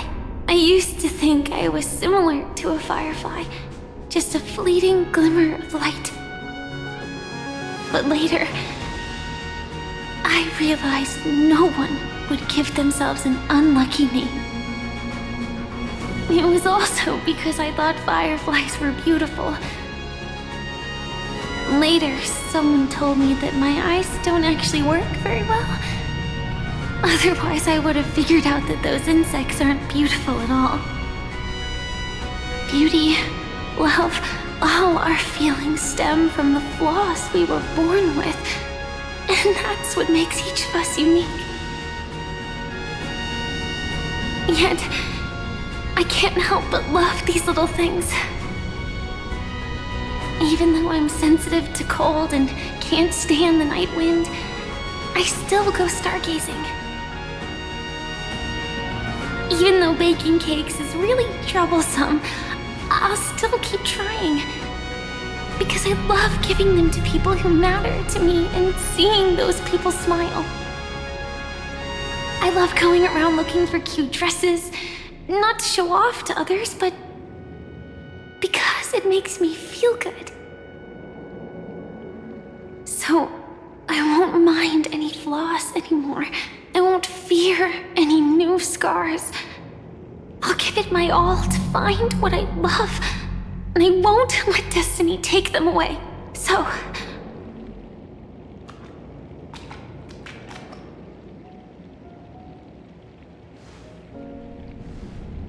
moths don't fly to flames because they yearn for light.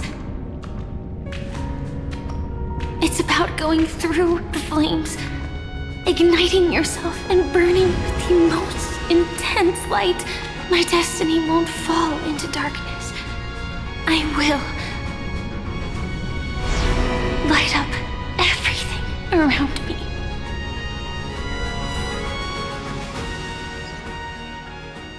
As long as the clock keeps ticking, death comes for us all eventually. And life has its time, too. If my world always ends up being burned to ashes, then let it burn!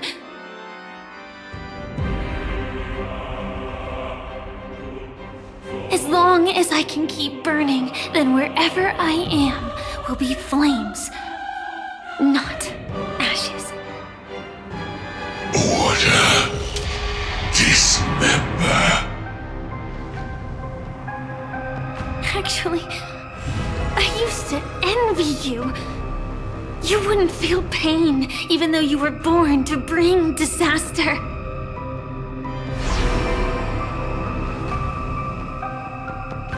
But you should be envious of me now. I'm unwilling to face death, nor do I want to keep fighting. But when faced with destiny,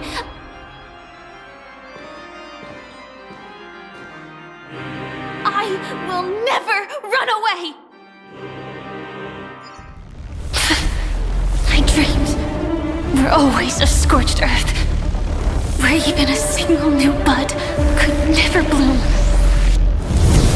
But I will still burn, and keep on burning, until life rises from the ashes!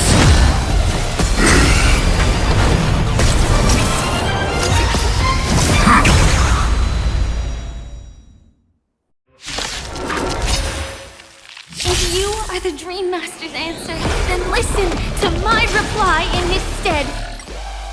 People hold on to hope not because they have never faced inevitable death. It's precisely because we are destined to die that we hold on to the hope of wanting to change something.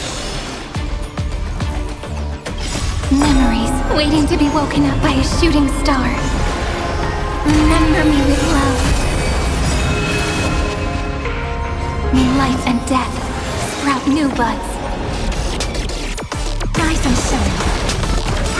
Don't worry, night falls. Good night. Mavis, dispel the gloom! Destroy the sky! Thanks. All energized. Don't blink. Need time. Watch over the Evernight. Rewrite destruction with me! Don't blink. Cleanse hatred with love! Embrace a new life. Till we meet again. Please cherish the darkness with me.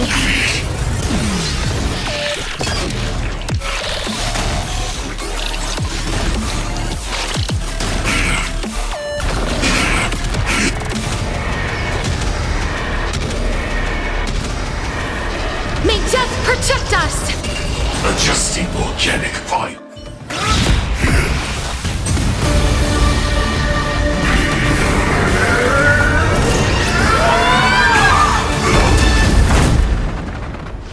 I knew it. Everything's far from over. If embracing fate is also a form of resistance, Then this time...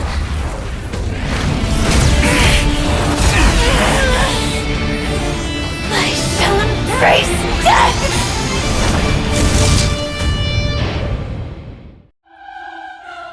To live is to imagine a future version of yourself. But fate is never fair. The choices people make are almost completely dictated by their past. No matter how much they try to move forward, there's no guarantee they'll see the future they've imagined. It's the same for every path. The nihility already exists, whether you admit it or not. And nothing can ever completely escape from nihility. Most paths make people believe that this world is good.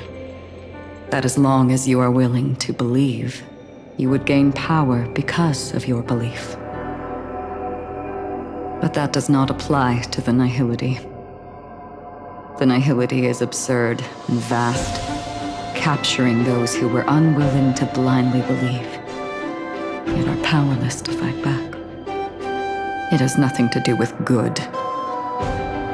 Be it willing or blind, the way people obtain strength from faith should come from within, not from being forced to bow their heads. This will be a tough journey. Are you still willing to return to the starting point once again? In this way, you will reunite in the warmth of the sunlight. May death yet end her last dream. May you guide people back to the waking world. In the coming long nights, I'm afraid you will face many setbacks and witness many tragedies.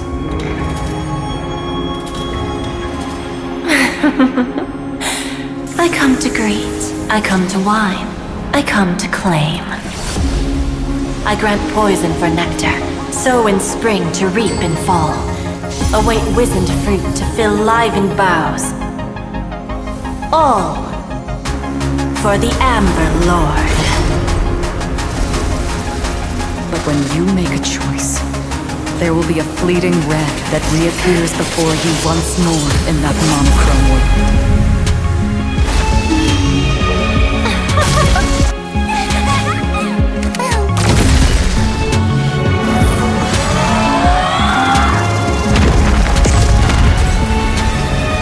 What you must do now is ponder its significance, and then return to the waking world.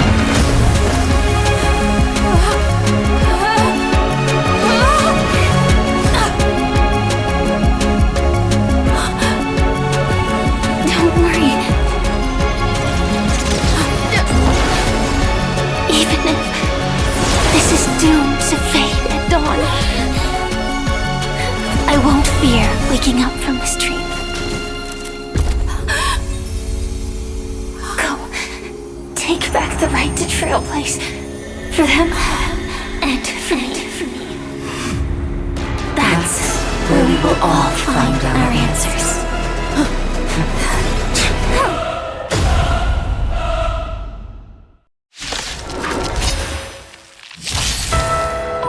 Mr. Sunday, it's time for you to wake up from your dream. The future of Penacony won't belong to the Order, but will be determined by human will. The divine power of Enna, actually. So be it. It wasn't my intention anyway. Let us discern in human form the final conclusion.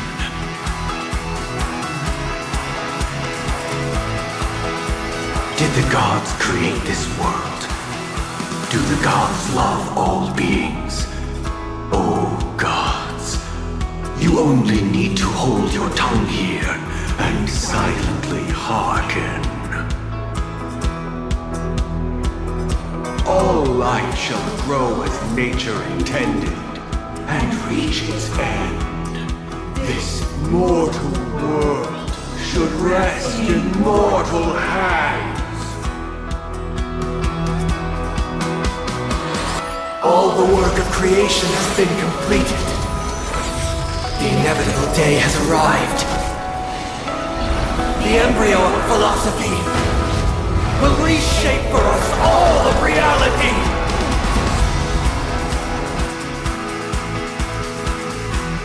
No god will ever stand here again. This paradise shall be fought by the king of humankind. The order is ultimately flawed. By his decree, it shall be ended.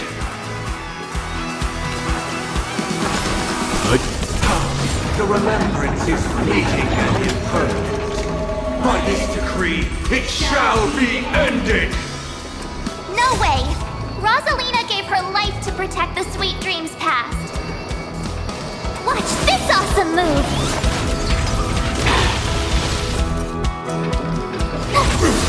The hunt brings only futile misery. By this decree, it shall be ended! Unit's bullets still protect the Sweet Dream's presence!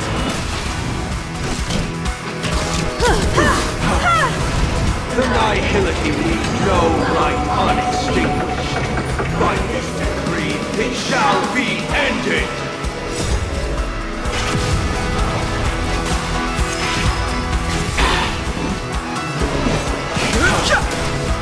The Trailblaze knows attempts the impossible. By this decree, it shall be ended! Even so, Mikhail still believed in tomorrow. Leave it to me. With this perfect melody I command, recreate paradise anew! Is that you singing? Now, it's time to become the new Watchmaker.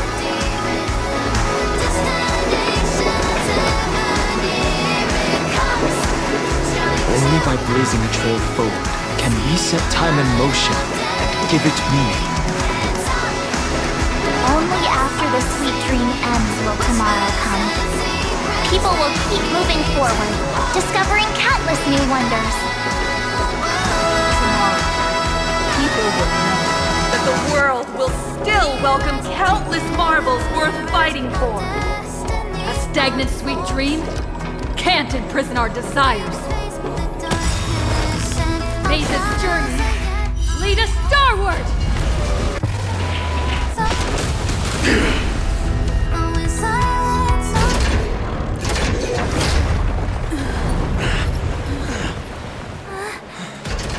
So, why does life slumber?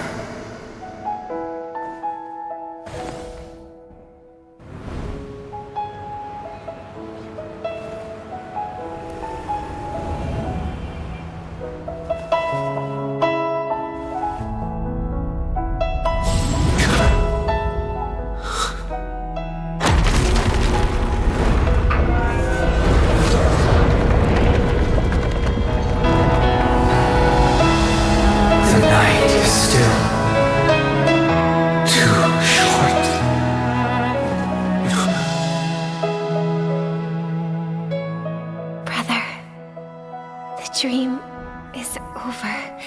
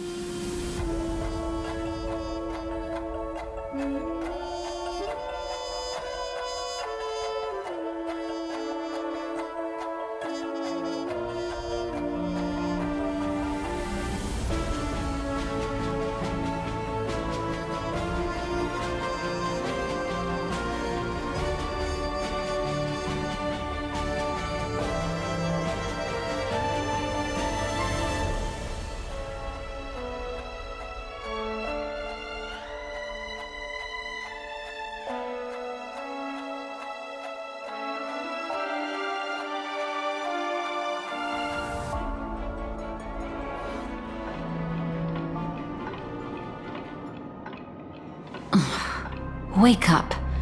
It's time for this dream to end.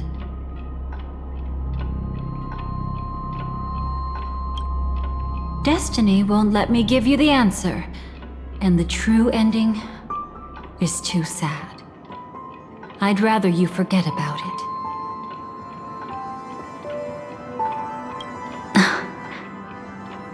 Well then, I must come clean about my final lie.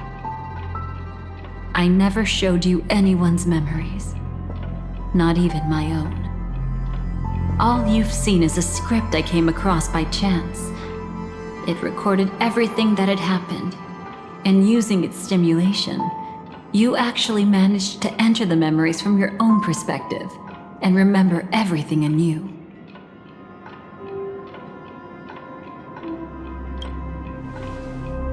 It means you're different. Unique. You've done something no one has ever done before.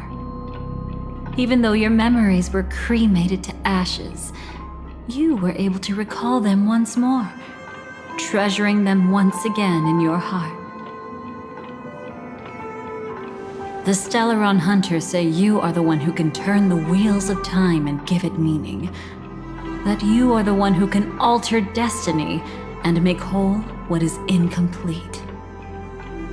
Come, I want to show you something. Elio?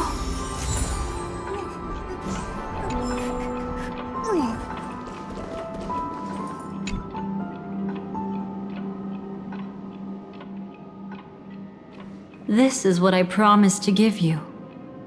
The truth about the finality. This cat is not Elio, but a strand of Terminus's divine corpus. The Stellaron Hunters described this scene to me, something I've never seen myself. When Terminus ascends to godhood once more, they will manifest their 1,000-armed divine form and proclaim, "Now I am become finality, lifting the wheel of time, the destroyer of worlds." Then, Terminus turned into a pack of black cats, distributing every ounce of their divine power between those creatures. The cats shall depart from the end of the world, going against the river of time till the moment of the universe's birth. What you see is one of those cats. As for Elio, he is an even more special existence. Only the Stellaron Hunters know his true identity.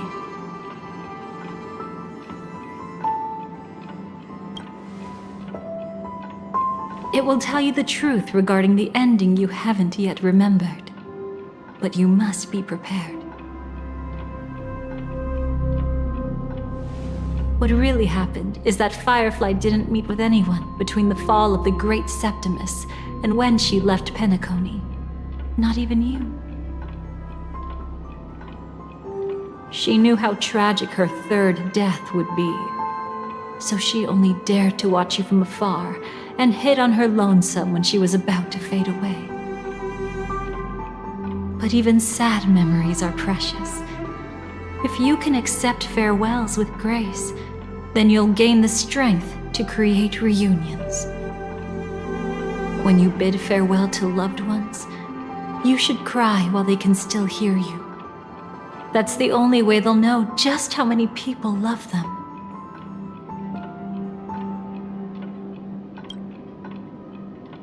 You know, I often wonder if everything I'm doing right now is just a whimsical gift from destiny.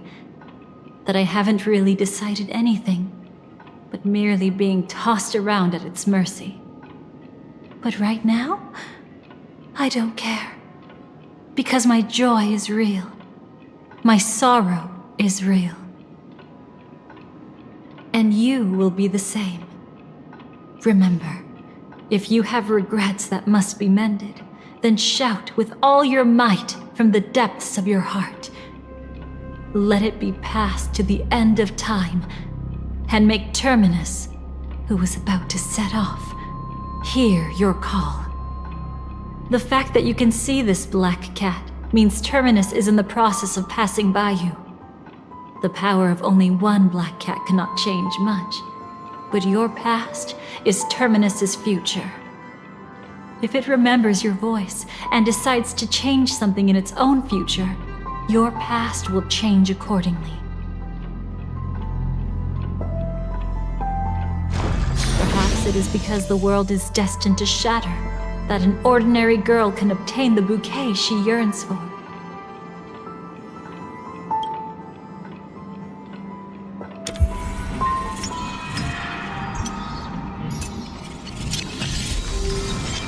Go forth and deliver that bouquet with your own hands, so that no one will be left with regrets.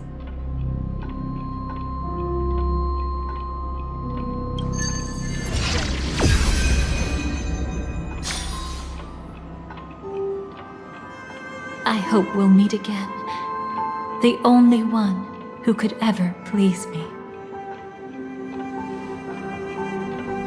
Father, destruction is not just a single glorious moment, and the same applies to destiny and memories. Only by enkindling the winter wilderness with flames that cross the sky can we make the indestructible manifest once more. This is the experience from cultivators who had remade the world, and the wondrous creations from those who painted the world. Sitting among the embers, they drew the morning star, knowing best that only in times of extreme hunger do the stars begin to turn. Why does life slumber? You will eventually find your own answer.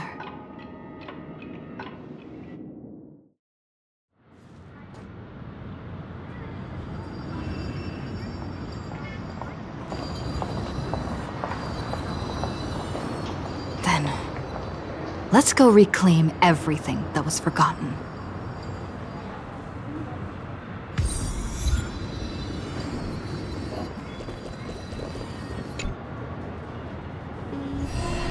Creating a brand new path. That's truly astonishing. You must have some ideas as his sister, right? If he really managed to do it, what kind of path would that be? I think it must have been a battle between different kinds of the Trailblaze. However, my brother came to the wrong conclusion. His original aspiration was similar to the Trailblaze, yet the road he walked was one named the Domination, or the Conquest. Even if someone wishes for everyone's happiness, that's still a selfish wish. There will always be those who don't want to be saved, who want to save themselves. Do you also think that there shouldn't be any God in this world?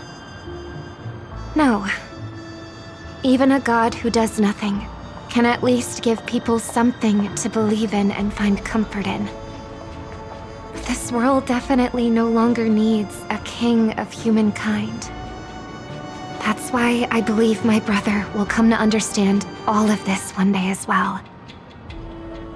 He made mistakes, but he was stopped. I don't want him to spend the rest of his life in prison.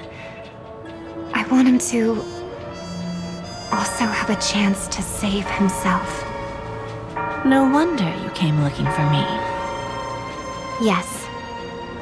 I want to make a deal with you. And after that, we'll talk about what position Penacony will hold before the IPC.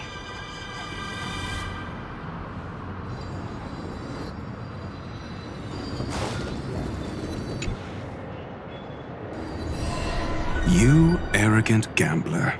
I've already seen through your tricks. Oh, do tell me what you figured out. When sailing through storms, drunkards always beg for mercy from destiny. So? So, they all died. Destiny loves to watch them crash onto the reefs. A fool deserves a fool's end. I feel like I need to read between the lines here, Professor. But you know I'm not that well read. You're not lucky at all. You chose to forever remain sober, never becoming a drunkard. Let's make an actual bet then. It's the perfect day for a few drinks. Once I'm actually drunk, you'll see just how wrong you are. But I don't even care about the outcome. In this world, what could be more precious than possibilities?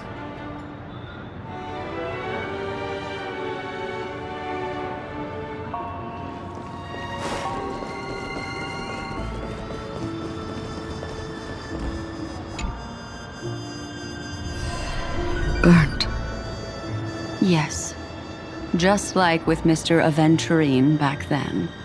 Nihility infected the dreamscape the moment you drew your blade. Thankfully, this is the world within the dreamscape. Constance took all the knot upon herself and burnt it away completely. Perhaps she won't be able to fully recover for a long time. I'm very sorry. Don't be. She's got other pressing matters right now. That's why she asked me to meet you. She really wants to thank you. She's betrayed too many people, facing death threats from Avengers at every moment. She used to delight in dancing with death. But at the moment she burned away the nihility, she said she was blooming. She said that, for the first time, she felt the joy of being alive. Come to think of it, people all believe that the Dahlia's floriography means betrayal. But on the planet where it was first discovered, the locals saw it as a symbol of life and prosperity.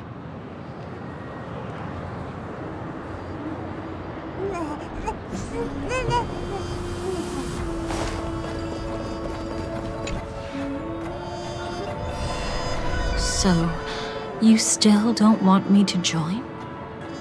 That's Elio's decision. He saw my future? In all possible futures where you join the Stellaron Hunters, you will ultimately choose betrayal. You shall become a Lord Ravager named Ephemera, poised to destroy the Remembrance. Those were Elio's exact words, and your payment. Payment?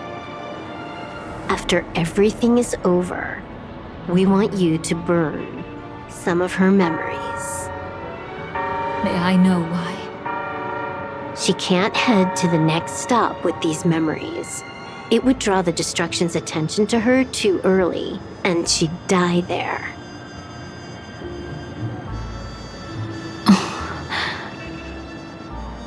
I can do that. but I'll give the memories back to her sooner or later. In my own way. Whether you try to stop me or not. No one will stop you. It is already written in the script. It will be a new beginning. The 4 apocalypses will converge towards the destruction because of it, while the cosmos will join hands to overcome that annihilation.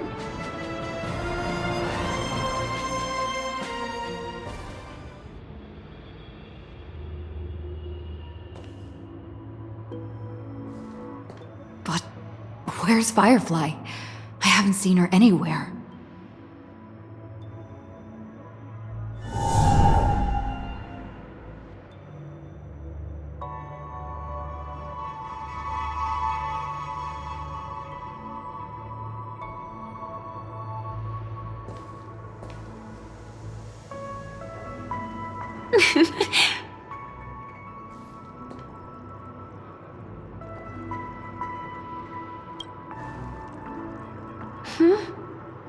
How did you know I was here?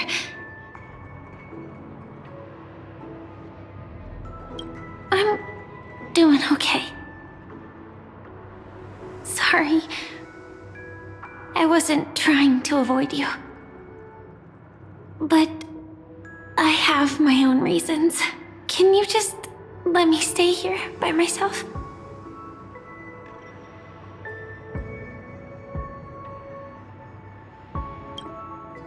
How did you know about the promise?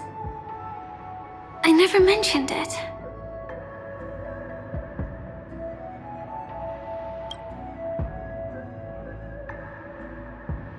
I don't think I've mentioned it, but I wrote down everything I wanted to do in my journal before coming here.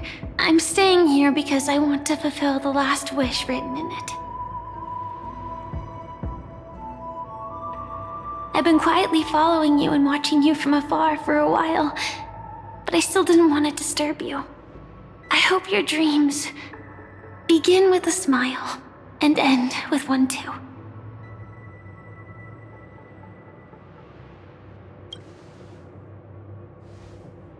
To see the fireworks, of course. I heard there's this huge airship in Penacony where you can get an absolutely photo-worthy view of the fireworks. So? Let's go watch the fireworks.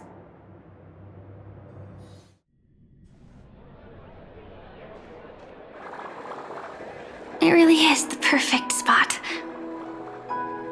You've got great taste.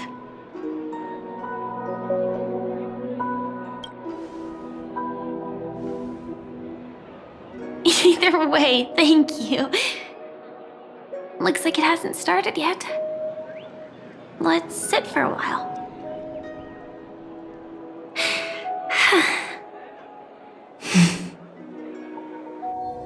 I wonder whether everyone feels speechless at times like this. Maybe it's neither. There's a saying that I always liked. When it comes to someone we want to meet, we always imagine the scene before it happens. Imagine the words we'll say that would make them smile. Slowly but surely, all the things we want to say would have already been said before we even met the person.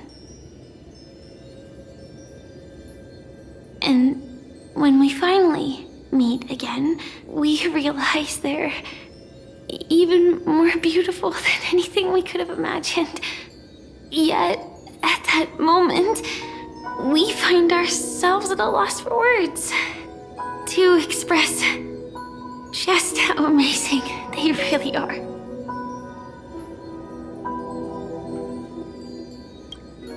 I'm sorry, but I can't tell you. Elio told me that it would lead to a terrible future. If I say even a few words more, you'll die at the next stop. All I can tell you is why our paths crossed again. Long ago, you promised me that if I could dream, then you would make it a beautiful daydream.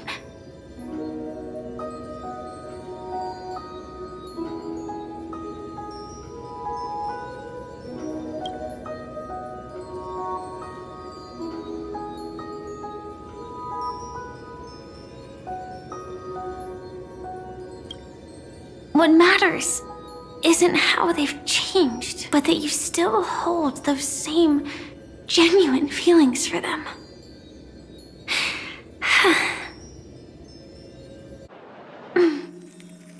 I'm sorry. Yeah, actually, I still haven't experienced one of the 3 deaths written in the script. I only realized it after Anna's dream dissipated. I've made a mistake. Being sent to the Dream Flux Reef by death could hardly be called a death at all.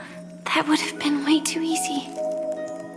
As for the true 3 deaths, the first one, I have known its true form for a long time. I can't dream. After I woke up, I would never dream again. In other words, the me that exists in this dream would completely cease to exist. The second time, I was killed by the swarm disaster. I activated my true power and came back from death. But that power would inevitably lead me to the 3rd death. My symptoms would accelerate uncontrollably until I die of entropy loss. The dreamscape had already started merging with reality when we arrived in Penacony. I thought I was dreaming, but I was actually also living in waking reality. It was causing my entropy loss syndrome to worsen. But don't worry, I asked Silver Wolf about it, and she said things won't get that serious in real life. Let's not talk about this anymore. I just don't want to see you looking sad. This is our most beautiful daydream, and we should see it through with smiles on our faces. After all, we never know when we will use up all the moments we have with someone across all space and time. Hey, could you close your eyes? If this is my only chance to dream, then I want you to see the best version of me. As we near the end, let me indulge in a bit of perfectionism. Just like what I used to do. Let's close our eyes and imagine ourselves being together. Even if you can't see me, you'll still know that we've never been far apart.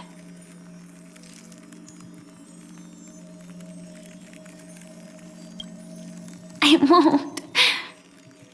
I promise to stay as long as I can.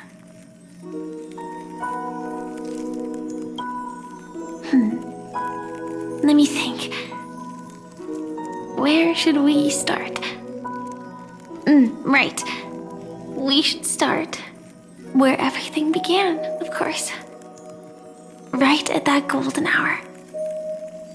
When you came to save me.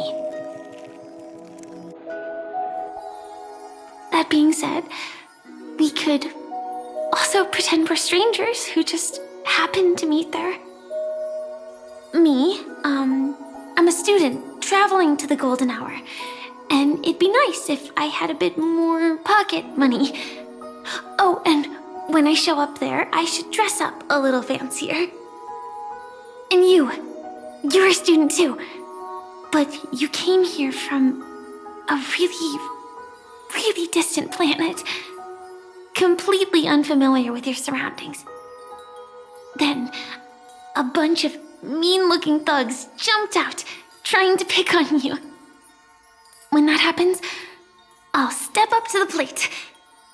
Yeah. Let me be the one to save you this time.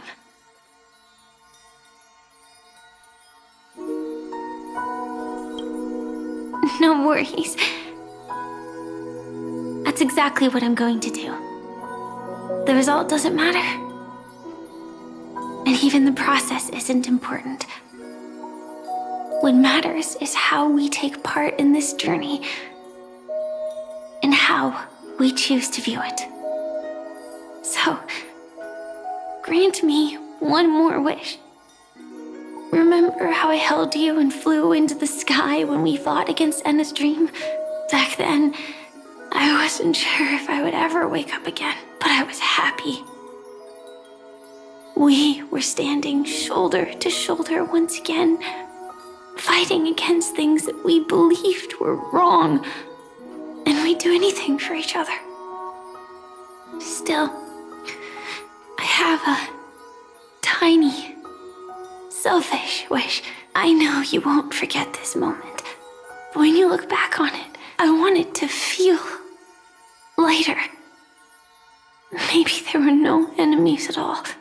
It was all just a prank. And when I carried you up into the heavens, what we saw there wasn't the terrifying swarm, but rather the fireworks that I never got to see.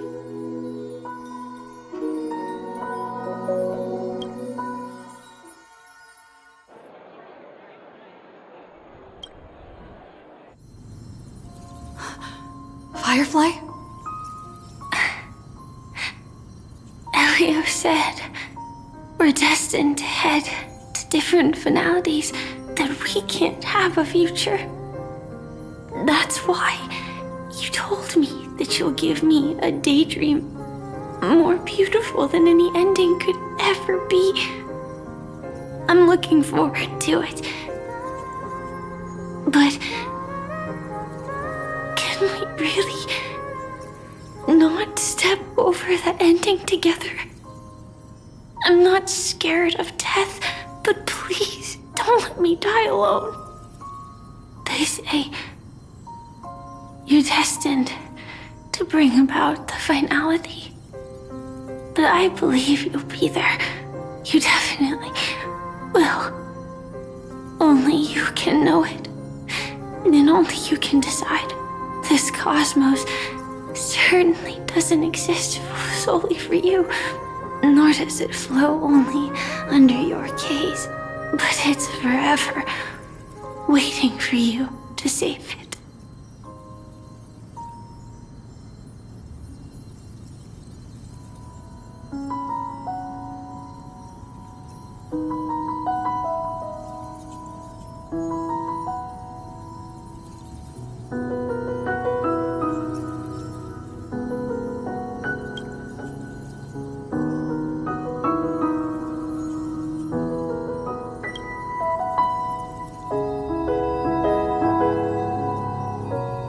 Even so, I'll still be the last thing you forget.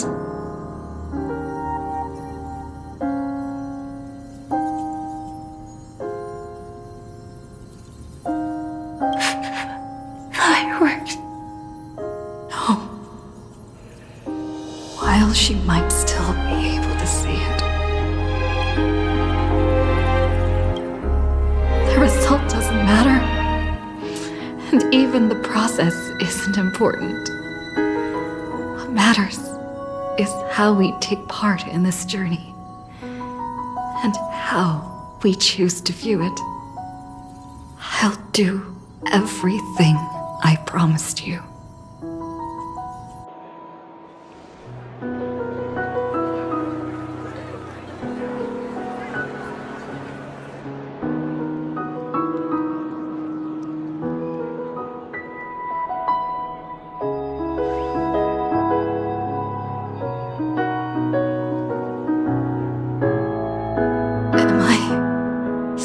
One step too late.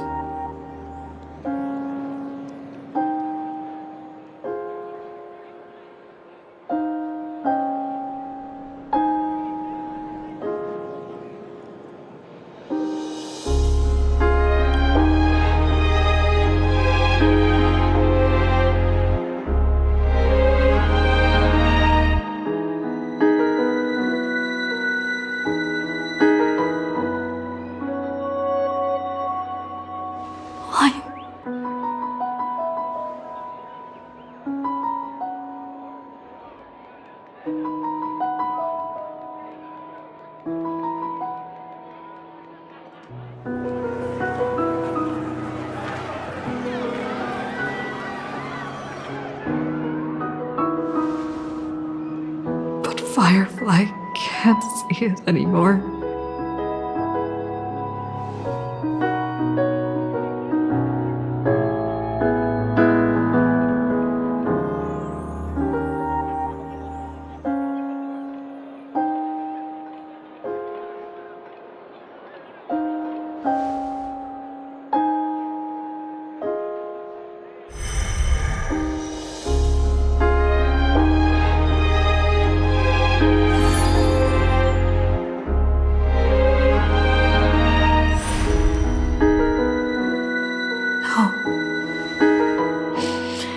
It's not beyond saving. I can change the course of destiny and make up for what's missing. If the world has set an endpoint for our destiny, then at the very least, it owes Firefly the bouquet she wanted.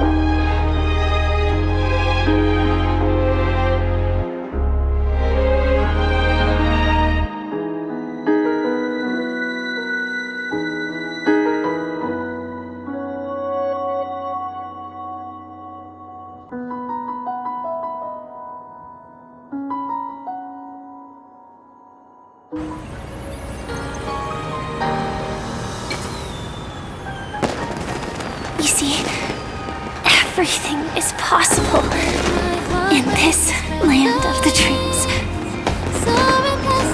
We each came here with our own goals and realized them in unimaginable ways. Whether the outcome was sweet and dreamlike or bitter and real, it is still the answer we longed for. So, why do people choose to sleep? I think it's as you said.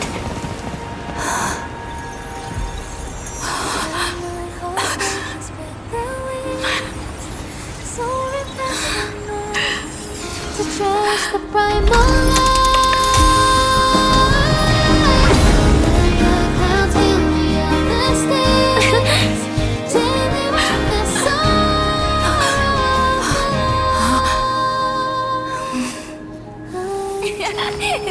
So when tomorrow comes, we'll wake from our dreams, smiling.